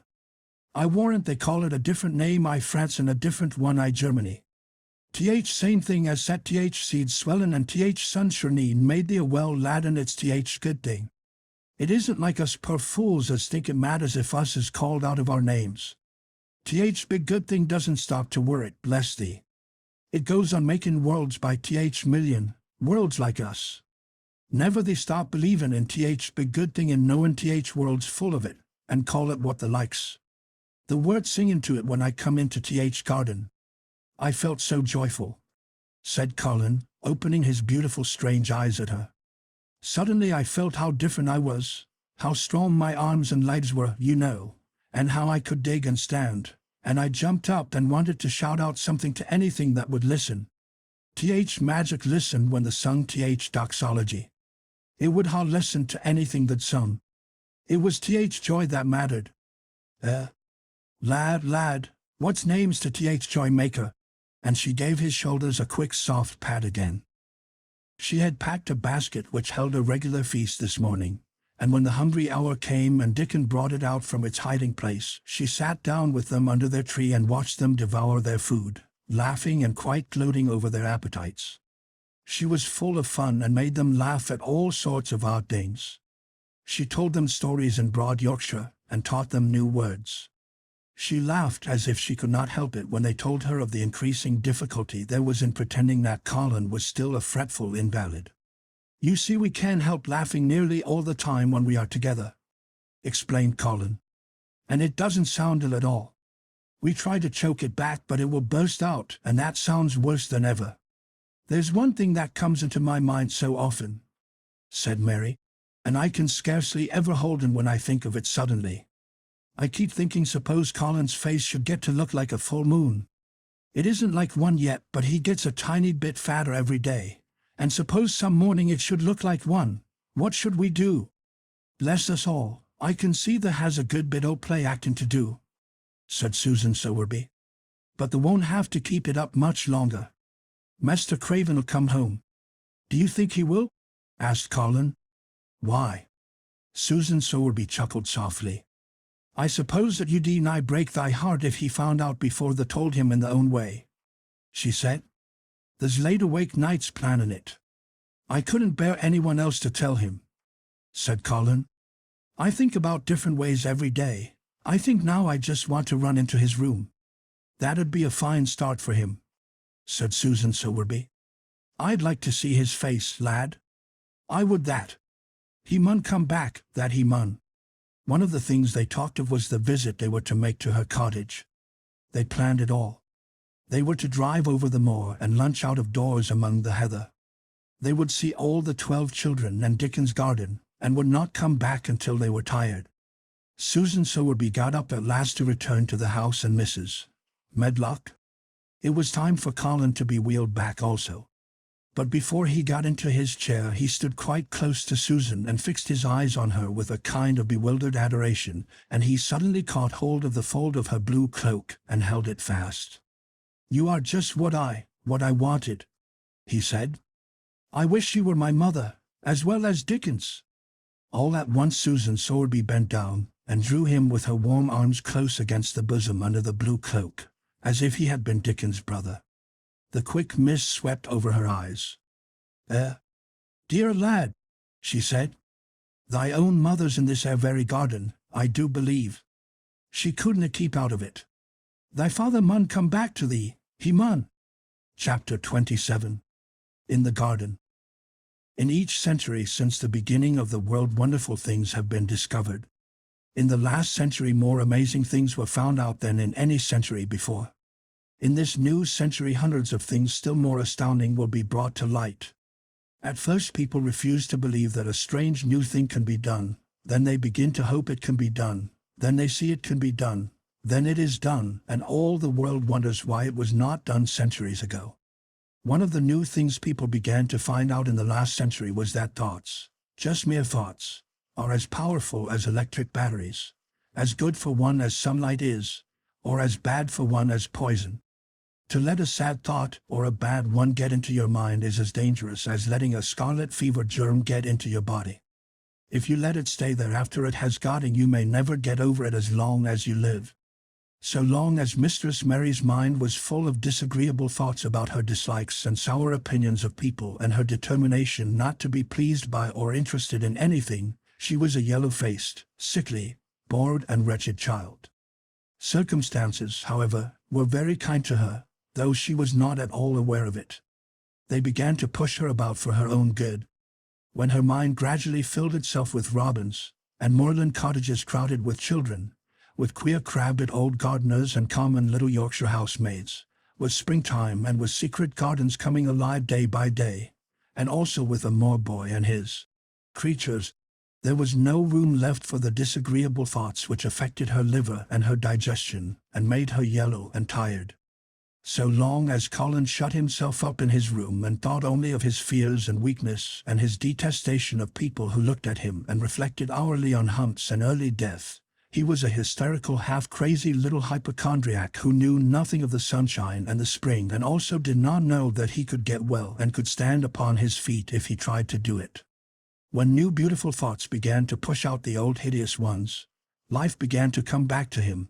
His blood ran healthily through his veins and strength poured into him like a flood. His scientific experiment was quite practical and simple, and there was nothing weird about it at all.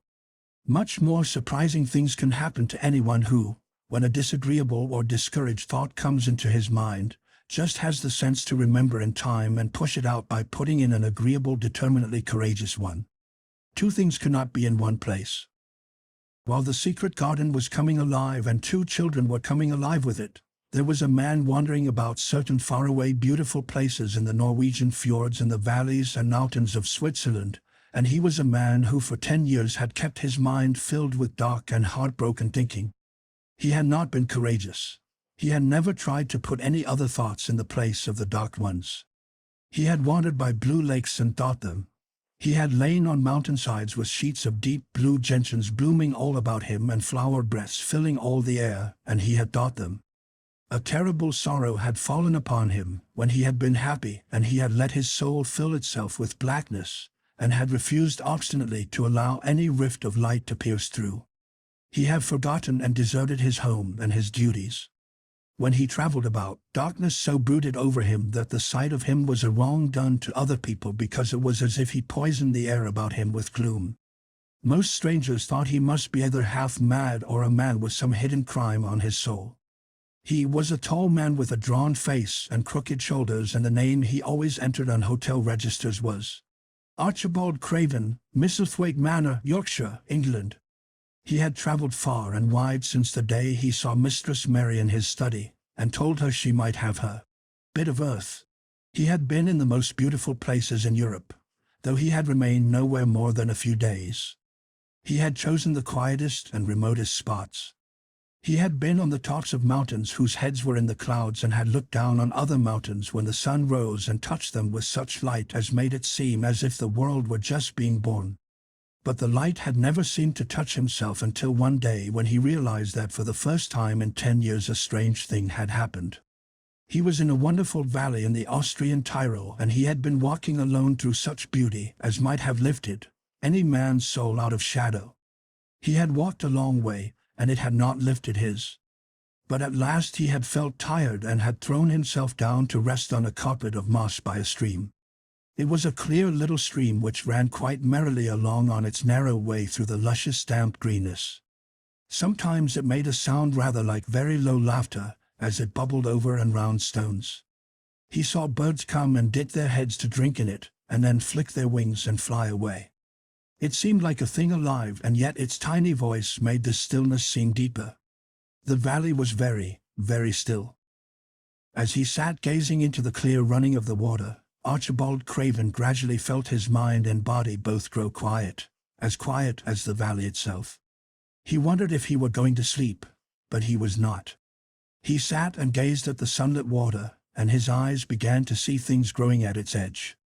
There was one lovely mass of blue forget-me-nots growing so close to the stream that its leaves were wet, and at these he found himself looking as he remembered he had looked at such things years ago. He was actually thinking tenderly how lovely it was and what wonders of blue its hundreds of little blossoms were. He did not know that just that simple thought was slowly filling his mind, filling and filling it until other things were softly pushed aside. It was as if a sweet, clear spring had begun to rise in a stagnant pool and had risen and risen until at last it swept the dark water away. But of course he did not think of this himself. He only knew that the valley seemed to grow quieter and quieter as he sat and stared at the bright, delicate blueness. He did not know how long he sat there or what was happening to him, but at last he moved as if he were awakening, and he got up slowly and stood on the moss carpet, drawing a long, deep, soft breath and wondering at himself. Something seemed to have been unbound and released in him, very quietly. "What is it?" he said, almost in a whisper, and he passed his hand over his forehead. "I almost feel as if I were alive." I do not know enough about the wonderfulness of undiscovered things to be able to explain how this had happened to him. Neither does anyone else yet. He did not understand at all himself, but he remembered this strange hour months afterward when he was at Misselthwaite again, and he found out quite by accident that on this very day Colin had cried out as he went into the secret garden, "I am going to live forever and ever and ever." The singular calmness remained with him the rest of the evening, and he slept a new reposeful sleep, but it was not with him very long. He did not know that it could be kept. By the next night he had opened the doors wide to his dark thoughts, and they had come trooping and rushing back. He left the valley and went on his wandering way again. But strange as it seemed to him, there were minutes, sometimes half hours, when, without his knowing why, the black burden seemed to lift itself again, and he knew he was a living man and not a dead one. Slowly, slowly, for no reason that he knew of, he was coming alive with the garden. As the golden summer changed into the deep golden autumn, he went to the Lake of Como. There he found the loveliness of a dream. He spent his days upon the crystal blueness of the lake, where he walked back into the soft thick verdure of the hills and tramped until he was tired so that he might sleep. But by this time he had begun to sleep better, he knew, and his dreams had ceased to be a terror to him. Perhaps, he thought, my body is growing stronger. It was growing stronger, but, because of the rare peaceful hours when his thoughts were changed, his soul was slowly growing stronger too. He began to think of Misselthwaite, and wonder if he should not go home. Now and then he wondered vaguely about his boy and asked himself what he should feel when he went and stood by the carved four-posted bed again and looked down at the sharply chiseled ivory-white face while it slept, and the black lashes rimmed so startlingly the close-shut eyes. He shrank from it. One marvel of a day he had walked so far that when he returned the moon was high and full and all the world was purple shadow and silver. The stillness of lake and shore and wood was so wonderful that he did not go into the villa he lived in. He walked down to a little bowered terrace at the water's edge and sat upon a seat and breathed in all the heavenly scents of the night.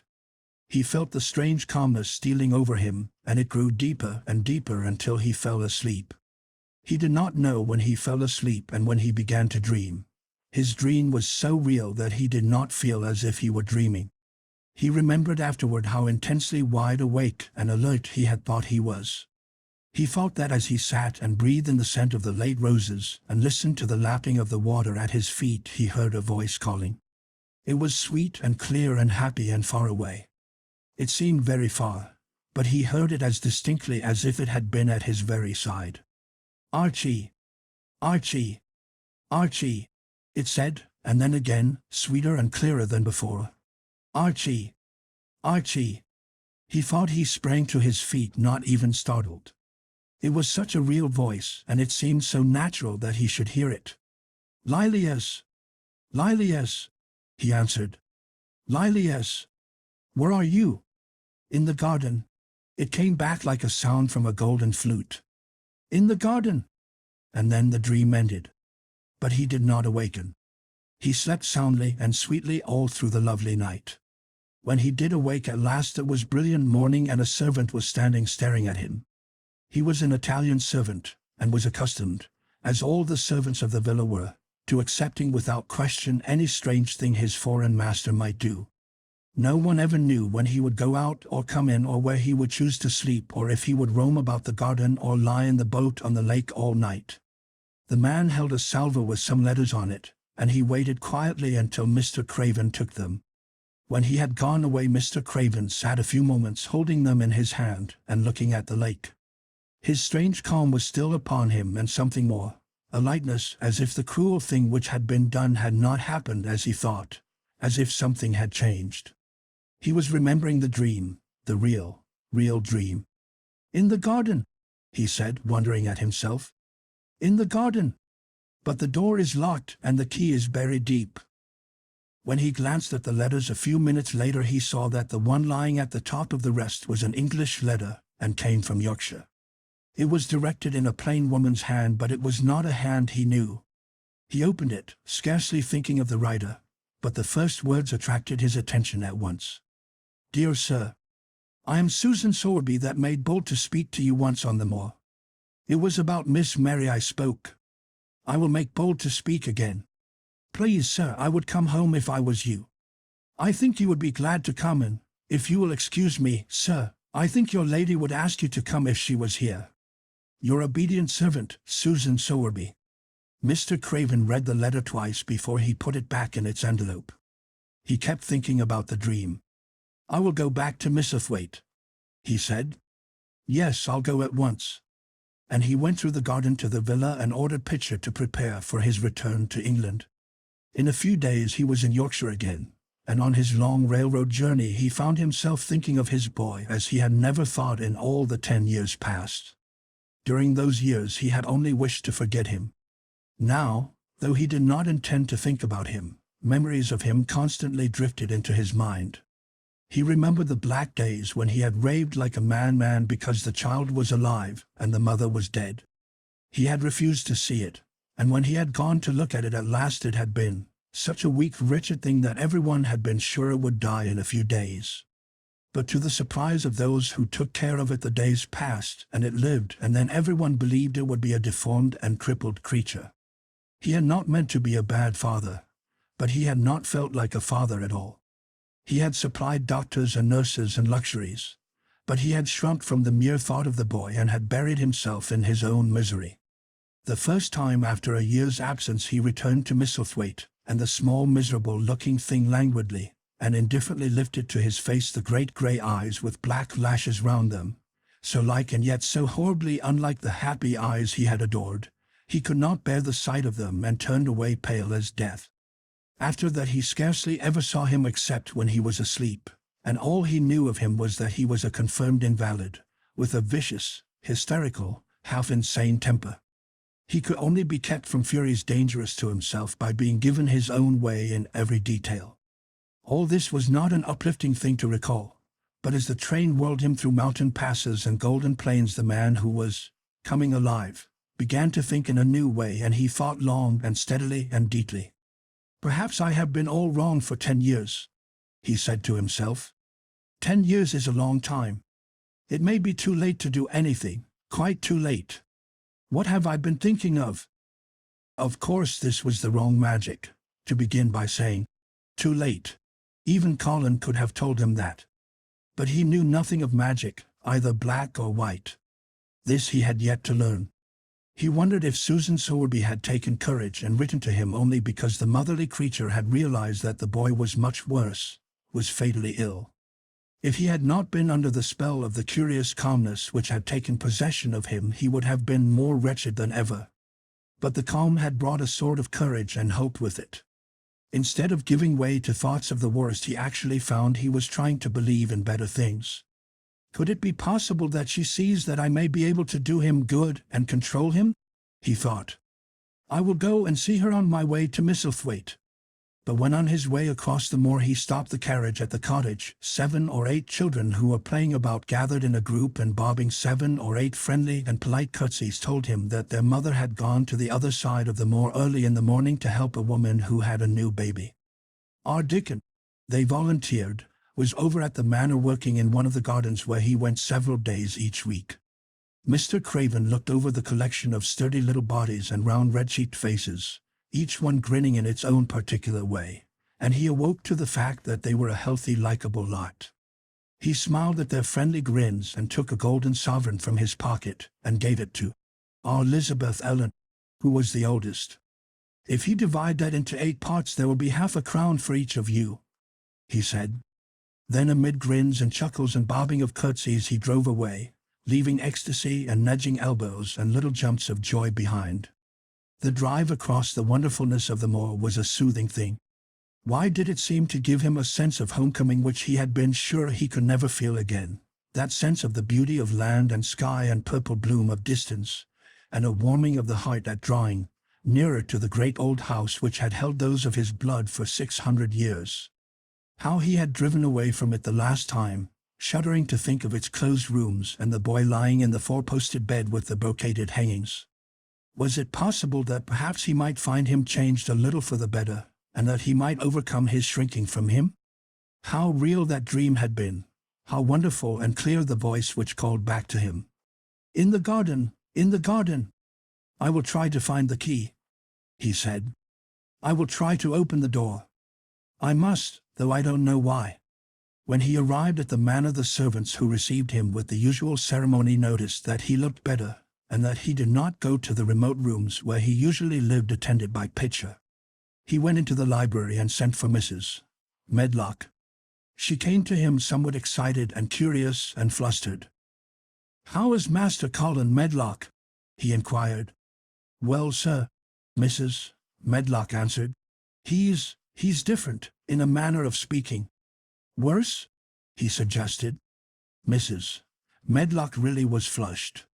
"Well, you see, sir," she tried to explain, "neither Dr. Craven, nor the nurse, nor me can exactly make him out." "Why is that?" "To tell the truth, sir, Master Colin might be better, and he might be changing for the worse. His appetite, sir, is past understanding, and his ways—" "Has he become more peculiar?"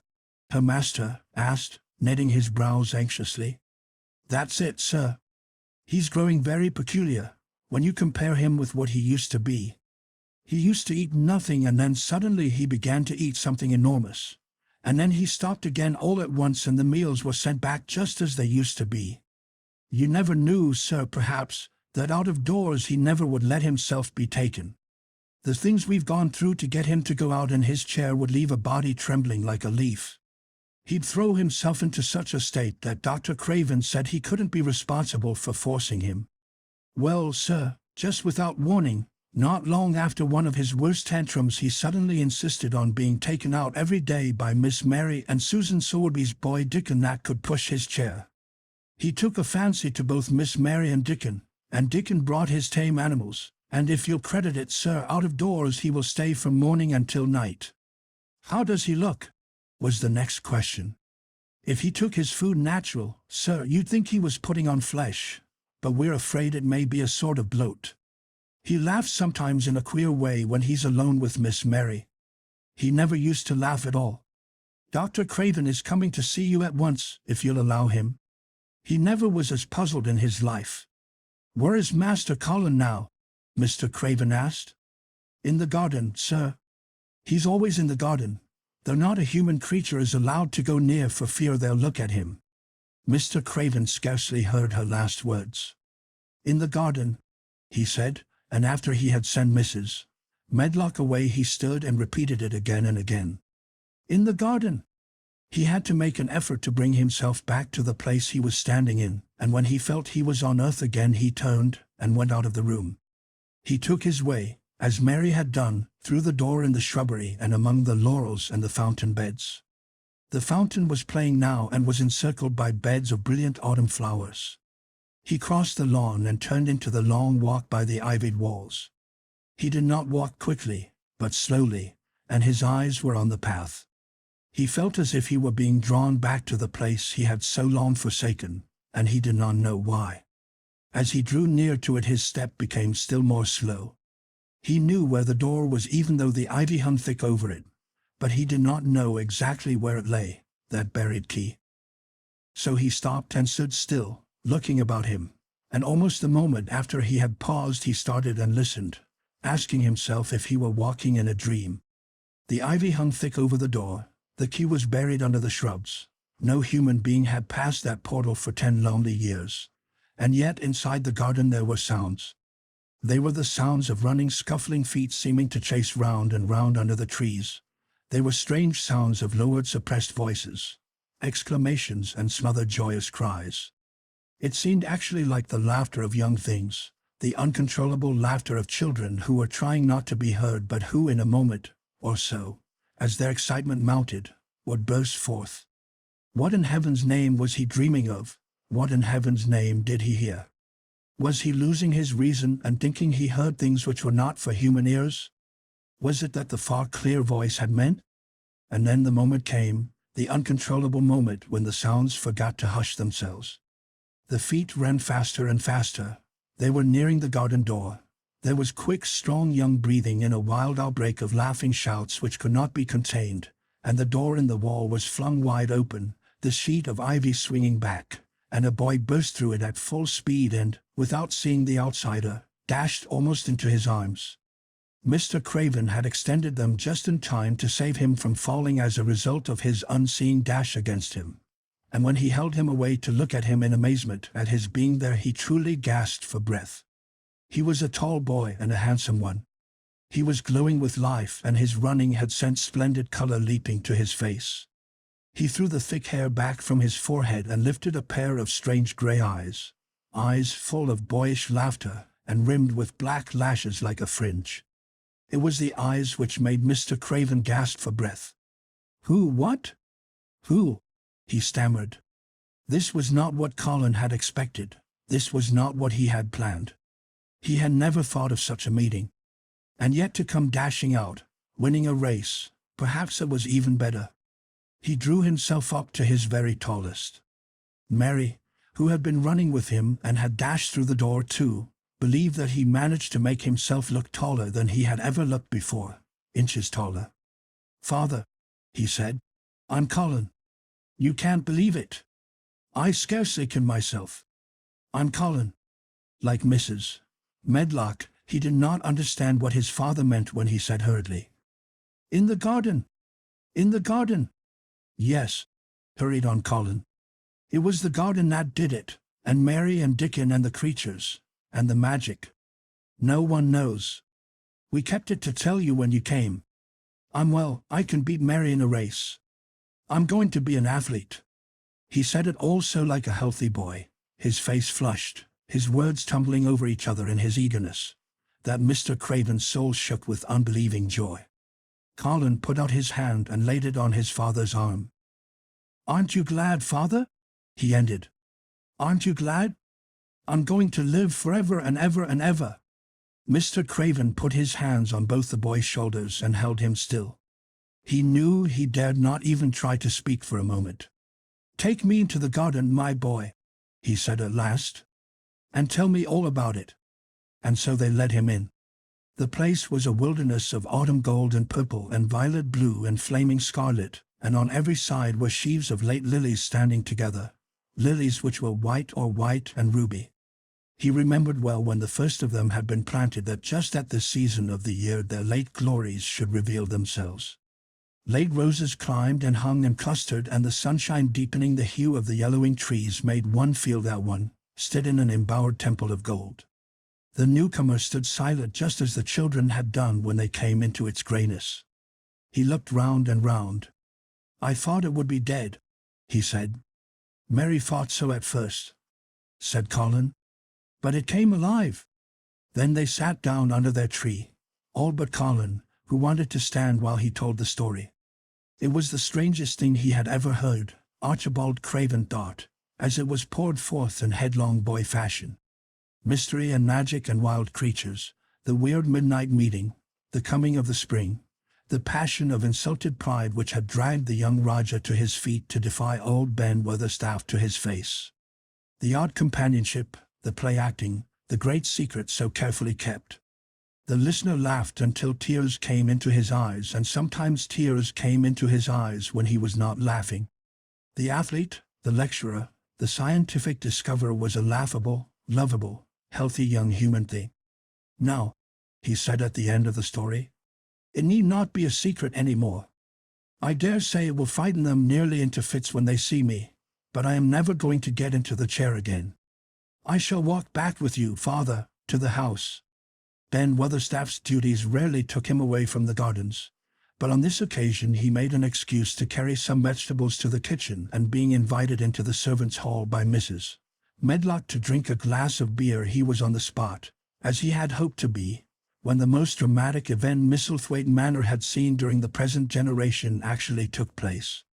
One of the windows looking upon the courtyard gave also a glimpse of the lawn. Mrs.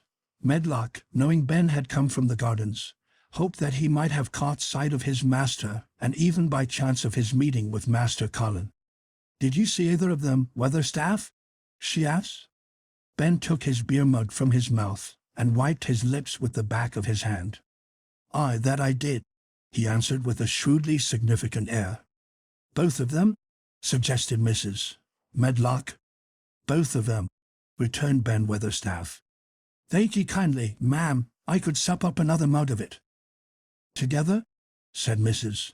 Medlock, hastily overfilling his beer mug in her excitement. "Together, ma'am," and Ben gulped down half of his new mug at one gulp. "Where was Master Colin? How did he look? What did they say to each other?" "I didna hear that," said Ben. "Along only being on th stepladder looking over th wall. But I'll tell thee this. There's been things going on outside as you house people knows nowt about. And what they'll find out soon." And it was not 2 minutes before he swallowed the last of his beer, and waved his mug solemnly toward the window which took in through the shrubbery a piece of the lawn. "Look there," he said, "if there's curious. Look what's coming across th grass." When Mrs. Medlock looked, she threw up her hands and gave a little shriek, and every man and woman servant within hearing bolted across the servants' hall and stood looking through the window with their eyes almost starting out of their heads.